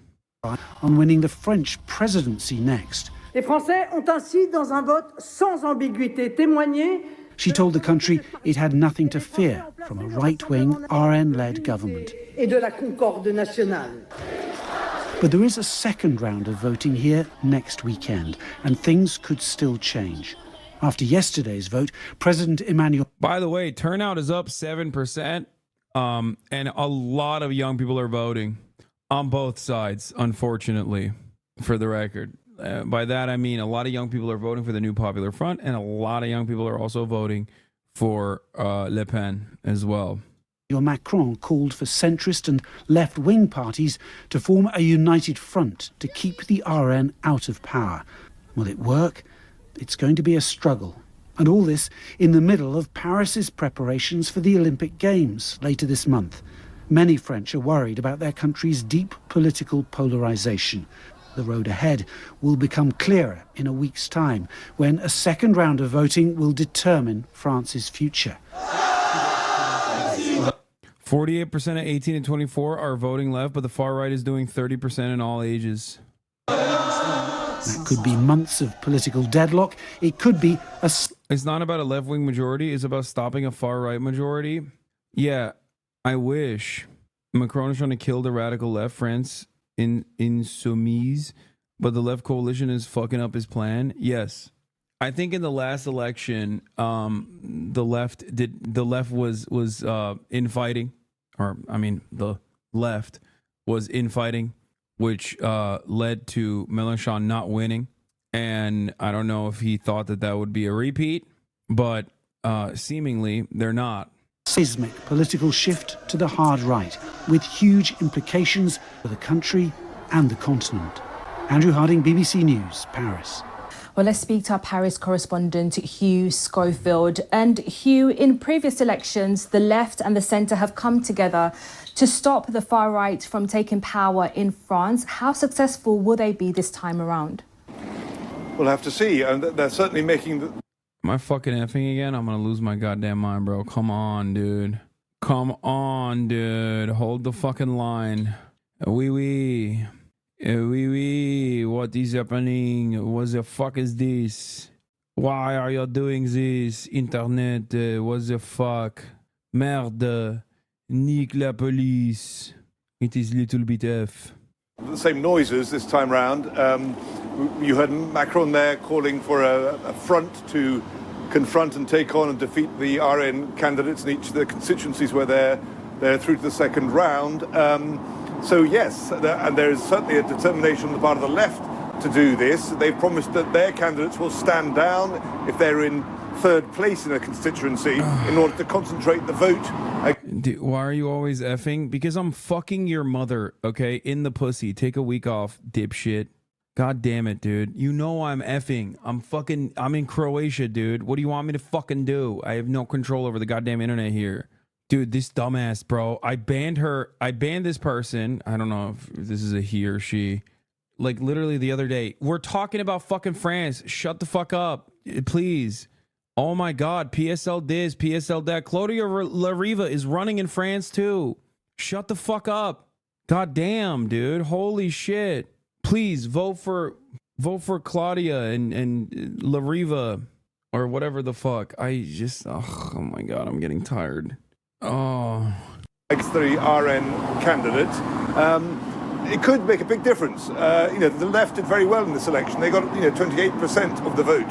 Their forces are traditionally very, very fired up against the National Rally. So if there is a big turnout by people voting on the centre and the left to stop the National Rally, that could well limit the extent of their gains in this election. But gains there will certainly be for the RN in this election. And the key question really is... Why are you even streaming on vacation? Go to a fucking beach, man? Bro, what beach? It's literally 12 a.m. here. Okay, which reminds me, at the top of the hour, there's a 3-minute ad break. Like, what am I supposed to do, man? I was at the beach all day. Why do you hate lefties in the PSL? Like, unsub chatters hate ad break. Okay, I already ran the ad break.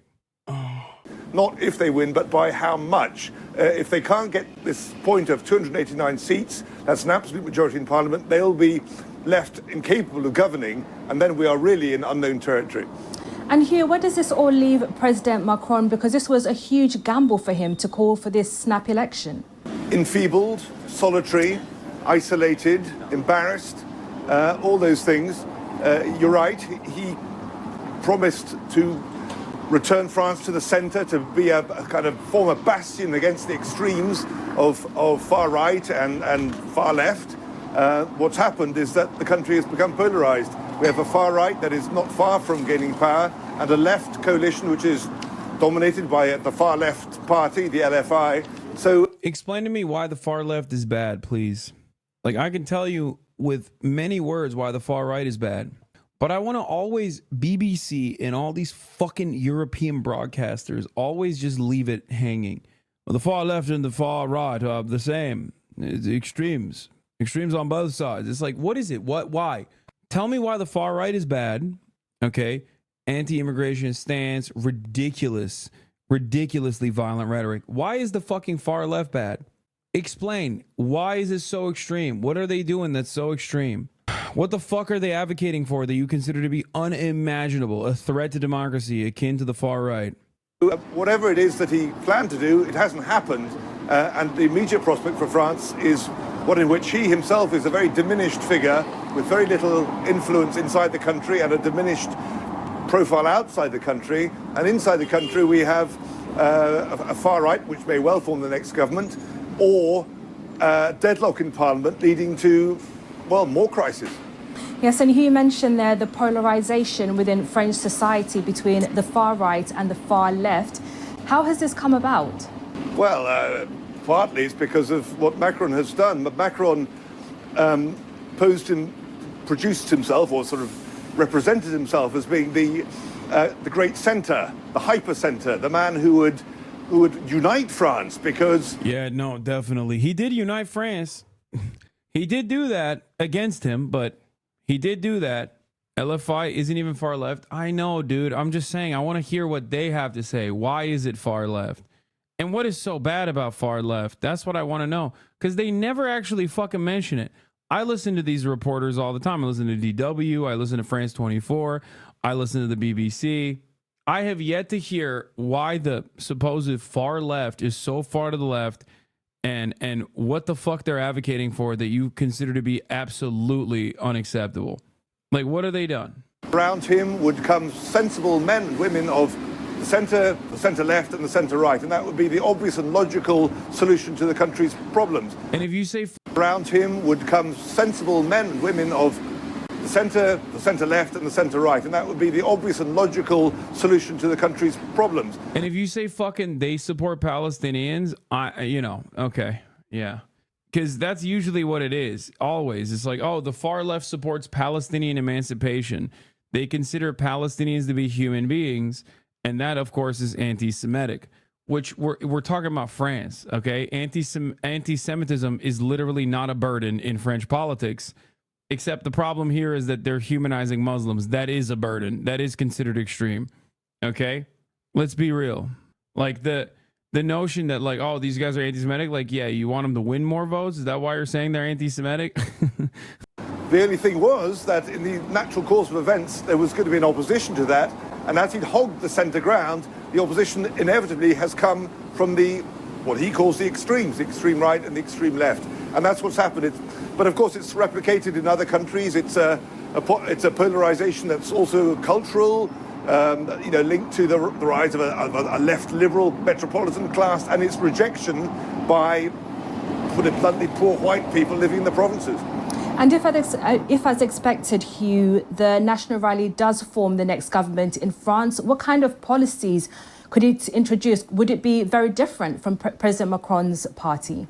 Well, first of all, let me just qualify that. We can't assume there will be a National Rally government in the next after next Sunday. If they don't get this total majority, they will be incapable of forming a government. And there's a lot of talk of then there'll be some kind of technocratic government, like what Italy had with Draghi. So let's not assume that the National Rally are going to form the next government. But if they do, well, we know what their policies are. They are to make immigration more difficult, to make life less attractive for people who would like to come and settle here. It's to make handout state benefits available primarily for people of French nationality. And on the kind of social economic front, it's to increase people's buying power by cutting VAT on fuel and things like that, things that are going to cost an awful lot of money, reducing again the age of retirement. Whether or not in practice these things are practical is another matter, but that's what's on their manifesto. Yeah, no, that's right. The far left is extreme because they want to reduce the age of retirement. Is that what he just said? Did I hear that right? As in like the thing that the entire country united and like lit the country on fire for approximately months on end, which played a role in, which basically was like the last nail in the coffin for Macron. Really? That's, wow, how radical these fucking communist monsters want to reduce the retirement age again. These fucking monstrous pieces of shit. Probably what? Oh no, he said the right was doing it? Oh, even then, what a ridiculous thing to fucking say. I thought he was talking about fucking the New Popular Front. If Le Pen wins, it'll be really funny. I don't think it'll be funny. I think it's just, all you need is the AFD at that point. You got Vichy France, you got fascists in Italy, and all that remains is Germany going to the AFD, and then it's over. It's just 1930s again. I don't think it's funny. Here's why the left is extreme. Oh, fuck. Financial Times, dude. I can't read this. I'm blocked. This guy's the reason Gen Z vote is far right. They thirst after him. Jordan Bardella's journey has astonished many. I hate this guy. It won't be funny. Arab students are already getting beaten at night in rural areas. Are you from Jihad City, you dirty Arab? You have nothing to do here. A group of 4 individuals aged around 50 riding in a 4x4 beat up a 19-year-old student and threw him into a canal in Meudezon.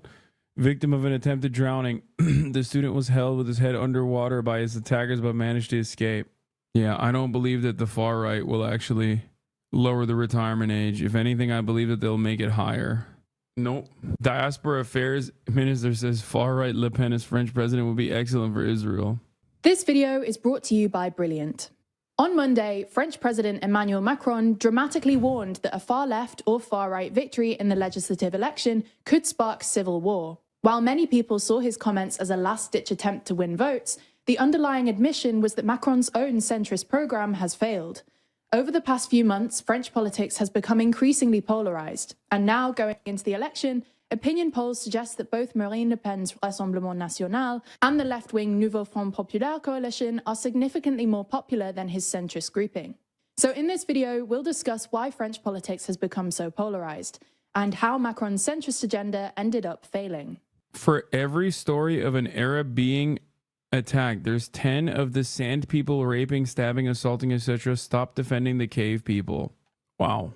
Can't tell if this guy is French or just like or just like an unimaginable Islamophobe, but loves talking about that sort of thing whenever it's brought up.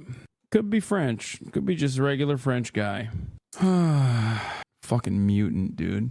Could be a Swede, true. I wonder what kind of racist he is. You didn't know they made races like this? Brother, are you kidding me? He said not Islamophobe. Just European who pays attention. He's not even French.